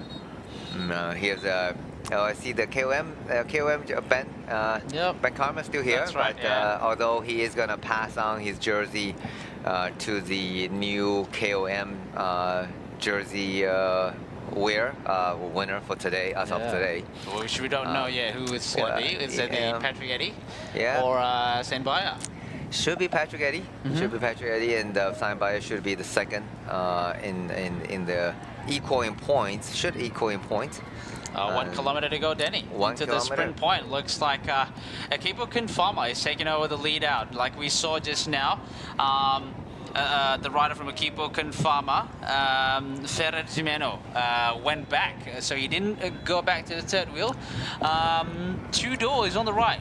Not sure what's the plan there, but obviously Picnic Post NL is in the mix as well. But Diani, there's XDS Astana on the left side of the road, leading it out, maybe for Aaron Gate to get the bonus second. That's the Total Energies rider, flicking elbow, giving the XDS Astana the next to do the pull. Not far off, we can see the banner, almost into the 100 meters to go. Lining it up, Akipo Kinfama rider is lining it up, all out full sprinting for the maximum points of intermediate sprint. Danny, this is the second intermediate sprint point. They're going it like all out for the first sprint point. Looks like Aaron Gate in front here getting the maximum point. There you go. Yeah, I think not the maximum point that he's interested in, Danny. It is the time bonus, I'd assume. Absolutely, because he is a GC contender. So we talked about earlier that this year's GC is going to be separated by seconds, not minutes. So he, being a track rider, he has definitely some speed on him, and he taken both first place in the first two of the intermediate sprint. Counter attack seems to happen again, and by Unibet Rocket Team, he's launching an attack. Yep. And just trying to once again going for the most competitive of today. So I'm wondering, what's today? Who is going to get the most competitive rider? Yeah, that's going to be a hard task. It's going to be a hard task for the competitors, for the jury. It's not our job, so we just let them think about it, whether they're going to make the Rockets a hat trick or not. Yeah. So it's been interesting so far. No breakaway in front, so it's been interesting fight for the bonus seconds. Aaron Gate also delivered whatever he wanted to do. Yeah, he's getting 6 seconds today. Yeah, 6 seconds bonus. Yeah, 6 seconds. So certainly put him in a good position going into stage 5 with a mountaintop finish at Bukit Fraser. Yeah, I mean he's a powerful GC rider. The Fraser's Hills is a little bit longer than the TT Wangsa climb. I think about that 40 kilometer climb. A little bit higher in elevation as well. A little bit higher in elevation, and also the last 8 kilometer is more for the kind of, at this level, is more like a power climb for these kinds. Punchy climber. Yeah, punchy climber. That will potentially, it's not a steady hard gradient, but you do get a few kick, probably closer to 10%, but then a level off, and then you get a few kick once in a while. But it's not a hard climb, especially for rider of these calibers. And we're gonna get another replay of Aaron Gates sprint number 2. This time we're certain that Aaron Gate is looks pretty certain. Aaron Gate, looks pretty certain. Taking the maximum time bonus. Yeah. And really, he got 6 seconds, so he should move up the general classification. So XDS Astana certainly done very well in the team with the teamwork. They obviously from the very beginning they brought a very good team, and with very clear intention of winning the sprints, and as well the KBS orange jersey, and also they had intention of winning the overall classification. Yeah. So now the intention are clear. It will be interesting what other team would do in order to fight for their own victory. So yeah, for sure, Danny. Yeah, we're entering the state of Kadat now. I see the flag waving on the roadside. Here, the sprint number 2, started by who is that Chengdu rider with the? That's Aaron Gate just in front there. Just behind him, a Confirmer rider. Okay. I think 3rd is Uno X rider. Yeah, Uno X, and 4th is Picnic Post NL. Yeah. So Aaron Gate sprinting out for the bonus 2nd. Confirmer. So who is the Confirmer rider? And that would be their contender for the GC, I would assume. Yeah, for sure. Maybe Ivan Kobo. There you go. Yeah. There you go. Ivan Kobo. Yeah. And Anders Hallen Johannesson. Yeah. Yes. That's the back again. Simon Darby back on duty.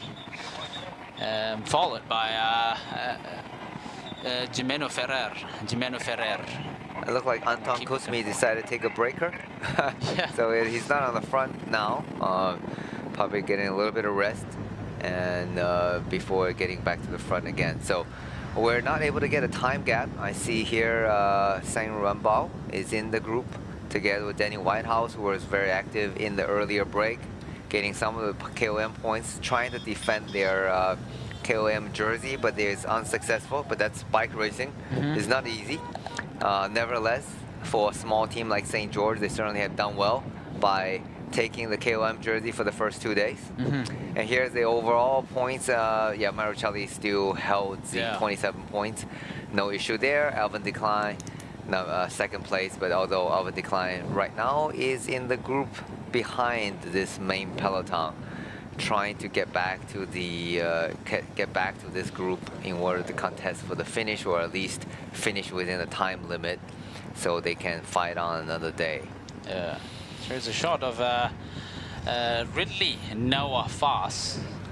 This is like I don't even know how to pronounce it. It's Lycos or something. It's a China brand. I did a quick Google search just now. Yeah. Lycos. That's the Elves, another China brand. But obviously, technology have come a long way. That a lot of these more, I guess, affordable frames are actually quite a nice frame to ride these days. Yeah.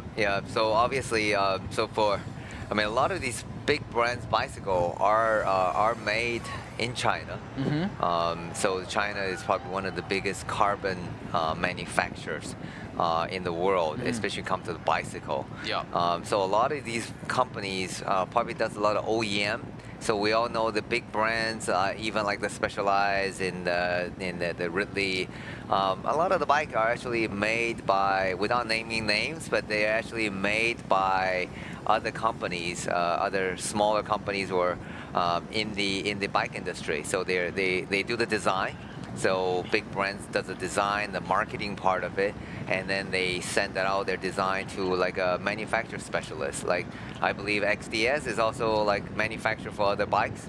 But then they also now coming up with their own brand of the bicycles and selling it, marketing it directly. It'd be interesting to see. We know like one of the biggest companies, and also the Confarmers team, the Giant Bike. They manufacture for some pretty big names. And they have their own brand, but as well at the same time they also manufacture for other major brands as well. That's in the world of manufacturing, and it's not just a manufacturing part. The design play a big factor, because you can have bicycle coming out of the same production, same factory, different production line that can behave completely different. 100%, right? Because I'm not a tech person. You can explain, like you can say I can even build 2 exact same bike with the exact same mold and the exact same geometry, but they're using different carbon. Oh yeah, sure. The different kind of carbons are also going to result in different characteristic. Here's a shot of the Z key, and with his polygon. Well, that's like national yeah, color. I think because he's the under 23 you're right. champion. Absolutely. That's why he got his special color. Yeah, very nice. And it's the same color design as Ayman Rosli, who is also the national champion. That's right. Yeah. So when you're a national champion, you're entitled to get your national champion, not only national champion jerseys, but also your national champion customized frame. Yeah. Which is very nice. Yeah. There it is. I do like that very much. So I think you can be purchased. You can actually purchase that from the store. So if you want to show your patriotism and show your and you can actually buy you can actually order the polygon in the Malaysian national champion color theme. Right. All right. So here goes the feeding. Oh boy. This team car is giving a sling to the Bogos rider, he's almost running into the back of the Commissar car. Yeah, I know. It's a bit too much speed. Too much speed, yeah. Must be a very powerful, responsive car. Yeah. And meanwhile, back on the front is Anton Kuzmin. That's it. Anton Kuzmin. Yeah, it's back on duty. Yeah, it's back on duty. He's just powering it through. Yeah. Yeah. Look at the sweat and the. It's been a long day. Well, he's definitely pushing it, right? Yeah. And he's a rider with certain, he has done some really good results. So if he is on the front driving it and it is nearly his threshold, the peloton is going fast. They do not want Alva Decline to get back into this group because Alva Decline obviously won yesterday's stage. Yes, so, for sure. It is psychological battle and as well as physical battle. And Uno X also setting the pace and giving their sprinter Alexander Kristoff an opportunity, and maybe Alan Brika decide to also have a chance to sprint for a victory. So either way, they want to win. They wouldn't want to. This is their best chance, trying to win a stage in this year's Tour de Langkawi. There you go. So these riders, a few riders at the back here. We'll see some riders from iSun, 7-Eleven, Click, from Philippine, KSPO. We haven't seen much action from the KSPO team. Yeah. Here, rider 201 in the visual here, which is Kim Jin-woong from a team from Korea. Yeah. Kim Jin-woong just at the back here. They haven't seen much action from them or breakaway attempt. Maybe Fraser tomorrow. Yeah, well, KSPO team has been, a participant. It's short for something, right? Korea Sports. Yeah, it's actually by it's like I believe it's the Korean Sports Council. Right. So they used to be the biggest team in Korea. They produce some riders like Park Sung-bae and also Gong, who finished second in the Tour de Langkawi multiple years ago. So they were the leading team, although I think their shift has gone into maybe more track. I know in Korea, track in velodrome racing, track racing is very, very important. They have this like a Korean Cup targeting the track performance. So maybe that's why these years they have not focused so much on the road racing, but it's good to see a team still coming over here to participate. And maybe they also have sometimes also the team take on younger riders to develop them, to give them opportunity. So they have been fairly quiet in the race, but they have riders in the first group. And maybe they're saving their powder for the climb tomorrow. Maybe they're confident that they have a good climber. They can still contest for the Asian classification. Yep. They certainly had it before. Yeah, that's Rockets rider. Here, Kim Jin-woong just now. A few riders from iSun. 3 riders from iSun riding together. 3, yeah. Yeah. 3 riders. Yeah. And then Key is still here in the group, and it looked like Thai rider, a couple Thai rider, 7-Eleven. Yeah. They are there, so they just happy to been dragged along. Yeah, I mean, it's for these guys just to be able to tag along in the first group, it's a good achievement in itself, I suppose. Yeah. Yeah, it's a good motivation booster, I suppose. Oh, they really don't need to do anything. I mean, their job right now is just to survive today. They're obviously not going to contest for a sprint finish. So their job is just trying to improve their own personal GC standing, you know. So it's no. Some days you just rest. I mean, we've seen some teams that's been fairly quiet for the last few days, and then they become more active when the opportunity comes. So with like Burgos, for example, they didn't do anything for the first 2 days. We were talking about how quiet they are, and obviously they just been waiting for today's opportunity, and so they certainly did been active in today. I think wanting to send out their Sambaya to contest for the KOM points, and then Mario obviously showed a bit of intention that he wants to go for the GC, trying to get the intermediate sprints. But although the first two intermediate sprint is won by Aaron Gate of the XDS Astana team in a dominant fashion. Now they are very well positioned to win the overall classification. Yep. And as well as the KBS orange jersey. So they're in a good situation right now, and certainly they have the credit, give a lot of credit to Antoine, who's doing a boatload, a massive share of today's work. Oh yeah, he's been in front there ever since like kilometer 20, kilometer 30. So it's been just him, you know, putting his face in the wind. And still is, you know. So I think there's a switch of position just now, giving the room, because just now Rockets was in between the Uno X and also I guess yes Astana. So I think just switch of position, Uno X and XCS Astana, just to rotate amongst them. So here a bit of a GPS, a bit of a map to see where we are at the moment.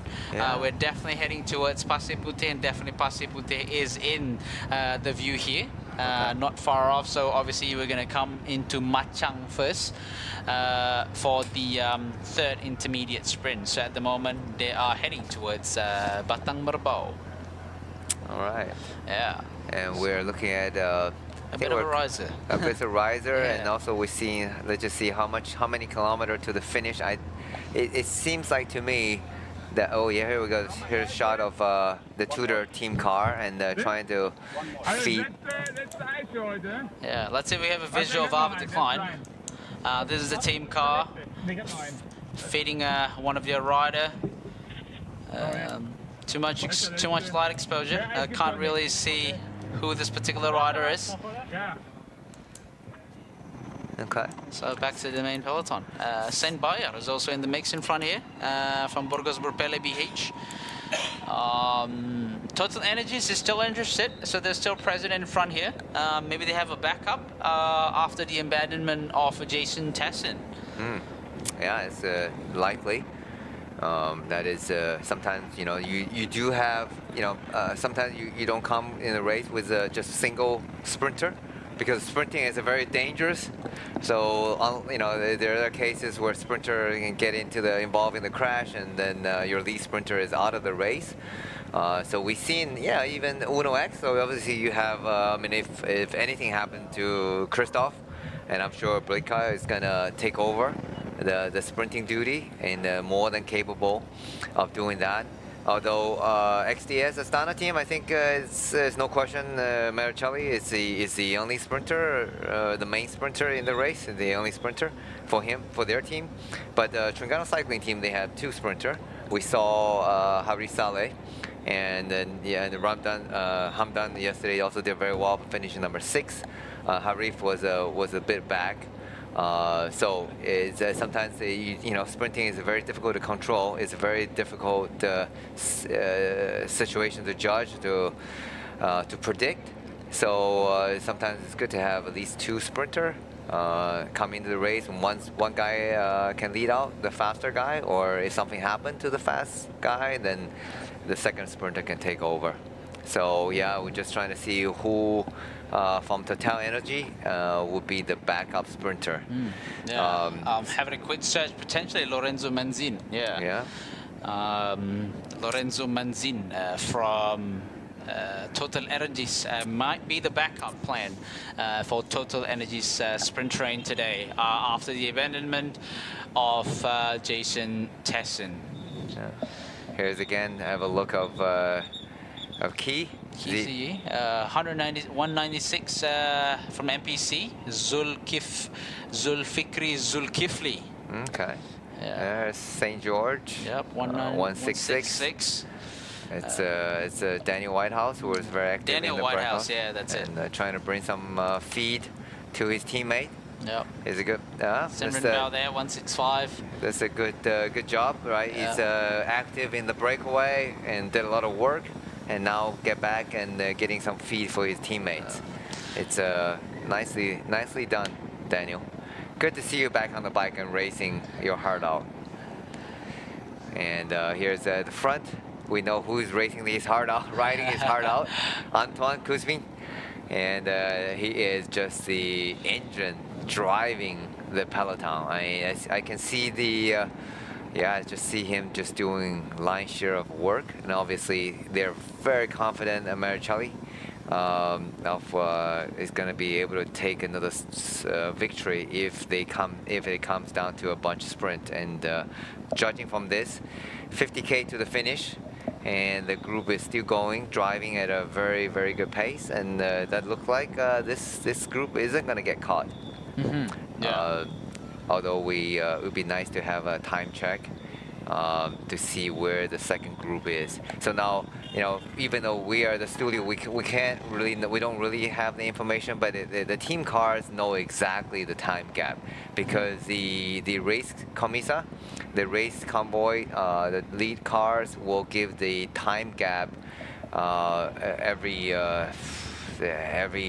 10 minutes, 5-10 minutes. They will give the time gap to the on the race radio, and the race radio, and all the team cars are fit with the race radio. They will be knowing exactly what are the time gaps. So if you're in a team car, please let us know what is the time gap between the first group of which we're looking at right now, led by Uno X and XDS Astana team, and what is the time gap between Alpha Decline and the leader group. All right, so we've got 49.4 kilometers to go until the end of the race, which is about an hour and a bit, probably an hour and a half, and no less than an hour and a half until the end of the race. Yeah, it will be an hour and 5 minutes. There you go. 30 seconds. 5 minutes, 34 seconds. Yeah, from the speed that they're going at the moment, it's fast. You can see, like from our camera angle at the moment, we see that it's almost as straight line as possible for the first half of the peloton. On the back half is a completely different story at the moment. They're just having a good time. I wouldn't say they're having a good time. They're just trying to finish the race, I suppose. Yeah. But yeah, it's been a long day. It's been a tough day. The first, pretty much second, for the first half of the race, they pretty much had to do a lot of climbing and descending, which requires a lot of focus and a lot of legs, I suppose. Yeah. Here again, Chaya Sombat. Number 123. Frankie, they call it. 123. Yeah, 123. Frankie Tanakan. Yeah, they got a lot of following on Instagram. All right. Okay. Yeah.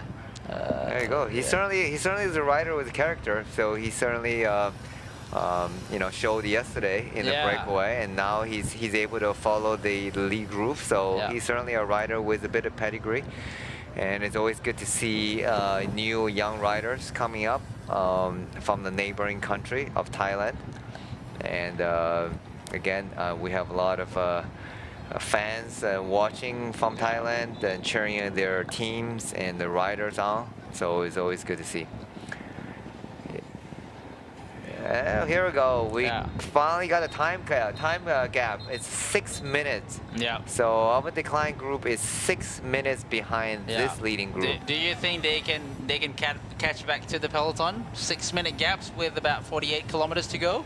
If Alpha Decline got an e-bike right now, if he get a e-bike with a motor, he may have a chance, but otherwise no. But I think right now it's almost no purpose to catch back on, because if he exerts that much effort trying to close a 6 minute gap in 50 kilometer, he won't have legs left for the sprint.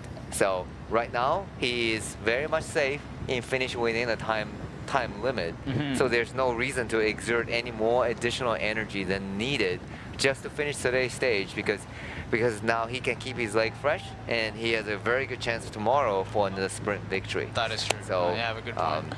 So if I were in a team car with Alva Decline, if I'm in the group of a Decline, I just said, just save your energy, relax. It's okay. Let today's go.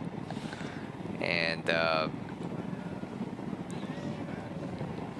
so it's very well. Just save your legs and fight the next day.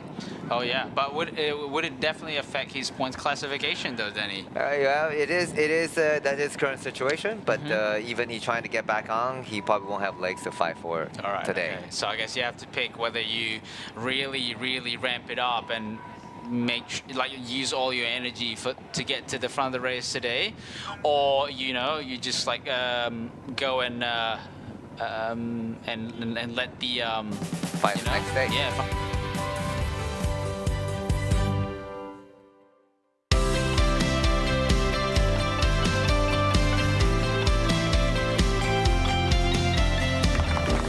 Do you know my papa? He loves helping people. Always makes mama smile. And he can do magic. That's why I love my papa so much. I just use Mr. Rewards. So easy.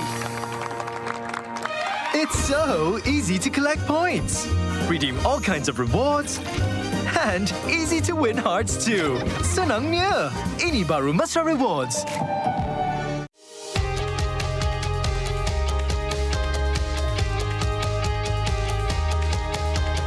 From the first pedal stroke to the final sprint. Fueled by Bubbles O2, Malaysia's only naturally oxygenated mineral water.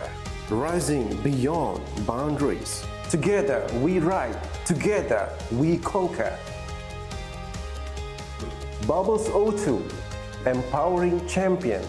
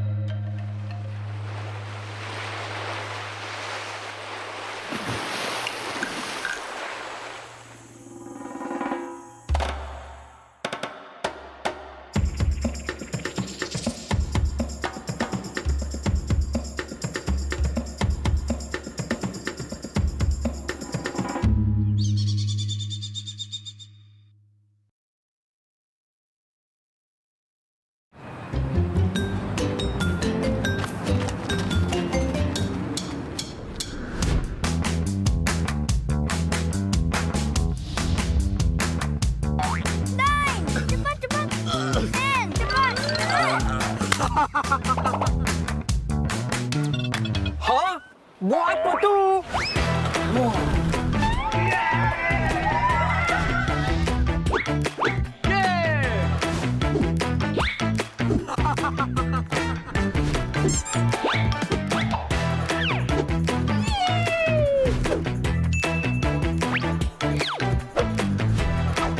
Petronas, let's go! Ganjaran lebih bermakna dengan Petronas Mesra Rewards. 40 ahli Mesra Rewards bertuah bakal menang voucher beli belah bernilai sehingga RM5,000 dan sebahagian daripada 35 juta mata ganjaran Mesra Rewards untuk direbut. Senang je, hanya isi minimum RM45 untuk kereta atau RM5 untuk motosikal dan masukkan nombor telefon anda di PAM atau gunakan aplikasi Settle. Itu je.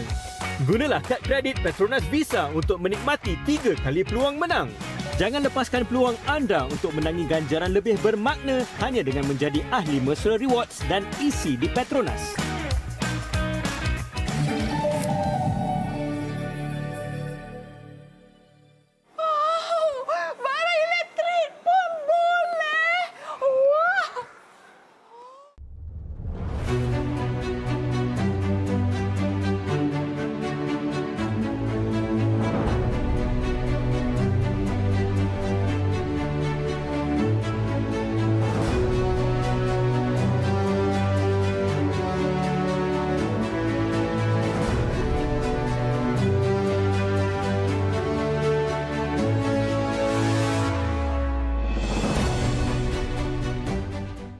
isi minyak di Petronas guna settle 3 kali mata ganjaran. Senangnya, ini baru Mercer Rewards.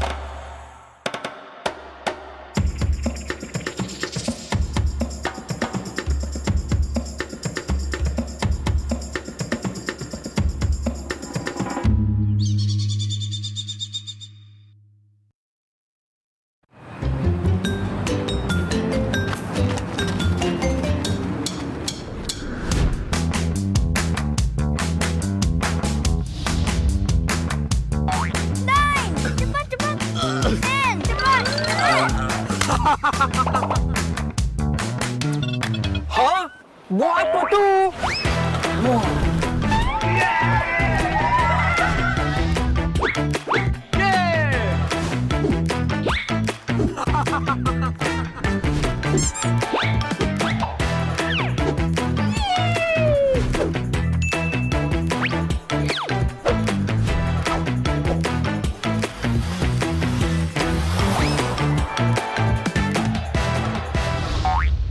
Hey, free barang ke pulang rumah lah. Thank you, Petronas. Petronas, let's go!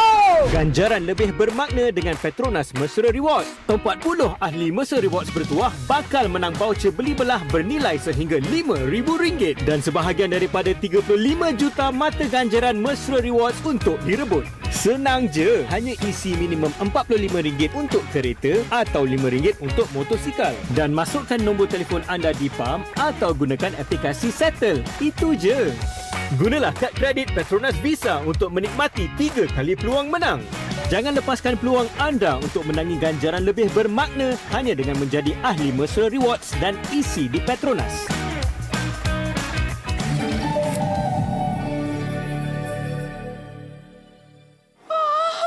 Barang elektrik pun boleh.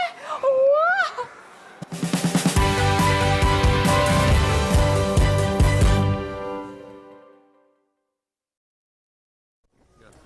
Okey, ketika ini saya berada di hadapan Sekolah Menengah Jeram. Kita dah sampai Kelantan, so jom kita sapa orang-orang Kelantan. Katanya friendly. Pakcik, yo. boleh borak? Boleh. Okey, nama siapa? Nama Abeno, panggil Abeno. Abeno. Okey, Abeno. Cuba bagi tahu dekat orang yang tengok ni, kenapa orang kena datang bercuti kat Kelantan? Oh, banyak special dia. Macam-macam ada. Nasi kerabu ada. Kalau di Pasir Puteh ni, macam-macam lah ada. Boleh try mari di Pasir Puteh. Selain nasi kerabu, menu wajib cuba kalau kita sampai kat sini. Nasi daging. Nasi daging, nasi lauk.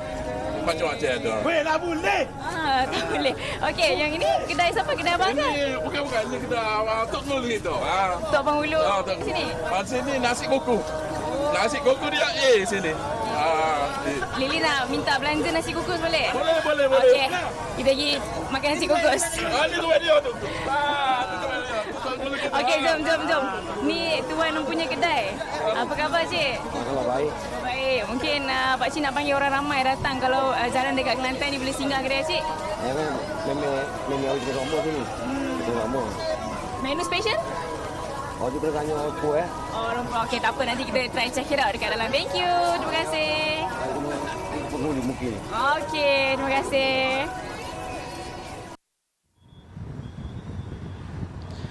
All right, so back in the live feed. So we're just at the back of the peloton here. We see a few riders from Isan HKSI Pro Cycling, HKSI DYC.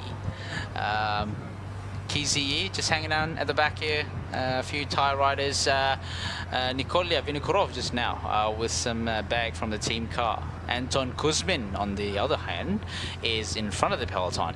A bit of a shaking of the bottle just to make sure the carb mixed well from Simon Darby in second wheel.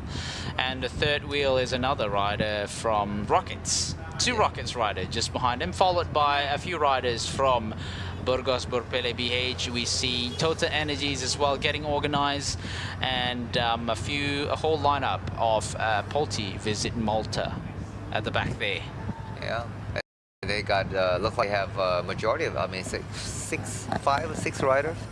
So probably the whole team should be in this group right now. Yeah, I think what we want to know just now is if Alexander Kristoff is actually still in the group. Yeah, that's what we want to see. You see, this is 26. Yeah, Alexander is 23. Alexander Kristoff is his number is 23.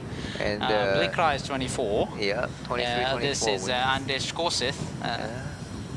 So we're trying to see if whether or not, so if Alexander is here, that would certainly increase his chances getting his 99th victory, although I still think that Marcelli will be very hard to beat in this group. Yeah, I mean, with 39.5 kilometers to go, I mean, like, the sprint finish is going to be a little bit of an interesting one because they will go through just about 1 kilometer to go. They will go through a little bit of a roundabout, but it's not going to be a big issue because it's like you hit the roundabout, it's the first exit. It's almost like a left turn, and then you have another right turn a few hundred meters from there, and then after that right turn, which can be a little bit tricky because they do have like quite a big manhole in the middle of the road, and then from there you take the right turn, and then I think about 300 meters you'll reach the finishing line. So it's really crucial for these sprint teams to make sure they have a very, very fast line to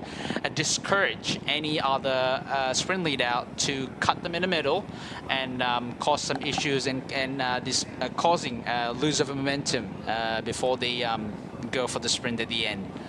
Yeah, a lot of these, especially these professional teams, they all, even though they have never been, they may not been to this part of the world or rode on this particular finish.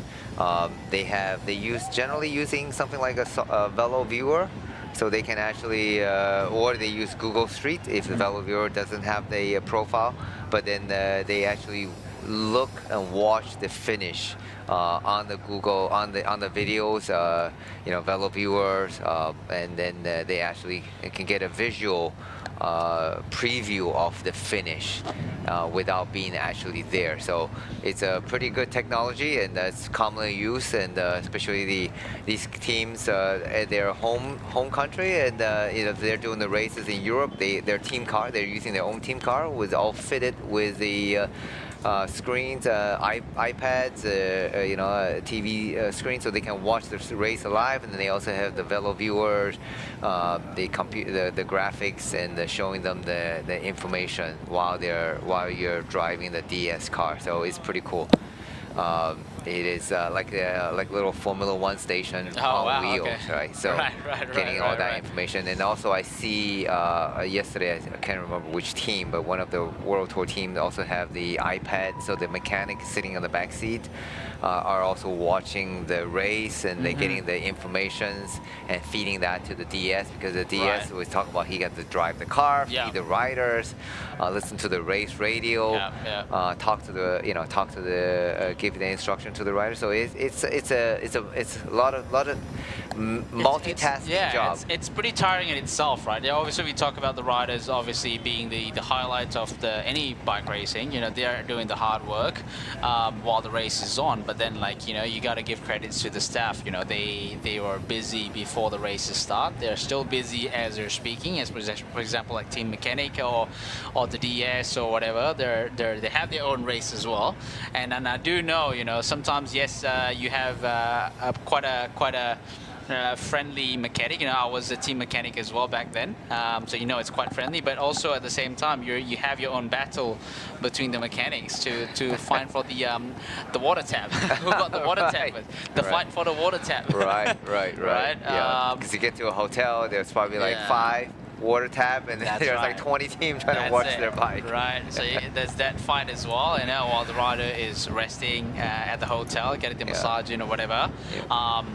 These staff are still working. They're preparing their food, cleaning the bottles, or maybe, I don't know, preparing the bottles, making sure that all the staff is transferred to the next hotel. It's hard work. It's really hard work, and definitely we need to give a kudos. I mean, riders is obviously the highlights of the whole tour, but we just have to give the credit to the other staff and the other team mechanics. It takes a lot to get a rider winning a podium. Oh, absolutely. It takes a lot. And they don't get the fame. They don't get to go on the podium. So yeah, big shout out and kudos to all the mechanic, all the staff, the supporting staff. Right, these are the guys that that's behind the team that you don't see. They're working hard to help the team, help the riders to make the podium. So it is not an easy task for sure. So personally, I rather ride a bike rather than drive a team car because when you're riding a bike, you look it off. I mean, pretty much looking after yourself. Yeah. You're looking after one rider, but if you're the DS, then you got to be looking after 6-7 rider or more. And imagine organizing an event. That was a nightmare because you got to look after like 500 people. Oh yeah, that's even more of a headache. So yeah. So we got another information of another rider that had to leave the race, which is a rider from Thailand Continental Cycling Team. I believe it's rider 121. Yeah. There you go. There you go. Oh, yep. Navuti Lipongyu, a rider from Thailand Continental Cycling Team. Okay. Oh yes, this is the time for you to collect your bottles, so get ready. Yeah, there you go. So rider's going to toss some bottles. So so go get them. All right, so do we still have another feed zone? I don't think so. Yeah, we still have another feed zone, waste zone. We still have another waste zone before the the last intermediate sprint in Machang. Yeah, there's still another intermediate sprint left. Yeah, which is 19K to the finish. Yeah. So we're about 15 kilometers from the last intermediate sprint. And intermediate sprint straight. And I want to take a guess who is going to take that intermediate sprint other than Aaron Gate. I don't know. Let's see. Maybe I'm going to go for Ivan Kovo. Oh yeah, Ivan Kovo. Yeah. So yeah, Ivan Kovo from the Bogos team. I'm sorry, from the Confama. Yeah, but team. Aaron Gate is the better sprinter though. Yeah, absolutely. I think. I mean, for this kind of flat, almost pancake flat. Yeah, he's the better. Yeah, he's the better rider. But yeah, but certainly Kobo. You made me choose, so I go Ivan Kobo. Okay, yeah, we'll just make it interesting. Yeah. So let's go Ivan Kobo. Yeah, I mean, there's so much you can do. Obviously, Confama is getting the rider organized as well. Yeah. So they can play along. Obviously, these top level riders can play a little bit of tactical game as well. If you can't beat Aaron Gate like a one-on-one sprint, you can probably go flyer or something. Yeah, it's possible. That would be a tactic because right now Aaron got 6-second bonus from the first 2 intermediate sprint. So yeah, it's every second. I think this race is going to come to every second, and sometimes maybe even it comes down if the rider have the exact same time. In a situation like that, then it's going to go to count back on stage results, and it's going to come back in the stage result. Well, if it's identical, then you got to keep counting back, and so every intermediate sprint, every second is important to fight for. So we're going to go to an interview. What is it like to be a Frenchman in a Filipino team?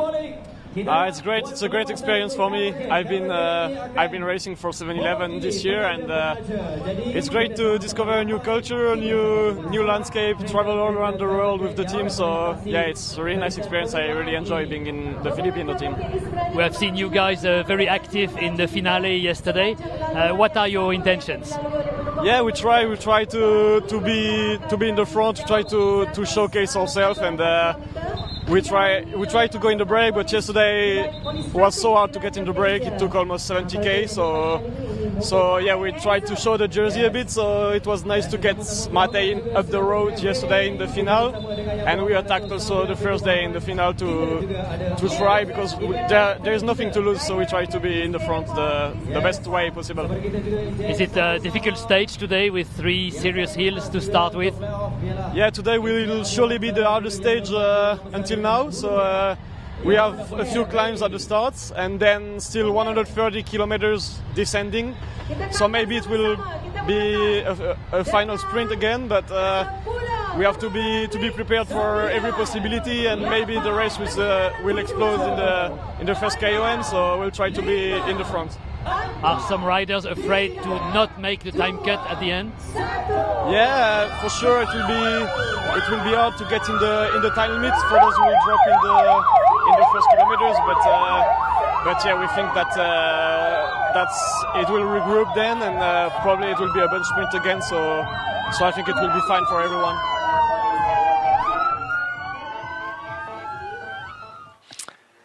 Yeah, we just heard an interview. Yeah, that was the 7-Eleven. Edouard Bonfoy. Yeah, that was a rider riding for 7-Eleven Click. A French rider. Yeah, French rider.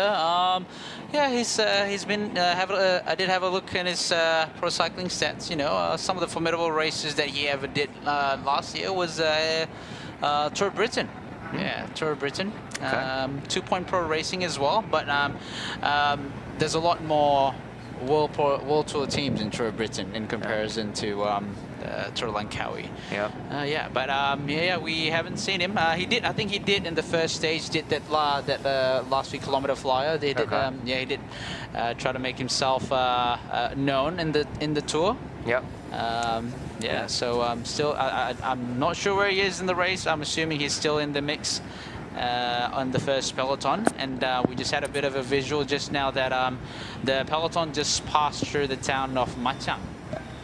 Yeah, and that's the 7-Eleven team. So the 7-Eleven team actually has three Filipino rider and 3 international rider from Australia, France, and Slovenia. So it's a good international team, but they bring 3 rider from Philippines, and the team is managed by Rick Rodriguez. He's been running the team for a long time. We certainly had bump shoulders and allies and rivals in the race. For sure. So it's good to see him back in this race. And now back on the front, I think we got information earlier. This was probably 50k to go. The time gap between Alva Decline's group and to the front group is about 6 minutes. So that means it's pretty safe for Alva Decline to finish within the time limit, and for the front group, seems the pace ease off a little bit because they know for sure that the Alva Decline is unlikely going to make back to this group to contest for the sprint victory. It's Alva Decline and of the Tudor team is just gonna go finish today's stage and trying to minimize the effort, the energy spent, and trying to fight to stay on and fight for another day, because it's good because we saw him drop fairly early on the climb. Yeah. You're absolutely right. Pedaling square, technically speaking, and it did not look good. Yeah, it didn't look good at all. He was just like borderline bonking almost. Yes, yes. But yeah, so I think it's a good suggestion that you mentioned just now, is that for him to just maximize the time cut off, and then come again tomorrow. But unfortunately, I think he might have to just let go of the points classification. Yeah. That's just unfortunate, but you'd rather let go of that than losing almost all the opportunity to fight for another stage tomorrow, right? Yeah, absolutely. And for a professional rider, to be honest, I think the jersey is nice. It's always a bonus, but the target for a sprinter is always win stages. Right. Because end of the day, like Alexander Kristoff, they count how many victories you have. That's right. They don't count. If it's Tour de France green jersey, that's a little different. But I for riders of that caliber, wouldn't say I have gotten three sprint jerseys from this race. So their goal is they rather take 3 stage victories because that goes into their career Palomares in terms of professional wins. So that's what they're after.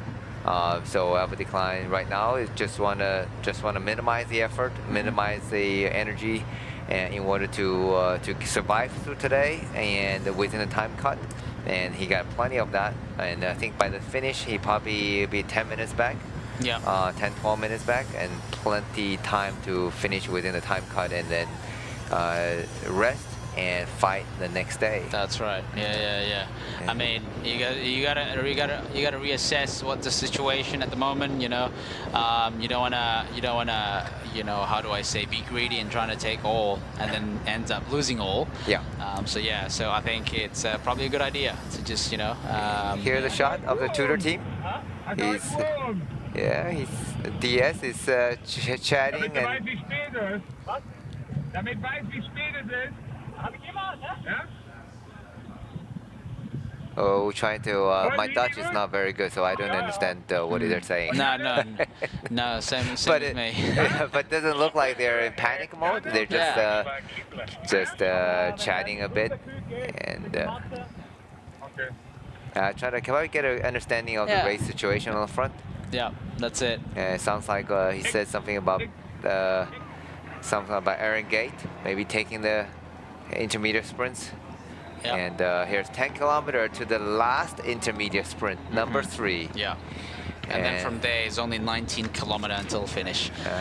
So only 19 left. Yeah, only 19 kilometers after the sprint, after the third sprint. It's been a long stage so far. For those of you that have joined us only just joining us in the live commentary, we've got 27.8 kilometers. So it's probably a good timing for you to be in the live commentary. So the stage have basically started from Gerik in Perak, climb up the Titi Wangsa range, and then from there they made their way down into Jeli, which was the first intermediate sprint, and then second intermediate sprint in Bukit Bunga, which if this just passed.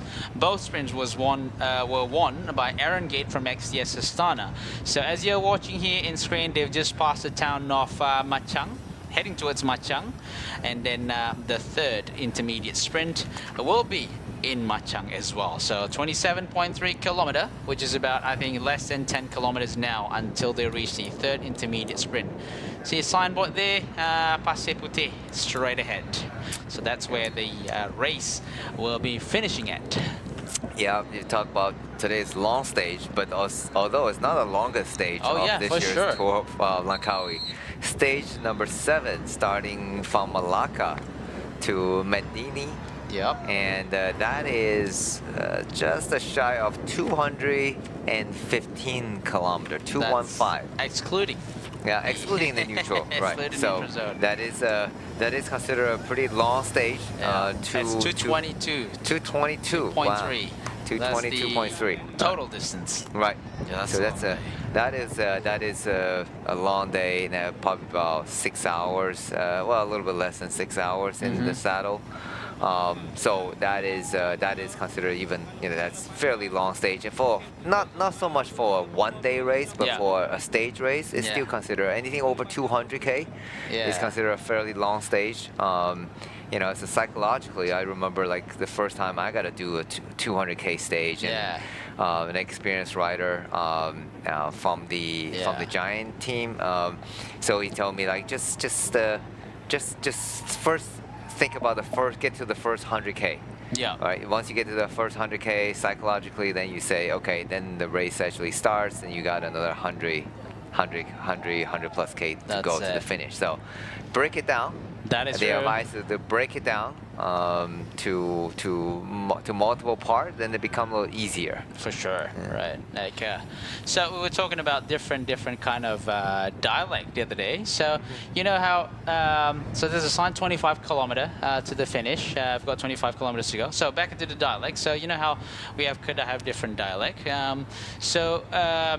For example, like the state of Kelantan, the local people don't call it Kelantan. They call it Klate. Klate. Klate. Kelantan. That's very different from Kelantan. Yeah. So it's not Kelantan. So I guess the rule of thumb, if it ends with N, it becomes like A at the end. So like Kelantan. Kelantan. Okay. Yeah, Kelantan. Wow. I think if you tell people I'm from Kelantan, and a lot of Malaysians wouldn't know where is Kelantan. Okay. Yeah. It's quite different. Quite different. Yeah. Very different almost.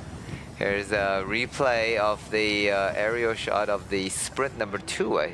Oh no, this is sprint number 3. This is sprint, the third sprint. Yes, third sprint. The riders will go. So you can see the police convoy is already up front, clearing the road for the rider. You know, again, big props to the Royal Malaysia Police.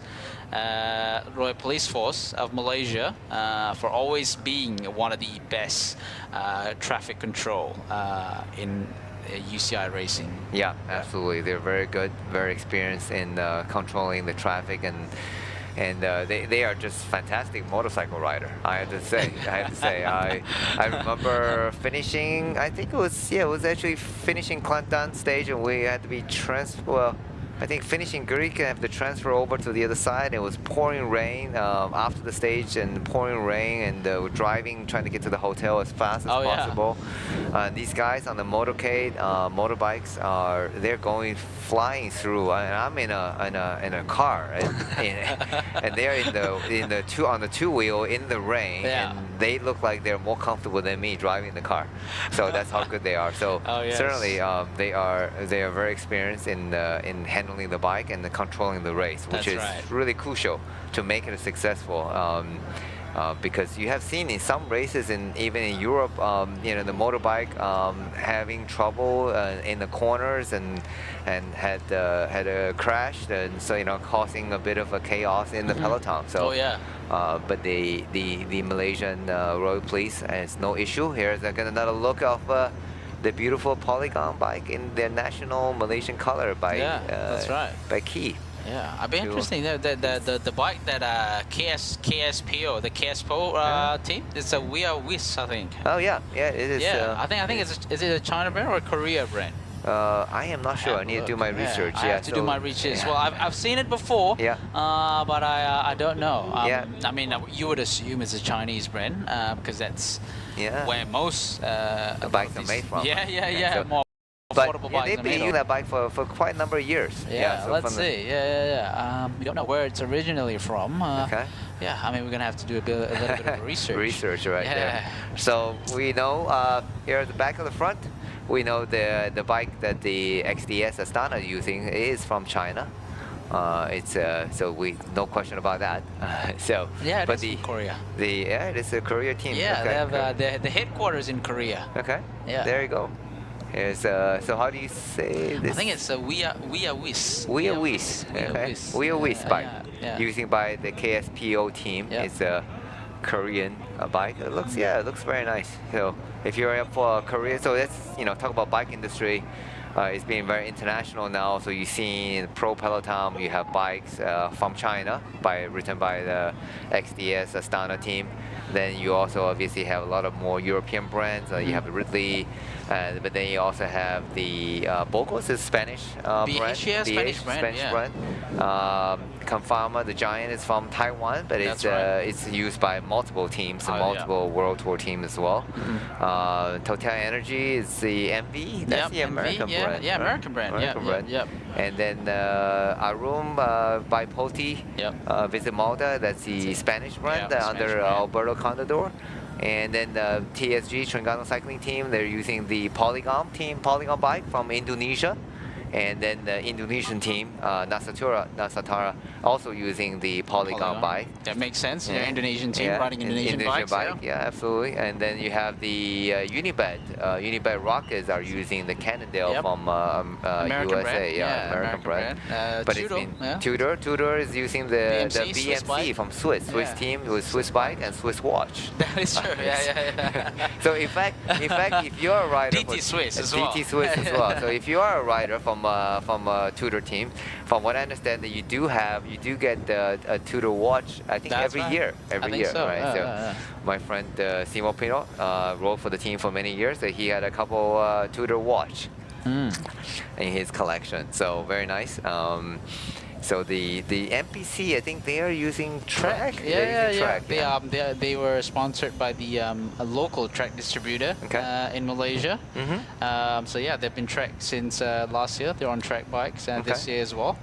Some prefer the Emonda, some prefer the Madone. So I guess depends on the rider what they prefer, I suppose. Yeah. What other teams we missed? 7-Eleven is using the Elves. Yes, Elves, Elves, Chinese brand. St. George and Pardus. Yeah. Oh, here while we're talking, here's we're talking about St. George. Talking about Pardus, and here's Daniel Whitehouse hurt you. Yeah. And that's Daniel Whitehouse. Daniel Whitehouse. With his super low stem, stag height, and the black helmet. And followed by a rider from Burgos just behind the Unibet Rockets rider. So going again, 20 kilometer. I think XCS is not going to let this go. They have a mission with Aaron Gate, so they will quickly shut this break down. We see Total Energies as well just behind there, 20 kilometers. It's too short of a distance to let this breakaway attempt go. And also they're going for the final intermediate sprint. Yep, and these guys so they're at the back, 1K. They're just about a 1K away from the final intermediate sprint for bonus second, 5 for the bonus second. So is Aaron Gate going to take 3 out of 3 today? We shall find out in just about less than a minute. Let's see. We'll see. That's just past the 1 kilometer mark until the last finishing of the third intermediate sprint. Looks like the pace has gone up a little bit. They are going for it. The third intermediate sprint. We can have a visual of Aaron Gate just right center in the middle there. Leading it out, another rider from XDS Astana leading it out for Aaron Gate. We see Uno X, 500 meters to go. Unibet Rockets is in the mix as well. Uno X is in the mix as well. Everyone is trying to go for this third intermediate sprint. Akipo Confama on the right side of the road, heading towards there. Burgos rider also right behind the XDS Astana. Trying to get the maximum point. Picnic Post NL rider is there. Burgos rider out the sprinting. Aaron Gate in front there. Looks like it is Aaron Gate. Maximum points. Followed by Kobo. Followed by even Kobo. Yeah, there you go. It's no difference. And no difference, predictions. Well, we knew Aaron had the fastest pace. Yep. This type of terrain. So. But here we go, Aaron Gate. Yeah, I think I just saw you got a custom Bond Vapor. Oh, right. Yeah, with that what do you call that, New Zealand fern. Okay. Yeah. There you go. Yeah. See. He's a New Zealander and with the Australian shoes. They call him Kiwi. Kiwi, yeah. The Kiwis, they call yes, him Kiwi. absolutely. The Kiwi. Well, I guess it's because the Kiwi bird. That's the animal Kiwi, which is only lives on the New Zealand. I assume, I don't know, but seems like that's where you find a kiwi. Yeah. Okay. Seems like like that's the case where you can find kiwi. Yeah. So that's it's the same. Daniel Whitehouse also from Kiwi. Yeah, he's a Kiwi. That's right. Daniel Whitehouse. A few riders from New Zealand actually. Yeah. Yeah. So. Excellent. Yeah. So the New Zealand team. New Zealand actually Aaron Gate used to be on the New Zealand pro team. It was Black the Black Spoke, was it? Yeah, Black Spoke. So that unfortunately they only lasted for a few years. But they were certainly a strong team, and Aaron Gate was certainly a major part of that team's performance. And so there's always a lot of strong rider from Kiwi. It's always been over the years. Even though it's a very small country, but they certainly produced a lot of good riders in the past. And here's the result and the replay, but undoubtedly the winner of the last intermediate sprint is again Aaron Gate. Here's a replay. Yeah, a drone shot of it. Aaron Gate pretty much dominated it. Yeah. You know, he sprinted off the front, and he got the maximum time bonus from the front. Yeah, he's certainly got some speed from the track racing. He's definitely not a pure climber, not a pure sprinter. A very good time trialist. He's a multiple time trial winner, and so he's fast, and he's a good all-rounder. So certainly a good candidate, contender for the overall classification on stage number 5. And back again, Antoine Kuzmin is at the front working. Yep. Now. Again, and with Jimeno Ferrer. Oh, here we go, Steinbayer goes on attack. Happy. Yeah, he's not happy just sitting in. So he did a lot of work earlier. So he not able to walk away with the KOM jersey. Then I know he has an aggressive racing style. He liked to go on attack. Then since he didn't get the KOM jersey, then he said, might as well go for a stage win. Yeah. It's a tall task. It is, yeah. Well, considering it's quite a flat road for the next 16.8 kilometer, and these sprinter teams are hungry. But then again, you can capitalize on that because they don't have a full force, and they can use their riders from Burgos to hold off the peloton. But yeah, we'll see how this play, because these big teams, they wanted to come down for a sprint finish. Yeah, absolutely, and especially XDS Astana. They did a bulk of the work together with Confarma and Uno X. Yeah. And we just hope to get a confirmation whether or not Christoph is in this group, and so he will have a chance to duke out for victory number 99. And Brika, so I'm pretty sure he should be in this group as well, although we don't have the final confirmation. But definitely they have a sprinter to be able to contest for the finish, because that's why they are on the front working. And together Confarma, who also fancy their chances of at least a stage victory as well, at least a podium. So it's very likely a podium from Confarma. Confarma from Spain. Yeah, so we see Malucelli, when we see in the climbing part, he was sitting in the front.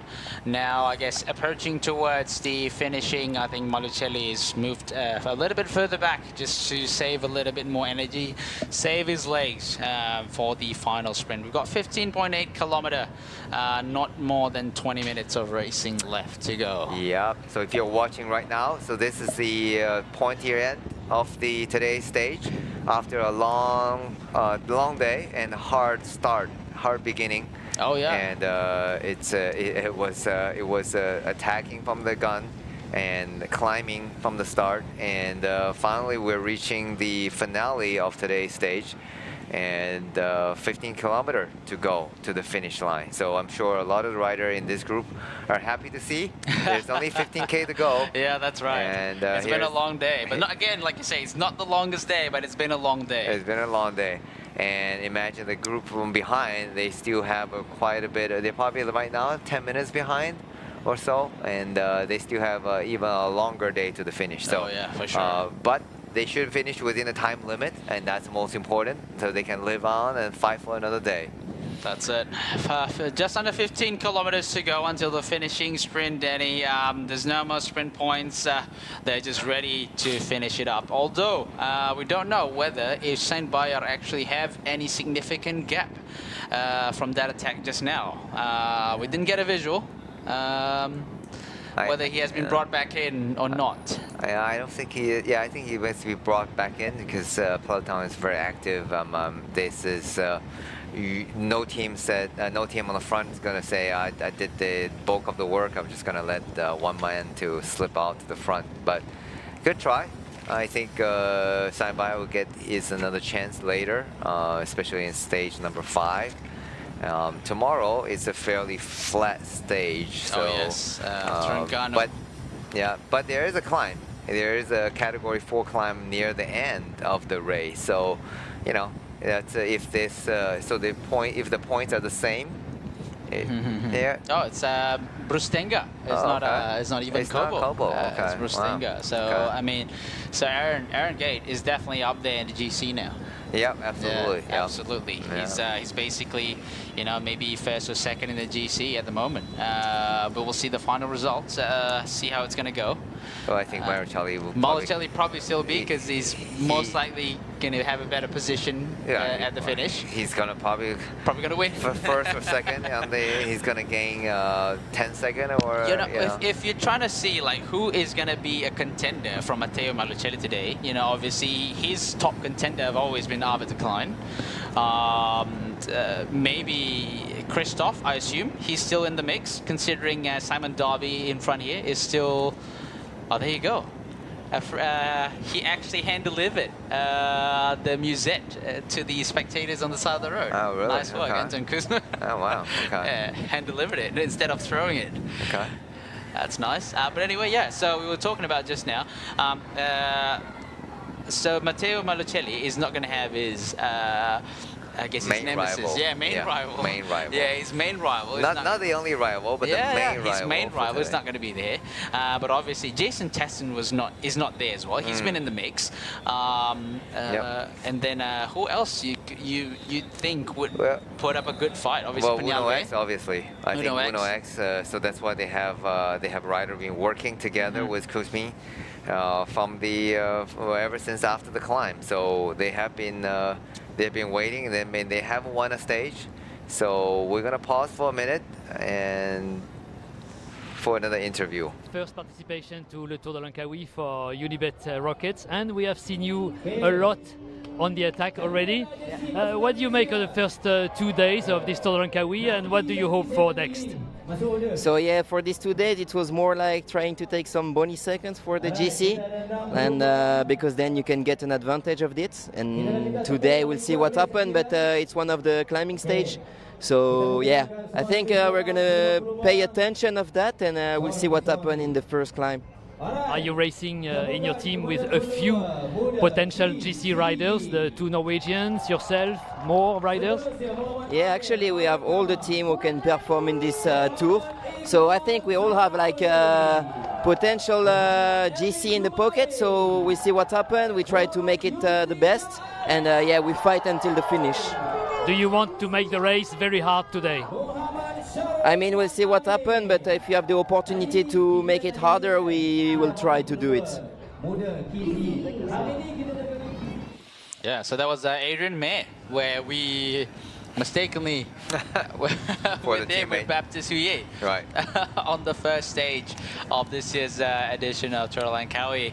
Not completely our fault, because he had he wear his teammate's number. But he used his own bike. Yeah, we thought it was the other way around, and then we got an info. It was actually the bike was correct. The body number was wrong.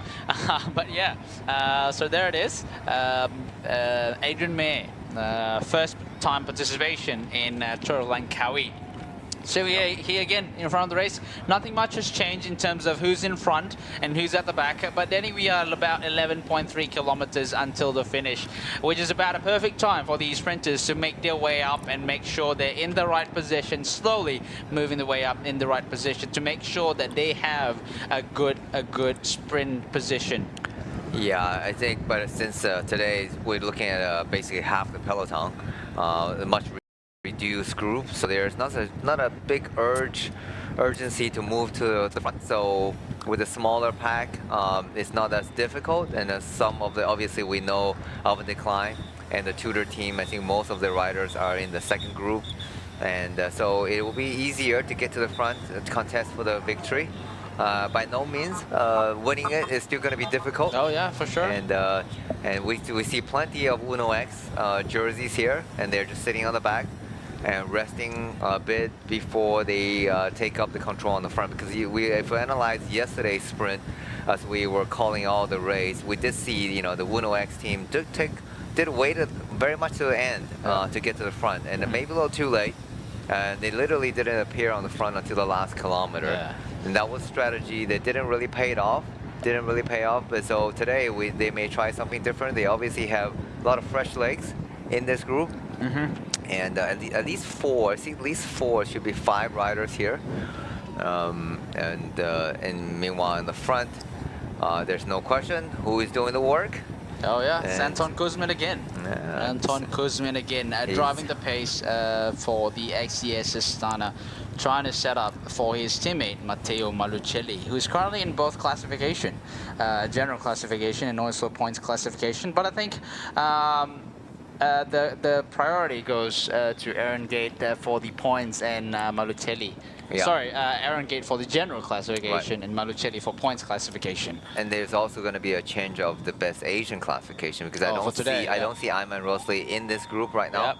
it should go to his teammate, Vadim Prosky.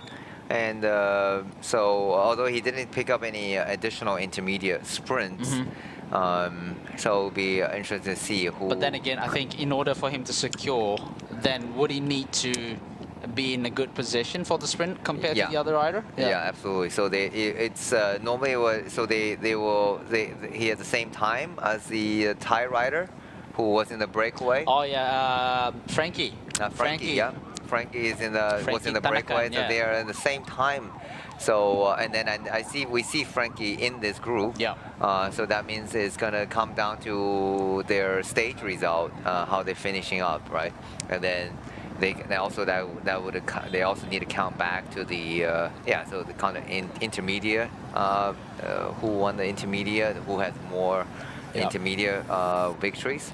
But yeah, so but the stage result will be important to decide who's going to wear the best white jersey, best Asian rider jersey. Oh yes. And yeah, so Vadim certainly tried. He certainly tried. He took a couple. He was involved very early on in the climb, but then the group was brought back fairly quickly before they had a chance to go for the intermediate sprint. Okay. And because a lot of the sprinter was dropped on the climb, so Uno X and XDS Astana decided to drive the pace, and so they shut down the 3-minute gap of the breakaway gap fairly quickly to like 30 seconds, and so that's why they didn't get a chance to fight for the intermediate sprint. Vadim didn't get a chance to get the additional time bonus from the intermediate sprint. For sure. So good day. All day it's dry at least, right? It's completely opposite to the last few days. So we got 8 kilometers to go. I guess the temperature has cooled down a little bit, considering it's almost about 3:30, 4 o'clock around this area. And then it started off quite hot, completely different to yesterday and 2 days ago. You know, yesterday was pretty much heavy rain throughout the. It got worse for a little bit, and then it sort of dried off towards the end. And the first one, they started off wet and pretty much continued wet throughout the whole day. I mean, the road condition was, there were patches here and there, but today was a complete opposite. The first 2 days was hashtag beat the rain.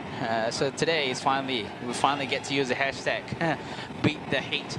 7 kilometers to go, Danny. I think the pace is not as high as it was, but it is interesting to see there are a few teams that are interested in the lineup. You see Bardiani, obviously, is interested for his rider, Zanoncello, XDS, Astana for Malucelli, Confama. They didn't make it specific. They didn't make it explicit earlier. They want to go for a sprint with either Fernandez or Brustenga. We see Picnic as well getting organized at the back there, maybe for Patrick Eddy, because Patrick Eddy was in a good position yesterday for sprint. So Danny, it's going to be a tough one. Yeah. Despite, you know, there's Arvid is out. He's not in the peloton. So yeah. Yeah, it's definitely a reduced group, but it's by no means easy. But they just, you know, because we talked about earlier, it's a smaller group, so they don't really have to strung out, keep the pace too high. So they just roll around, and I think they want to wait until, I would say, wait until the last 3 kilometers before the paces pick up, and you can see the team cars. The DSs are also relaxing a little bit. Faisal at the back there, team mechanic. Faisal at the back there, team mechanic. Yeah. Local Malaysian mechanic. Yeah, just chilling. I think nervous more than anything. You know, 6 kilometers to go. Right. They haven't won a stage. You're right. They really dearly wanted a stage, either with Blikra or even Alexander Kristoff, to make that, you know, round it up to 100 stage wins. Yeah. So they Derby has been on front working all day to earn their spot, so-called, for the final sprint. They have certainly done their job, and he has certainly done his job in helping the team. So, and I think a lot of today, there's only a few sprinters really going to contest for the stage win. Total Energies as well. Total Energy is here also, and Bardiani. I think today Bardiani certainly have a good chance. Yeah, they haven't put anyone to work, so they kind of have a full lineup of lead out. Yeah, let's see, everybody is here. Everybody is here, and meanwhile, XD Astana are really lining up behind Bardiani, so they got a good position right now in the group, and without spending too much energy at all. And then Poti Visit Malta is moving up slowly on the left side of the peloton. And Total Energy is controlling the right side of the peloton, and the left side of the screen. And then Unibet is slowly creeping up to the side of the Total Energy. Yeah, we can see there's a visual of Matteo Malocelli. There's the XDS train just next to the Poti Visit Malta Uno X. We can see just getting organized at the back here for the sprinter Alexander Kristoff. You know, considering Alan Blickra is no more in the orange jersey, so they're going to go for stage win. Hopefully, we'll see who have the better legs. They probably have some communication going on. If Blickra have better legs, they'll probably sprint for Blickra, and likewise, if Kristoff have the better leg, they would go for Kristoff. I'm trying to see who is the rider with the... That's a Fantini rider. Okay. Yeah, that's a Fantini rider. National jersey. National jersey, right? Yeah, okay, okay. It's a unique jersey with with the red and the blue. From Panama. From Panama. Yeah, okay, here we go. Panama, yeah. Roberto Gonzalez, that is. Yeah, okay. That's a Panama national champion, I think. Yeah. Okay. The Chengdu DYC as well, getting organized next to Bardiani. Okay. Yes, there's a few sprint trains here we can see, quite visible. Yes, we were thought about Lorenzo Manzin potentially be sprinting, but looks like there's another rider behind Manzin. So we don't know who's going to be the sprinter for Total Energies after the absence of Jason Tessin. 4 kilometers to go, Danny. Yeah, 4K to the finish line. So finally, after a long day, just a 4 kilometer, another 5 minutes of racing. And meanwhile, on the back of peloton, we see Etnan, just from the Tringano cycling team, just going off easy. The job is done today. They just need to get to the cross finish line safe. But with a smaller group, it should be pretty easy to organize. And you can see the teams are really lining up. Yep. That just means the finishing is going to be fast and furious into the last few kilometers. We're getting to the very pointy end of today's result, and I see Tudor team certainly surge moving up to the front, so they only have 3 riders in this group right now, and we want to see who is going to be their replacement sprinter for today. Be interesting.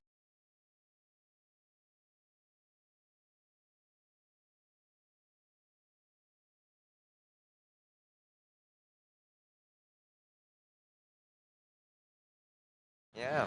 Yes, Matteo Malocelli is there on the left side of the road, just behind their lead-out train. Manuel Peñalves train is there as well. Poti Visit Malta, Burgos train is there. Sorry, Picnic Post NL is there. 3 kilometers to go, Danny. Yeah, 3 kilometers to go. We said the pace is going to get higher, so there is definitely an injection of pace. You can see the riders are leading out their teammates and forming a nice echelon to the front, trying to move up, trying to protect their sprinter and to keep this position. Now with a reduced group, it's easier to keep position, but you still got to keep the pace fairly high. You can see the XDS Astana rider, I think one of the Vinokurov brothers, is working pretty hard on the front, trying to keep Malocelli, who is just coasting behind his teammate, just to ensure that he stays in a perfect position. 2.5 to go. 2.5 kilometers to go. We got a few trains here battling for position. Poti Visit Malta seems to have been all over the place, disrupted by the Tudor Pro Cycling train. So I'm assuming they're trying to lead out for another rider instead of over decline.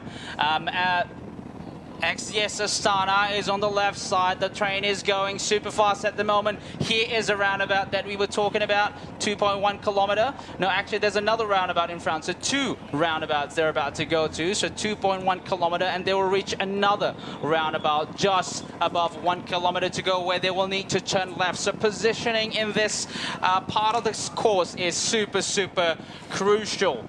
In front there, Total Energies is still controlling the pace, Danny. Yeah, they need to make sure that they're on the front into the last kilometer, because right after the first, the red kite into the 1 kilometer to the finish, there's going to be a right turn. So whoever the team that's leading the right turn, leading into the turn, is going to have the best chance for the victory because it's only going to be 800 meters after the right turn. It's going to be a sharp 90 degrees right turn, but it's fairly wide, so the roads are wide enough and should be safe enough for the rider to get through. But however, if you're going to the final kilometer, you're leading with your at least 2 or 3 riders in front of you, your sprinter has the best chance. So Total Energy obviously got the message, so he has 4 riders going into the last kilometer right now. And while right behind, I think Marichelli is just sitting easily behind the wheels of his teammate, and Uno X is coming up to the left side of the peloton and leading off their rider.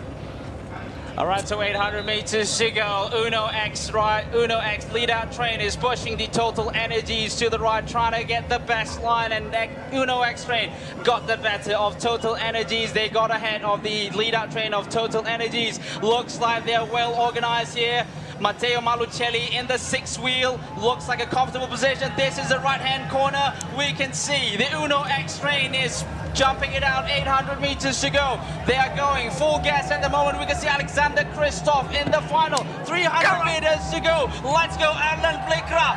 Just there, a few riders from Equipo Farma. Matteo Malucelli looking comfortable behind Alexander Kristoff. Looks like it is a battle between Matteo Malucelli and Alexander Kristoff. 50 meters to go. Who's gonna get it? Oh my God! What a tight sprint finish. Who got the best win? Was it Matteo Malucelli or Alexander Kristoff? But looks like Malucelli congratulates Alexander Kristoff. But what's the official results, Danny? What do you think? It's Kristoff. It is Kristoff. It's Kristoff. He finally gets the victory number 99. What a day for Alexander Kristoff. He got the win. But let's see. Let's see what we thought is correct. Let's wait for the official result. Oh my God, that was a tight one.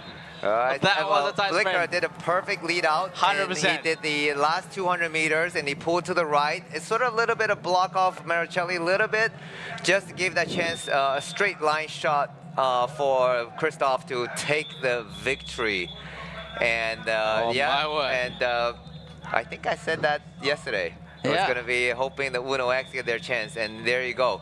There you go. I think it's, I can tell you, Kristoff, it's you. They're still waiting for the official result. Yeah. And but let's not jump into conclusion just yet. Although yes, both of us we want Kristoff to win. You know, scoring the 99 stage wins. Yeah. Let's wait. This is a nervous moment. This is very nervous. But I think Marichelli was acknowledging Kristoff, congratulating him for the victory. Oh no! Here we go. Oh. Is it Malucelli? They were shaking hands. Oh. Let's see. Oh, what is the result? Is it confirmed? Oh no, we don't know. This is nerve-wracking. Oh my God. I mean, it's been a boring stage until now. Oh, I wouldn't use that word for sure. It's been actions from the start. Yeah, actually true. It looks like Marichelli maybe got the win by throwing bike throw on the line, but from the up there in the aerial shot, it looked like Kristoff got it. Oh, waiting for the official result, and we hope we can get a replay. Yeah. A slow motion replay of what's happening. Or maybe a photo finish. Yeah, that's what we need. A photo finish. A photo finish. Yeah, it's oh my word. Oh, it looked like he got it. It looked like Marichelli is. It's maybe they don't know. Aaron Gate is standing next to him. Congrats, trying to. Yeah. Now, obviously, there's some medias there, but we don't know for sure yet. I think Malucelli is also asking him if he actually knows the result. That's 200 kilometer comes down to centimeters. But I don't know. Jeff is interviewing him. Maybe he's the winner. 3, 2, 1, go. Let's Matteo, see. this was a tight sprint. Did you know you had won? I'm not sure, but okay, it's not so good take off one victory to a big rider like Kristoff, but okay, winner is always a good sensation, especially if you win in front of a big champion like him. So, okay, I won't wait. I won't see photo finish because last year I was second and in the photo finish I won the race. So I won't wait until the last moment. But okay, if I win, I am super happy for my first podium in 3 stages. If you win, you deserve it because your team has raced very hard all the way to prevent Arvid de Klein from coming across. Yes, this isn't the plan. The plan was only to the climb a good pace to control the breakaway, but 4 or 5K to the top, my sport director said in the radio that the Klein dropped, and so we pushed a little more. And there was another motivation. It was to do the hotspot sprints with Aaron Gate. He gained 9 seconds bonus today. Is that a good way to win the overall of the Tour de Langkawi? I think today is a super good day for us. If I win the stage, we win 9 seconds in the 3 sprint bonification. So it's a really good day. We have another fast stage tomorrow, and we wait the Queen stage. Grazie. Thank you very much. I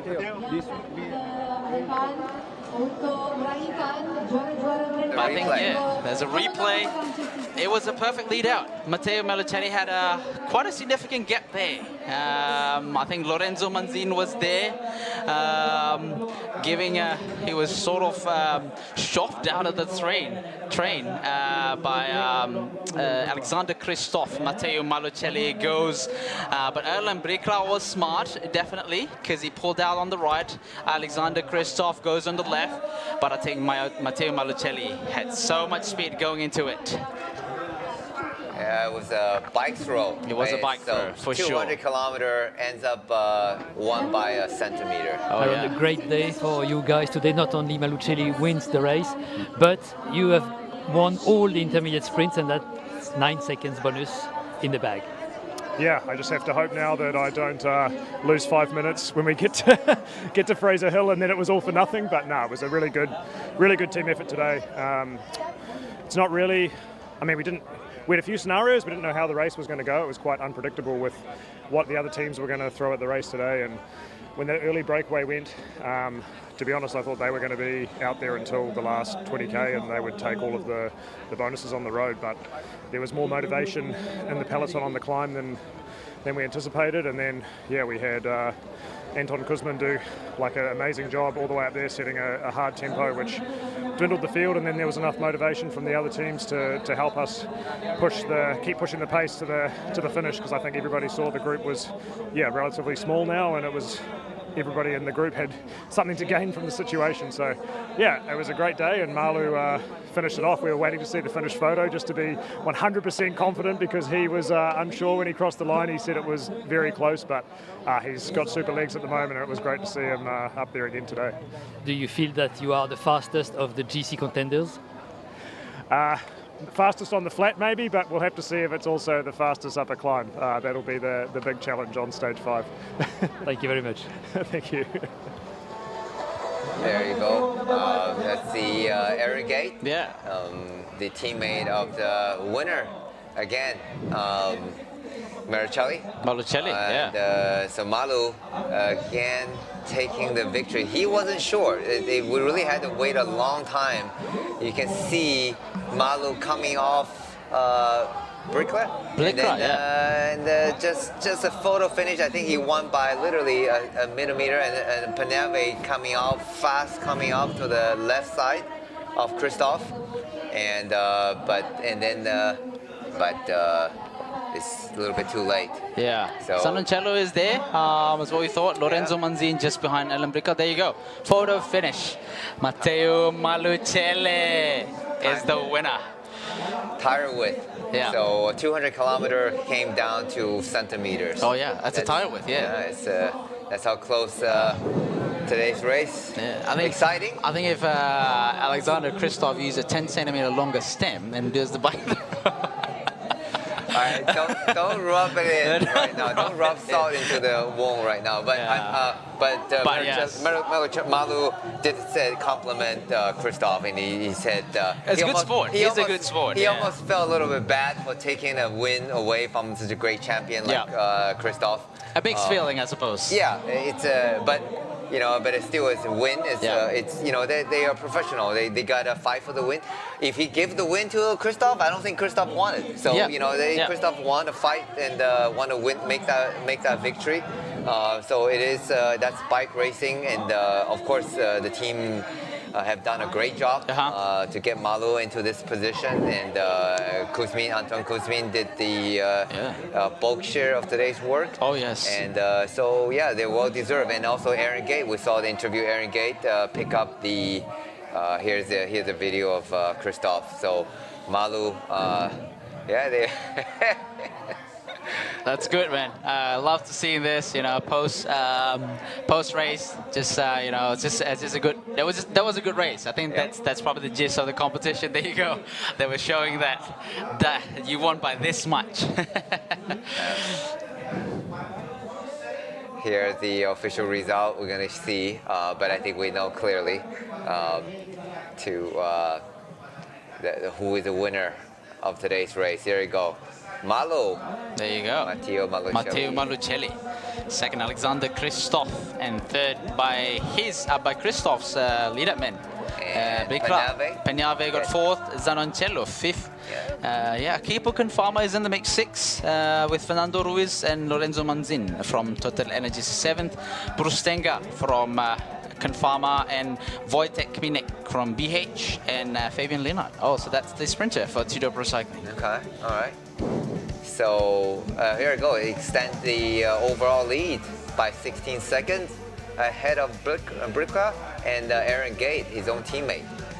And meanwhile, Vadim, Vadim should have the white jersey. Vadim Pronsky, same time with the Thai rider Frankie, nickname Frankie. Yep.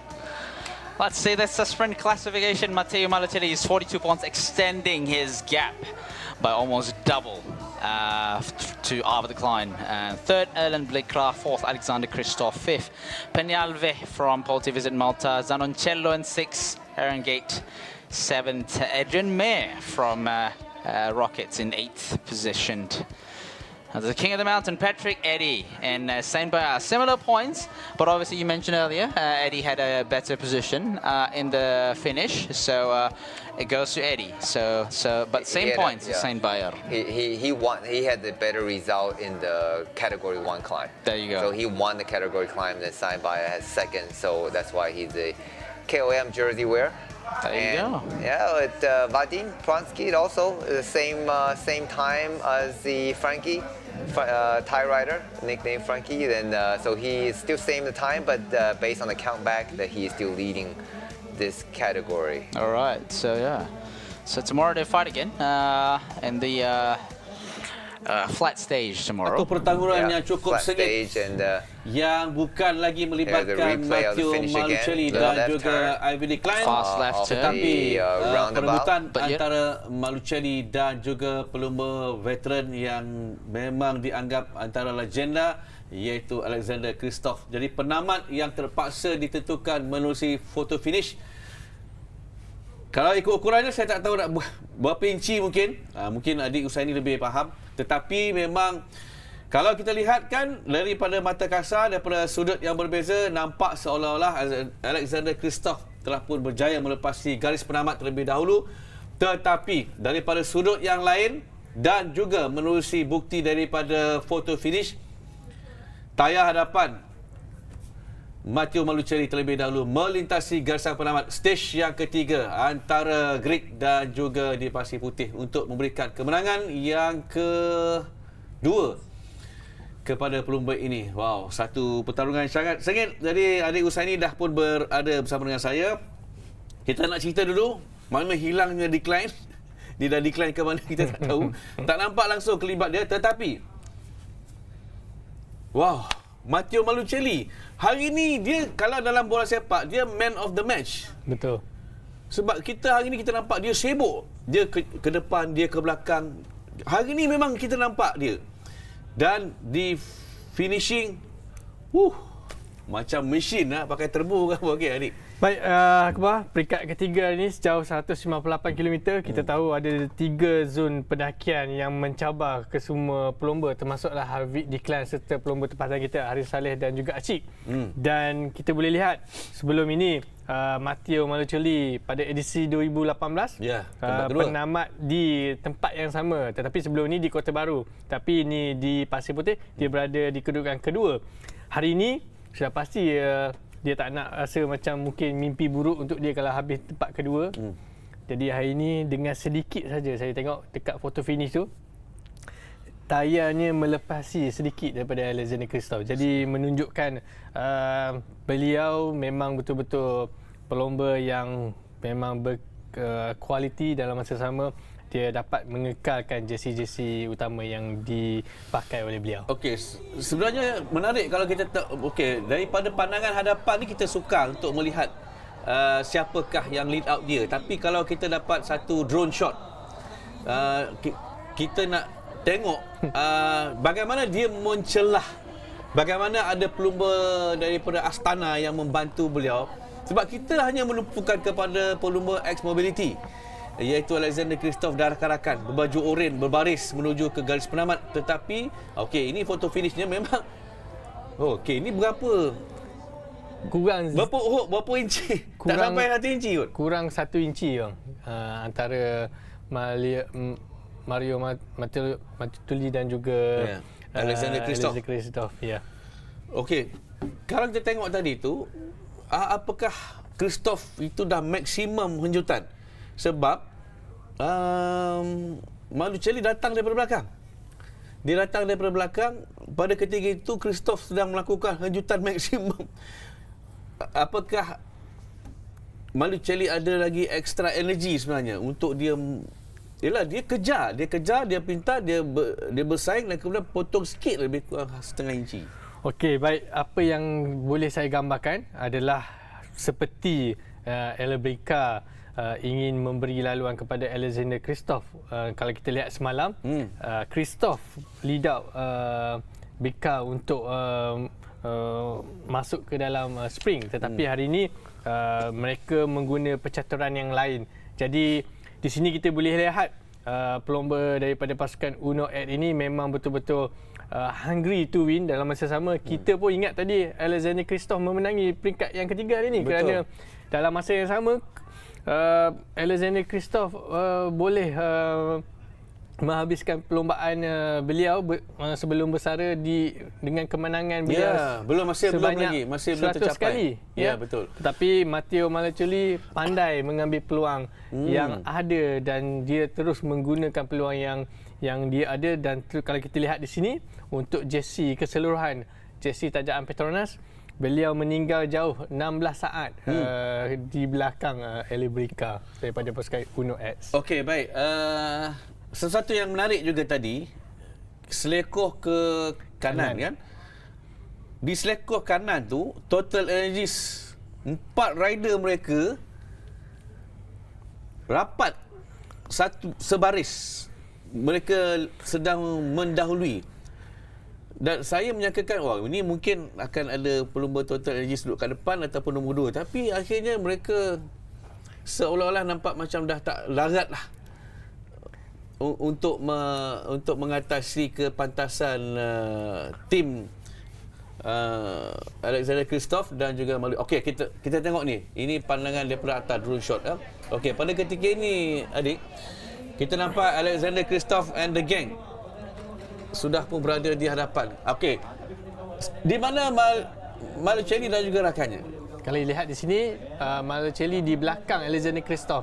Jadi kita lihat di sini Matteo sekarang ni berada di belakang Elebrika dan dia terus membuat pecutan di belah kanan, manakala Alexander Kristoff membuat pecutan di belah kiri. Di sinilah menentukan siapa yang terlebih dahulu. Di sinilah pentingnya photo finish, Akbar, untuk kita lihat siapakah yang sampai dahulu di garisan penamat. Kerana seperti yang kita lihat tadi, Matteo Malucelli dan juga Kristoff, dia tak tahu siapa menang. Dia menang ke ataupun Malucheli menang. Ya, betul. Tapi kalau kita tengok tadi memang berani pelumba-pelumba Astana ini, dia mencelah di antara pelumba-pelumba yang berada di hadapan. Betul. Dan itulah risiko sebenarnya yang perlu mereka tanggung sebenarnya. Ya, betul. Kalau silap langkah mungkin akan berlaku pergeseran yang boleh mengakibatkan insiden yang tak diingini berlaku seperti yang berlaku pada tahun 2024 yang lalu. Okey, baik. Aaron Gate. Stage 1, stage 2 tak nampak dia langsung dekat zon pecutan. Tapi hari ini kita dapat lihat bagaimana Aaron Gate, pelumba Astana ini menunjukkan kepantasannya untuk menawan ketiga-tiga zon pecutan yang ditawarkan pada hari ini.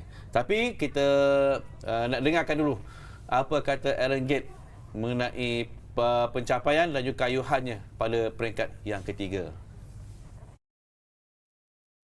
Malucheli wins the race, but you have won all the intermediate sprints and that's 9 seconds bonus in the bag.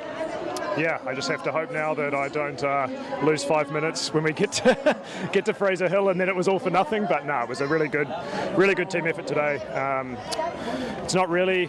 I mean, we had a few scenarios. We didn't know how the race was going to go. It was quite unpredictable with what the other teams were going to throw at the race today. And when the early breakaway went, to be honest, I thought they were going to be out there until the last 20k and they would take all of the bonuses on the road. But there was more motivation in the peloton on the climb than we anticipated. And then, yeah, we had Anton Kuzmin do like an amazing job all the way up there, setting a hard tempo, which dwindled the field. And then there was enough motivation from the other teams to help us keep pushing the pace to the finish, because I think everybody saw the group was relatively small now, and it was everybody in the group had something to gain from the situation. So yeah, it was a great day, and Malu finished it off. We were waiting to see the finished photo just to be 100% confident, because he was unsure when he crossed the line. He said it was very close, but he's got super legs at the moment, and it was great to see him up there again today.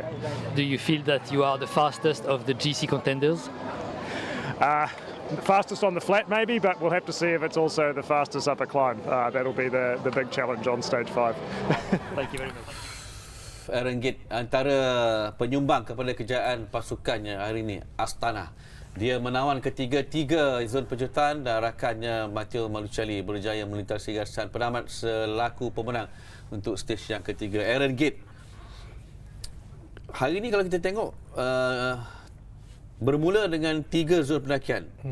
Dan kemudiannya biasanya sprinter ni bila dia bukan sprinter, bila dia naik bukit, contoh macam decline kan, hilang. Tapi Aaron Gate ni dia dapat momentum dia sama, dia walaupun dah naik 3 bukit kategori 3, 2, 1, dan kemudiannya di zon pecutan dia ada kat depan. Tentang Aaron Gate. Okey, baik. Apa yang menarik ingin kita perkatakan tentang Aaron Gate ni, seperti yang awal lagi tadi saya beritahu akhbar yang menyatakan Aaron Gate datang ke sini untuk memenangi jersey keseluruhan, jersey Tajam Petronas, jersey hijau. Jadi Aaron Gate datang ke sini, sudah pasti mereka mempunyai Astana mempunyai misi-misi mereka sendiri, dan hari ini kita boleh lihat Matteo Malucheli memberi laluan kepada Aaron Gate untuk mengambil semua ketiga-tiga zon pecutan yang ditawarkan. Sedangkan kalau ikutkan Matteo Malucheli boleh je nak ambil, tetapi mereka mempunyai strategi mereka sendiri, kerana Matteo Malucheli tahu dia mungkin di peringkat yang kelima nanti finishing di Fraser Hill, kemungkinan besar dia tidak dapat mengekalkan jersey keseluruhan. Dan di situlah kita boleh lihat sekarang ni Aaron Gate adalah backup plan untuk pasukan SDS Astana untuk memenangi jersey Tajam Petronas, jersey keseluruhan untuk edisi kali ini. Okey, maknanya sekarang ni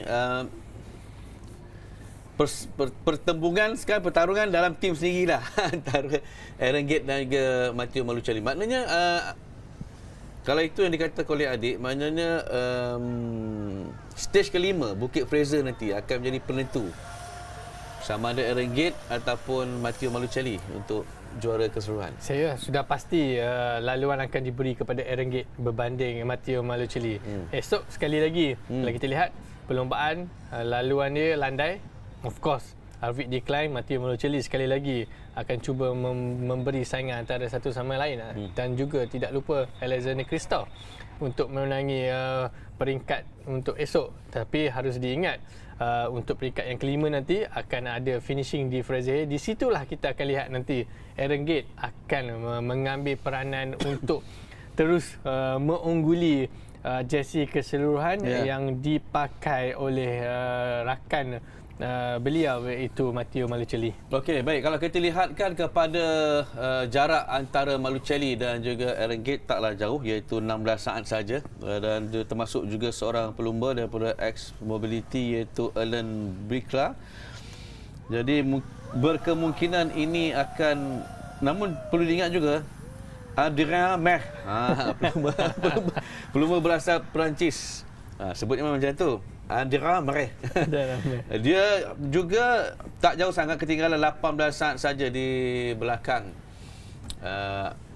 Matteo Malocelli. Okey, mana hilangnya decline? Baik, jika kita lihat tadi, decline beliau tercicir apabila berlakunya pendakian di Banjaran Titi Wangsa ketika itu. Ketika itu kita lihat sebelum itu Harvick decline ada di dalam kelompok hadapan, di dalam peloton, tetapi lebih kurang dalam 20 km sebelum Banjaran Titi Wangsa itu, Harvick decline tercicir daripada main peloton, dan di situlah kita boleh lihat time gap antara leader dan juga peloton tu daripada 3 minit 30 berkurang kepada 50 saat. Ini menunjukkan senario ini menunjukkan betapa cepatnya pasukan SJS Astana ini untuk membuat keputusan untuk meninggalkan Harvick decline jauh di belakang. Itu bezanya World Team dengan Pro. Okey, nanti kami akan bawakan perkembangan terkini Harvick decline dan juga pelumba-pelumba Malaysia yang ketinggalan kerana kelompok peloton telah pun terpecah kepada dua. Ada pelumba yang tertinggal jauh di belakang, hampir 5 minit mungkin, 5 minit ketinggalan di belakang, dan kita akan bawakan nanti kedudukan ataupun posisi Harvick decline, kedudukan pelumba-pelumba Malaysia, Aiman Rosli dan sebagainya. Okey, baik. King of Mountain. Hari ini memang Ben Kamen tak boleh nak buat apa. Tak boleh nak buat apa lah. Tak ada langsung kelibat dia. Walaupun masa starting tadi, kita nampak Ben Kamen semangat betul. Dia nak mendaki first climb tu kan. Tapi ketinggalan juga kerana Patrick Eddy, pelumba asal daripada Australia ini, telah pun berjaya untuk dinobatkan sebagai, tapi dia terikat mata yang sama dengan jam Senbaya. Betul. Jadi kalau 15 mata tu, mereka akan berkongsi JC Polkadot atau macam mana? Okey, kalau ikutkan di sini, Sambaya dan juga Patrick Eddy ini mengumpul 15 mata yang sama, Akbar. Tetapi harus diingat, JC Polkadot ini akan disarung oleh Patrick Eddy kerana Patrick Eddy sekarang ni berada kedudukan untuk jersey keseluruhan, jersey PETRONAS, dia berada lagi atas berbanding Sambaya. Jadi dia ikut overall keseluruhan untuk setakat peringkat yang ketiga hari ini. Jadi Patrick Eddy dia berkelebihan ranking walaupun timing yang sama. Cuma dia kedudukan ranking itu Patrick Eddy lebih tinggi berbanding Sambaya. Okey, baik. Jadi ada pertukaran jersey rebutan yang melibatkan pelumba terbaik Asia dan juga jersey untuk Polkadot Raja Bubbles O2 yang akan menjadi milik kepada Patrick Eddy. Okey, baiklah. Sekarang ini Pasir Puteh telah pun bersedia untuk upacara penyampaian hadiah. Terus saja sekali lagi ke sana bersama dengan Izwan Muhammad Nor. Place goes to Erden Blickler. No placing for him yesterday.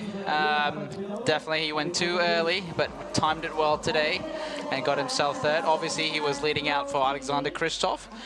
Getting third was obviously a bonus for the team. maybe not an intention, but it's a bonus. Yeah, for sure. Yeah.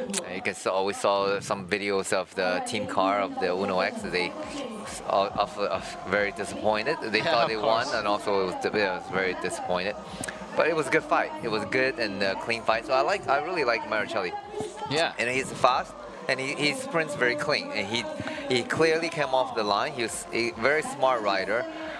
It was no hanky-panky, and he didn't no shoulder bumping. Then he was clearly behind the Uno X train, and he just waited a little bit longer and launched his sprint. And he has a fantastic jump, and he won that. Clean and fair. Yeah, so, yeah, fair and square. He was just a better rider. He was just a better sprinter in today's stage. Yeah, and, maybe Christophe in the younger days it'd be no problem taking the win, but Christophe is not a sprint chicken, so he's definitely the age certainly catching up to him. That's why he's retiring at the end of the race, but nevertheless very, very worthy. He almost won the stage and got over the hard climb, and then almost won the stage. So certainly we certainly hope he get his chance again for to get his 99th victory.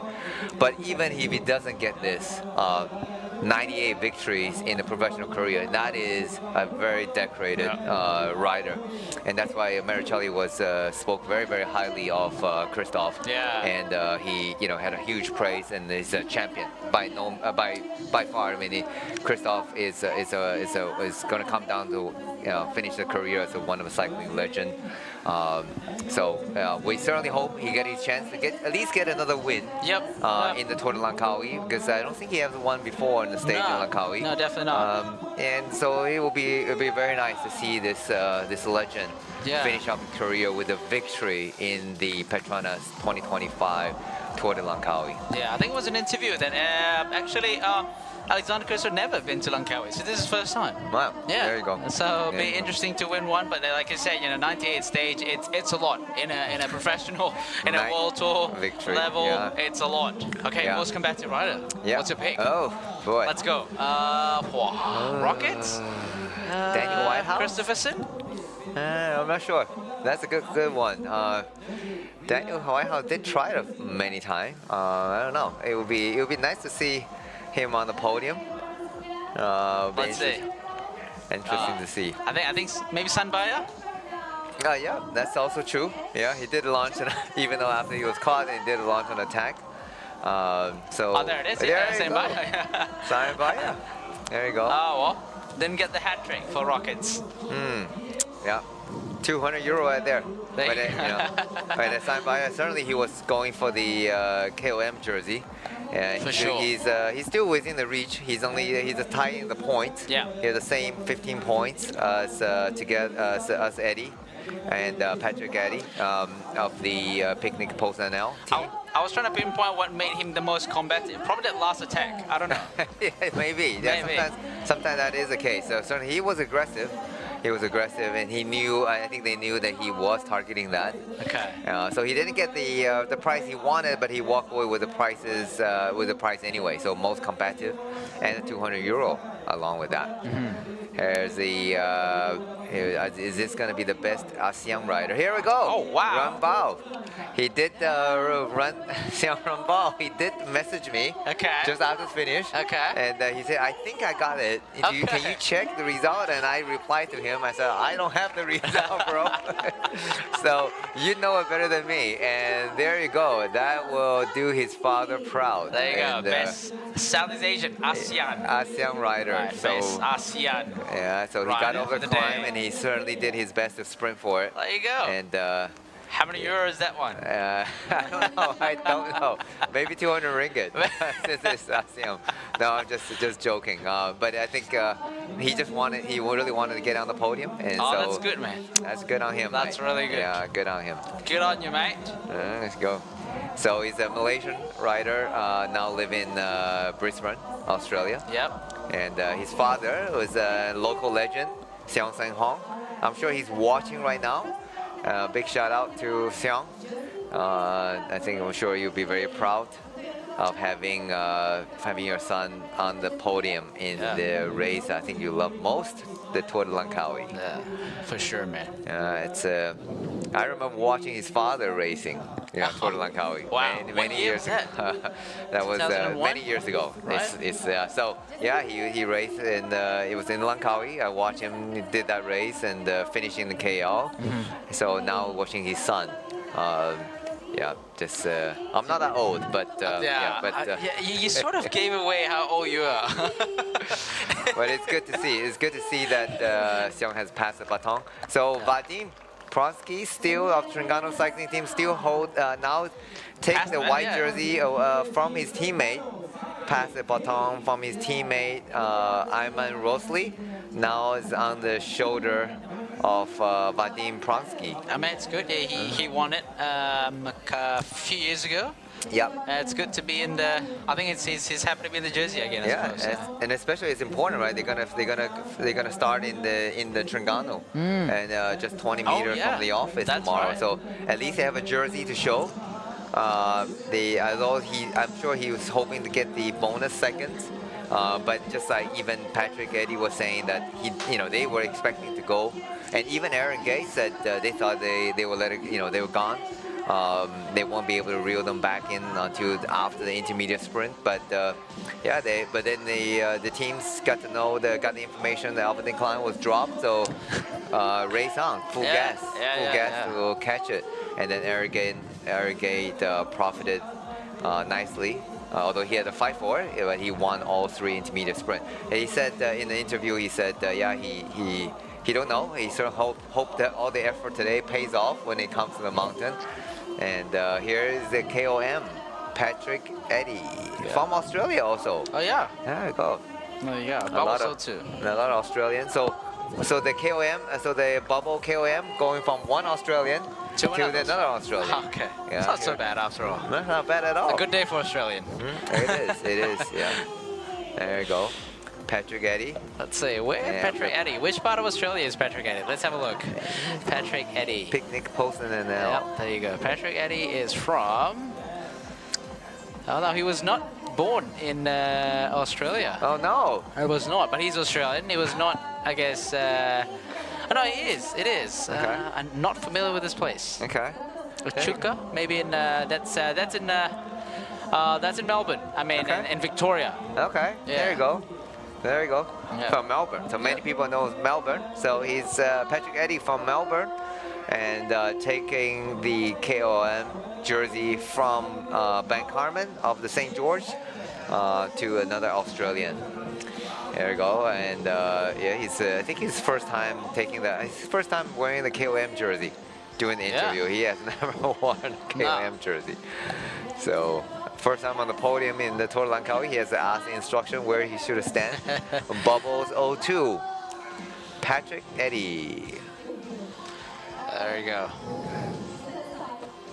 It's been exciting so far, like a lot of plans that they have to construct on the go. They had to redo their plannings throughout this stage. Yeah, because they had Fabio Jakobsen supposed to come to this race, and he couldn't because of the injury. And then I think one of their GC rider was sick before coming over, so they actually started the race with only 5 riders. Yeah, that's true, yeah. So they're still able to, but it's good for them that they're still able to get on the podium, even though without their GC riders or their designated sprinter.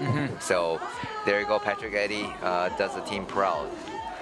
And here's no question who is the proudest man of this year's race. Marucelli. Malu. Yeah. We still haven't got a nickname for Matteo Malucelli. That's a Speedy Malu. I think we gotta say, Malu, I think that's the word you prefer. Speedy Malu, yeah. Speedy Malu. There was a Speedy Malu yesterday, unless we have a different nickname for him. Yeah, so he is looking good in the orange jersey. Will look even better in the overall leader jersey. Yeah. And he is very respected, very grateful. He won today, and well-deserved winner of today's stage. Climbed well over the hill, no issues with him getting over the mountain, and winning the sprint by a centimeter tire width. All right, next is the general classification. Again, you know, just had to go down and take off that jersey and go back up. Yeah, he's been doing that 3 days in a row. That's right. And obviously tomorrow he should be able to retain both classification again. Whether or not would he be able to win a sprint, or our Albert Klein, little gorilla, is going to get his chance for even out the score. Right, 2-2, or is it going to be 3-1, or is it Christoph is going to get a better shot, another shot tomorrow, trying to win his 99th victory. Here's the shot of XDS, Astana team.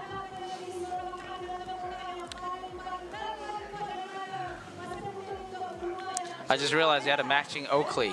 Okay. To match his green jersey. Okay, there you go. Yeah, a matching. There you go. Matching Oakley. I think it's probably trying to match his jersey, right? It does match his jersey, but it also, you know, I think it matches more the Petronas green jersey. Yeah, there you go. Here you go. Yeah, it does. You're absolutely correct. So he probably already knew he's gonna win. He's gonna get a chance to win. Maybe he got the orange one as well, just in case. Right. Although I haven't get the fact why Tadej Pogačar likes to wear the pink sunglasses. Oh yeah. Yeah, it's no idea. I couldn't maybe figure he likes that pink. out. Somebody else can maybe enlighten me. Yeah. I don't even know how you pronounce that. That glasses using Shion? I don't know. Yeah. Yeah, but no, it's a big brand for a bicycle bag, right? Yeah. Yeah, they actually do sell that sunglasses in the Roda Link bike shop here. Yeah. I think it's Sikron. No idea how to pronounce it. We'll research. We should research on that. You know, it's the sunglasses of currently the best rider in the world. Yeah. But right now, back to here. The final podium of today, green jersey led by Marichelli, and the yellow and the orange KBS jersey, and Vadim Prosky finally on the podium for the white jersey, next to Patrick Eddy, the bubble KOM jersey. And here is the final podium presentation. All the VIPs are on the podium. Presenting today's prize. Yep, I mean these VIPs obviously with their support have allowed for the race to go on through the state of Klate. Yeah, there you go. And in the meantime, we'll do a... So we're going to get a preview of tomorrow's stage. Right, stage it's a 4. home ground for the Terengganu cycling team. It's pretty much a ride along the coastal road. 12.3 kilometer where the first sprint is. Pretty much straight on into the sprint, intermediate sprint. And then second is in Dungun, 66.7 kilometer. And then from there, along the coastal road again, into the third intermediate sprint at 87.4 kilometer in Pakur. And then after that, there's one, King of the Mountain. Category 4 in Kijal, 126.2 kilometer. And then finishing off in Kemaman, where the town of Harif Saleh is, I believe. Yeah. So for us, we're wrapping up today's stage 3.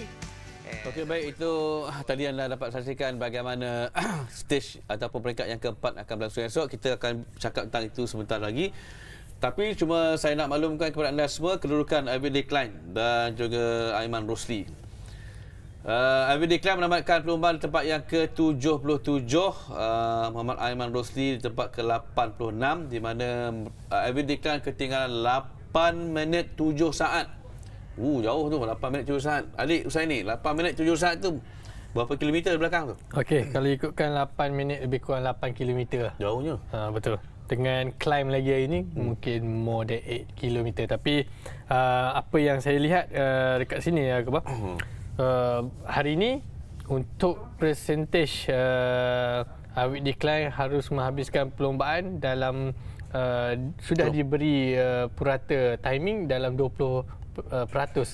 Jadi kita boleh lihat di sini 20% daripada pelomba pertama yang sampai garisan penamat dulu. Jadi tiada masalah untuk LTdL untuk meneruskan perlombaan esok kerana 8 minit cuma mengambil lebih kurang dalam 10 hingga 8% saja berbanding 20% yang diberi oleh juri kepada pelomba seperti Arvid Decline ni, Akbar. Cuma sayangnya kalau kita lihatkan kepada kedudukan keseluruhan selepas 3 peringkat, nama Arvid Decline tidak ada dalam kelompok 10. Dia telah pun ditolak oleh ramai pelumba-pelumba. Cuma untuk kategori pecut, dia masih kekal berada di tangga yang kedua di belakang Matteo Malucelli. Okey. Dengan kemampuan Malucelli ini yang sudah pun meraih, sekarang ini dia ada kelebihan 16 saat di depan pelumba di tangga yang kedua, Alan Blikra. Jadi apakah kedudukan tu, kalau tanya saya mungkin tak selamat, tapi pada Adit sendiri bagaimana? Kedudukan pendaluannya hanya 16 saat berbanding dengan termasuk Aaron Gate dan juga Alan Blikra. Okey, alright. Esok peringkat keempat. Kalau kita tahu memang laluan esok peringkat keempat memang dia akan melalui pesisiran pantai. Dalam masa sama, perlombaan esok tidak begitu jauh dan sudah pasti saya rasa kemungkinan besar akan berlakunya bound sprint seperti peringkat pertama dan juga peringkat kedua. Dan di situlah kita akan lihat nanti Matteo Malucelli akan cuba sekali lagi untuk memenangi peringkat esok, peringkat yang keempat, dan sudah pasti akan menjarakkan lagi defisit time antara beliau dan juga Eric Breka. Dan juga harus diingat Akbar, jika Eric Breka ingin memenangi jersey pendahulu, jersey PETRONAS, dia esok dia kena memenangi ketiga-tiga zon pecutan yang dipertandingkan, dan juga dia kena memenangi peringkat untuk stesen keempat esok. Untuk ringgit Eric Breka daripada Uno X Mobility. Baik, untuk besok ada satu zon pendakian. Dan ada satu zon pendakian di Kijal. Yep. Okey. Jadi kalau begitu, apakah Patrick Eddy, sebab Patrick Eddy ni Jambaljan Sambaya ni dia dah terikat poin kan? Ya, betul. Cuma kedudukan ranking yang membezakan. Jadi saya rasa untuk perebutan jersey Bubble O2 Polka Dot ni sengit ni antara dua pelumba ini, kerana mereka jauh meninggalkan rider lain. Rider lain 7 poin, macam Cedric Christopherson ni 7 mata sahaja. Jadi kedua-dua pelumba yang di depan, Patrick Eddy, Jambaljan Sambaya 15 poin. Jadi esok ni di Kijal ni akan jadi penentu mungkin untuk apakah akan ada pertukaran jersey. Okey, baik. Di Kijal esok kalau kita lihat cuma kategori 4. Kategori 4. Okey, kategori 4 rendah je lah. Ya, betul. Kedudukan pertama 2 mata dan kedudukan ketiga 1 mata. 50 meter saja. Okey. Jadi of course Patrick dan juga Sambaya akan cuba sedaya upaya dalam masa sama. Of course Eddie Patrick akan cuba untuk protect dia punya jersey polka dot pertajaan Bubble O2, dan saya rasa kemungkinan besar esok Sambaya akan cuba untuk membuat pemecahan dan memberi saingan kepada Eddie Patrick, dan jika dia sampai di Kijal terlebih dahulu, dan secara automatik dia akan menyarung jersey polka dot untuk peringkat yang keempat edisi kali ini. Sebab kalau kita tengok kan memang dalam stage ataupun peringkat yang ketiga tadi, Sambaya memang sangat berusaha keras untuk dia menawan zon pendakian yang ditawarkan. Okey, baik. Ini adalah podium pertama untuk pasukan World Team Piknik Post NL menerusi Patrick Eddy yang memenangi jersey Bubble O2 Polka Dot selaku Raja Bukit. Kita dengarkan apa komen daripada pelumba ini tentang kejayaannya. Today the first one was for the King of the Mountain and you won it. Do you see that as a victory? Oh yeah, it's not what I came here for, and I definitely didn't expect it this morning. But yeah, basically I was just trying to keep the breakaway jumping, trying to make the climbing a bit harder to get some of the rid of some of the other sprinters, and maybe launch Matt or Ollie into a bigger breakaway that could make it to the line. And then yeah, in the end I ended up in a group of 5 and just decided to go for the KOM while I was there, and we hoped we could stay away until the bonus sprints, but the peloton had a different idea. So yeah, then we just changed the plan in the final to go for Christian, and yeah, we didn't quite get it right. I think he was up there near the top 10, but yeah, a nice little consolation prize, I guess. How did you win that fight with Senbaya in the KOM?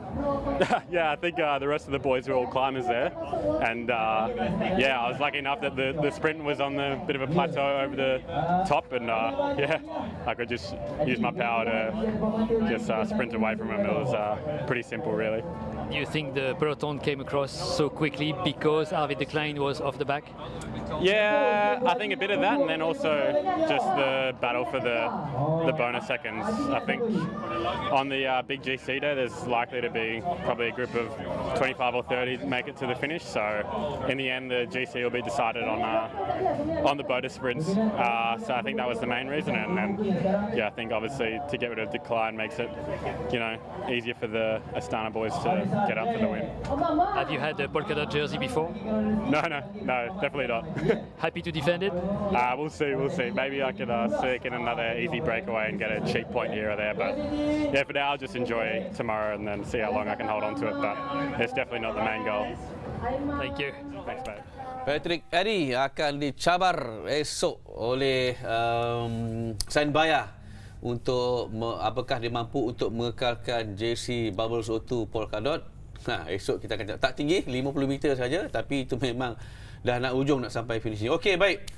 Sebelum kita ada satu lagi package ni, wah, ini Malaysia agak kita sebab macam NPC. Kalau kita baca laporan, mereka buat training di Gerik NPC kan, tapi hari ni ialah nampaknya Aiman Rosli pun tak ada dalam tu, dan kemudiannya tidak ada peluang Malaysia yang berada dalam posisi terbaik. Harif Salih ketinggalan juga. Baik, sudah pasti hari ini kita lihat cuma ada Serembo, cuma ada Zulfikri ataupun dikenali sebagai Tene, dan cuma ada Kizi saja. 3 pelumba Malaysia saja yang berada di kelompok hadapan bersama Matteo Malucili dan juga Alexander Christoph. Dan kesemua pelumba-pelumba kebangsaan kita, apa yang saya tahu, mereka berada di dalam grup pasukan daripada pasukan tuduh, iaitu Arvid de Klein. Jadi lebih menarik juga harus diberi kredit Akbar kerana Serembo hari ini daripada pasukan St. George, dia dinobatkan sebagai pelumba terbaik Asia Tenggara.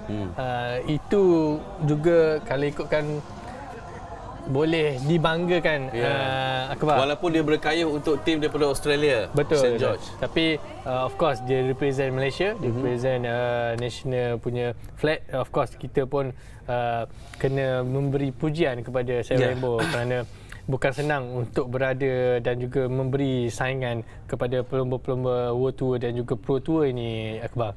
Okey, baik, itu cerita mengenai pelumba-pelumba Malaysia. Dan kita ada satu lagi package menarik hasil usaha tim media Majlis Sukan Negara MSN. Jadi mereka membawakan cerita mengenai cavalcade. Jom sama-sama kita saksikan. Bukan hanya perlumbaan yang menjadi sorotan dalam Petronas Tour di Langkawi ini, tetapi juga konvoi cavalcade turut mencuri perhatian sepanjang berlangsungnya jelajah ikonik di Asia ini. Konvoi yang paling dinanti-nantikan peminat setia di sepanjang laluan LTdL kerana pelbagai aktiviti disediakan, antaranya hadiah percuma menanti di setiap hentian cavalcade, dan kerendaan berhias memaparkan jersey-jersey pemenang turut dipamerkan. Selain kayuhan penuh dramatik oleh pelumba profesional dunia, Petronas Tour di Langkawi turut dimeriahkan dengan konvoi cavalcade, satu tradisi yang saban tahun menjadi tarikan penonton di sepanjang laluan perlumbaan. Bunyi hon, sorakan penonton dan deretan kenderaan berwarna-warni inilah yang dinanti-nantikan setiap kali konvoi cavalcade meluncur tiba. Lebih daripada sekadar perarakan, cavalcade menjadi pentas pengenalan penaja, pameran budaya serta hiburan jalanan yang menghubungkan Petronas Tour di Langkawi dengan masyarakat tempatan. Bagi Ketua Penyelaras Cavalcade, Mike Tong, atau lebih dikenali sebagai Uncle Mike, beliau mahu memastikan penonton bukan sekadar menyaksikan perlumbaan tetapi turut merasai kemeriahan dan hiburan di sepanjang laluan. kita masih sambung dengan sorakan kampung dengan sorakan sekolah. So kita dapat lebih daripada 80 penyertaan daripada sekolah dan lebih daripada 30 kampung lah daripada seluruh Malaysia. Kali ini banyak sekali air nenas kita dapat daripada Nenas Malaysia. So apa yang kita dapat sekarang ni ialah kita ada 6 stage lagi. So pada semua yang ada di laluan, jangan lupa keluar untuk dapatkan goodies-goodies yang disediakan oleh penaja-penaja semua. Tambah beliau, konvoi Petronas LTdL edisi kali ini lebih menarik dengan kehadiran delegasi ASEAN yang dijemput mengikuti konvoi sempena sidang kemuncak ASEAN ke-47 di Malaysia. So untuk tambahan pada tahun ni, Malaysia sebagai pengurusi ASEAN, kita tambah 11 van yang membawa bendera negara-negara ASEAN. Dalam tu kan kita akan bawa bersama dengan delegasi daripada negara-negara ASEAN ni lah, untuk kita bagi belia-belia ASEAN ni merasai suasana dan kemeriahan Le Tour di Langkawi. Baru stage kedua, mereka sangat teruja kan, dengan makanan, dengan keadaan, dengan suasana macam mana Malaysia anjurkan satu kejohanan yang sangat berprestij ni. Dalam pada itu, delegasi ASEAN yang ditemui menyifatkan pengalaman ini amat bermakna kerana mereka bukan sekadar memeriahkan, malah berpeluang merasai sendiri pengalaman unik yang hanya ada dalam perlumbaan berprestij ini. It's amazing that I have never been look like that. So it's very nice for every people to have that event. Of course, we're here in Petronas LTdL for cycling, right? Yeah. So every time in the finish line, it's very exciting. But the organizers and the cavalcade here, the people with us, ensure that we have a good time and to show us around, and we really appreciate it, especially coming from the Philippines. We are happy that we are represented here, and thank you so much. Actually, we're glad that we're here, and the organizers of Le Tour of Langkawi did a really good job in organizing the event. So I'm happy, and we are all happy that we are here and we are also invited. So thank you. Dengan gabungan kayuhan kompetitif, sorakan penonton dan konvoi cavalcade yang penuh warna-warni, Petronas Le Tour di Langkawi terus kekal sebagai acara sukan berbasikal yang unik serta dekat di hati rakyat.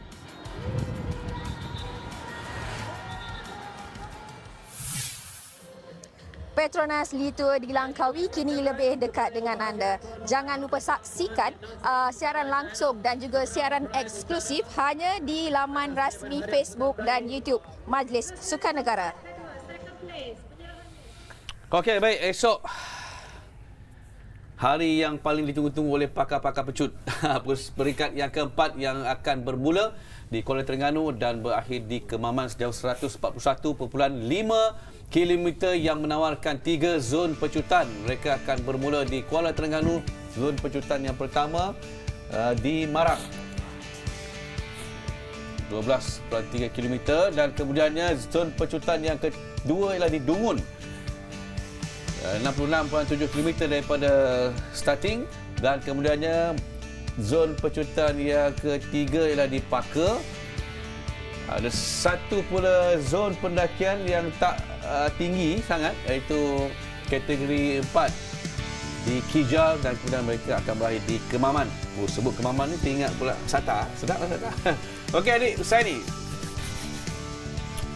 Ini zon, boleh kata walaupun ada zon pendakian kat ujung, tapi dia boleh dikira macam flat race ke atau macam mana? Okey, kalau ikutkan peringkat keempat esok daripada Kuala Terengganu ke Kemaman merupakan laluan landai.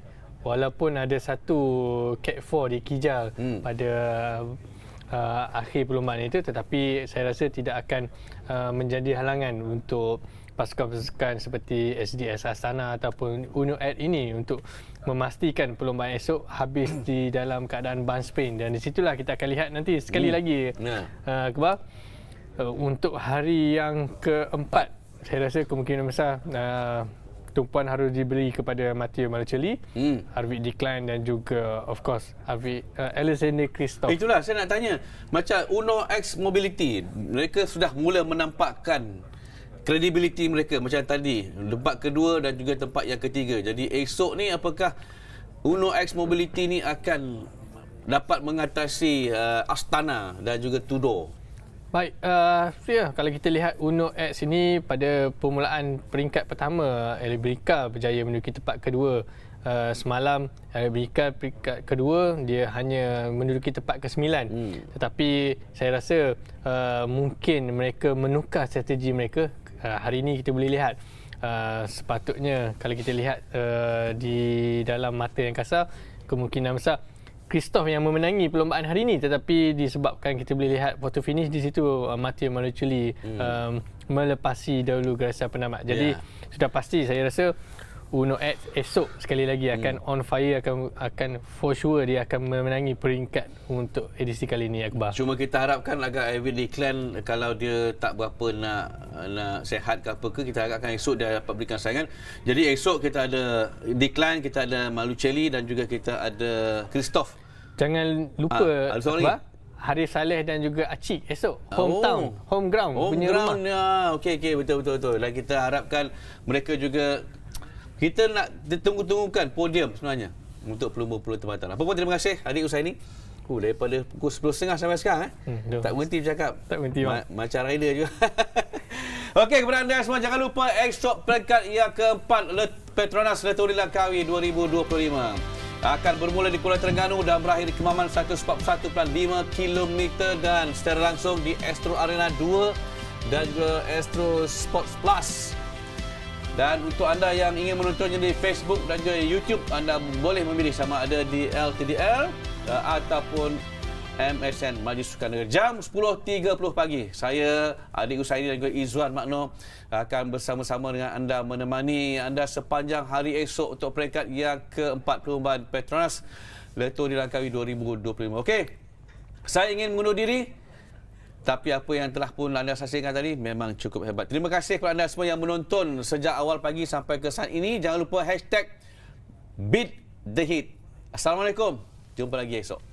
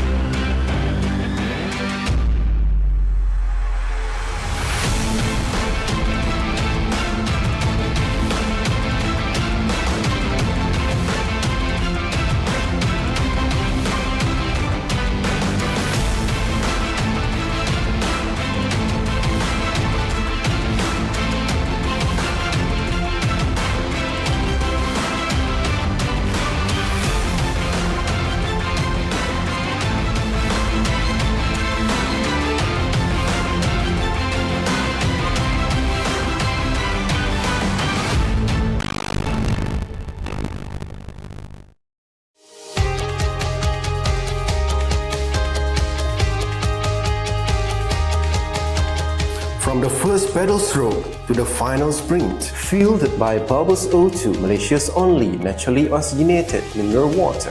Rising beyond boundaries. Together we ride, together we conquer. Bubbles O2, empowering champions. Isi minyak di Petronas guna settle 3 kali mata ganjaran. Senangnya, ini baru Mercer Rewards.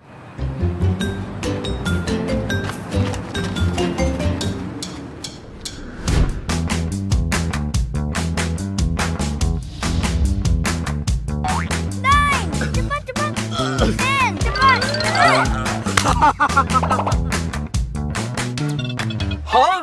Buat apa tu? Wah.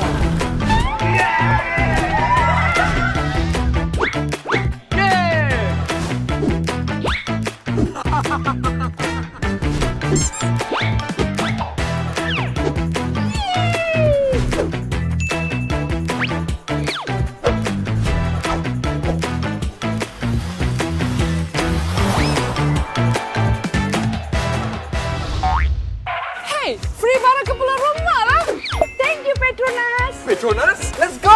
Ganjaran lebih bermakna dengan Petronas Mesra Rewards. 40 ahli Mesra Rewards bertuah bakal menang voucher beli belah bernilai sehingga RM5,000 dan sebahagian daripada 35 juta mata ganjaran Mesra Rewards untuk direbut. Senang je, hanya isi minimum RM45 untuk kereta atau RM5 untuk motosikal dan masukkan nombor telefon anda di pam atau gunakan aplikasi Settle. Itu je. Gunalah kad kredit Petronas Visa untuk menikmati 3 kali peluang menang. Jangan lepaskan peluang anda untuk menangi ganjaran lebih bermakna hanya dengan menjadi ahli Mesra Rewards dan isi di Petronas.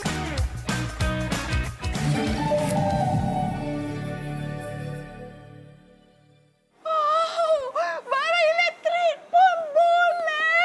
Wah.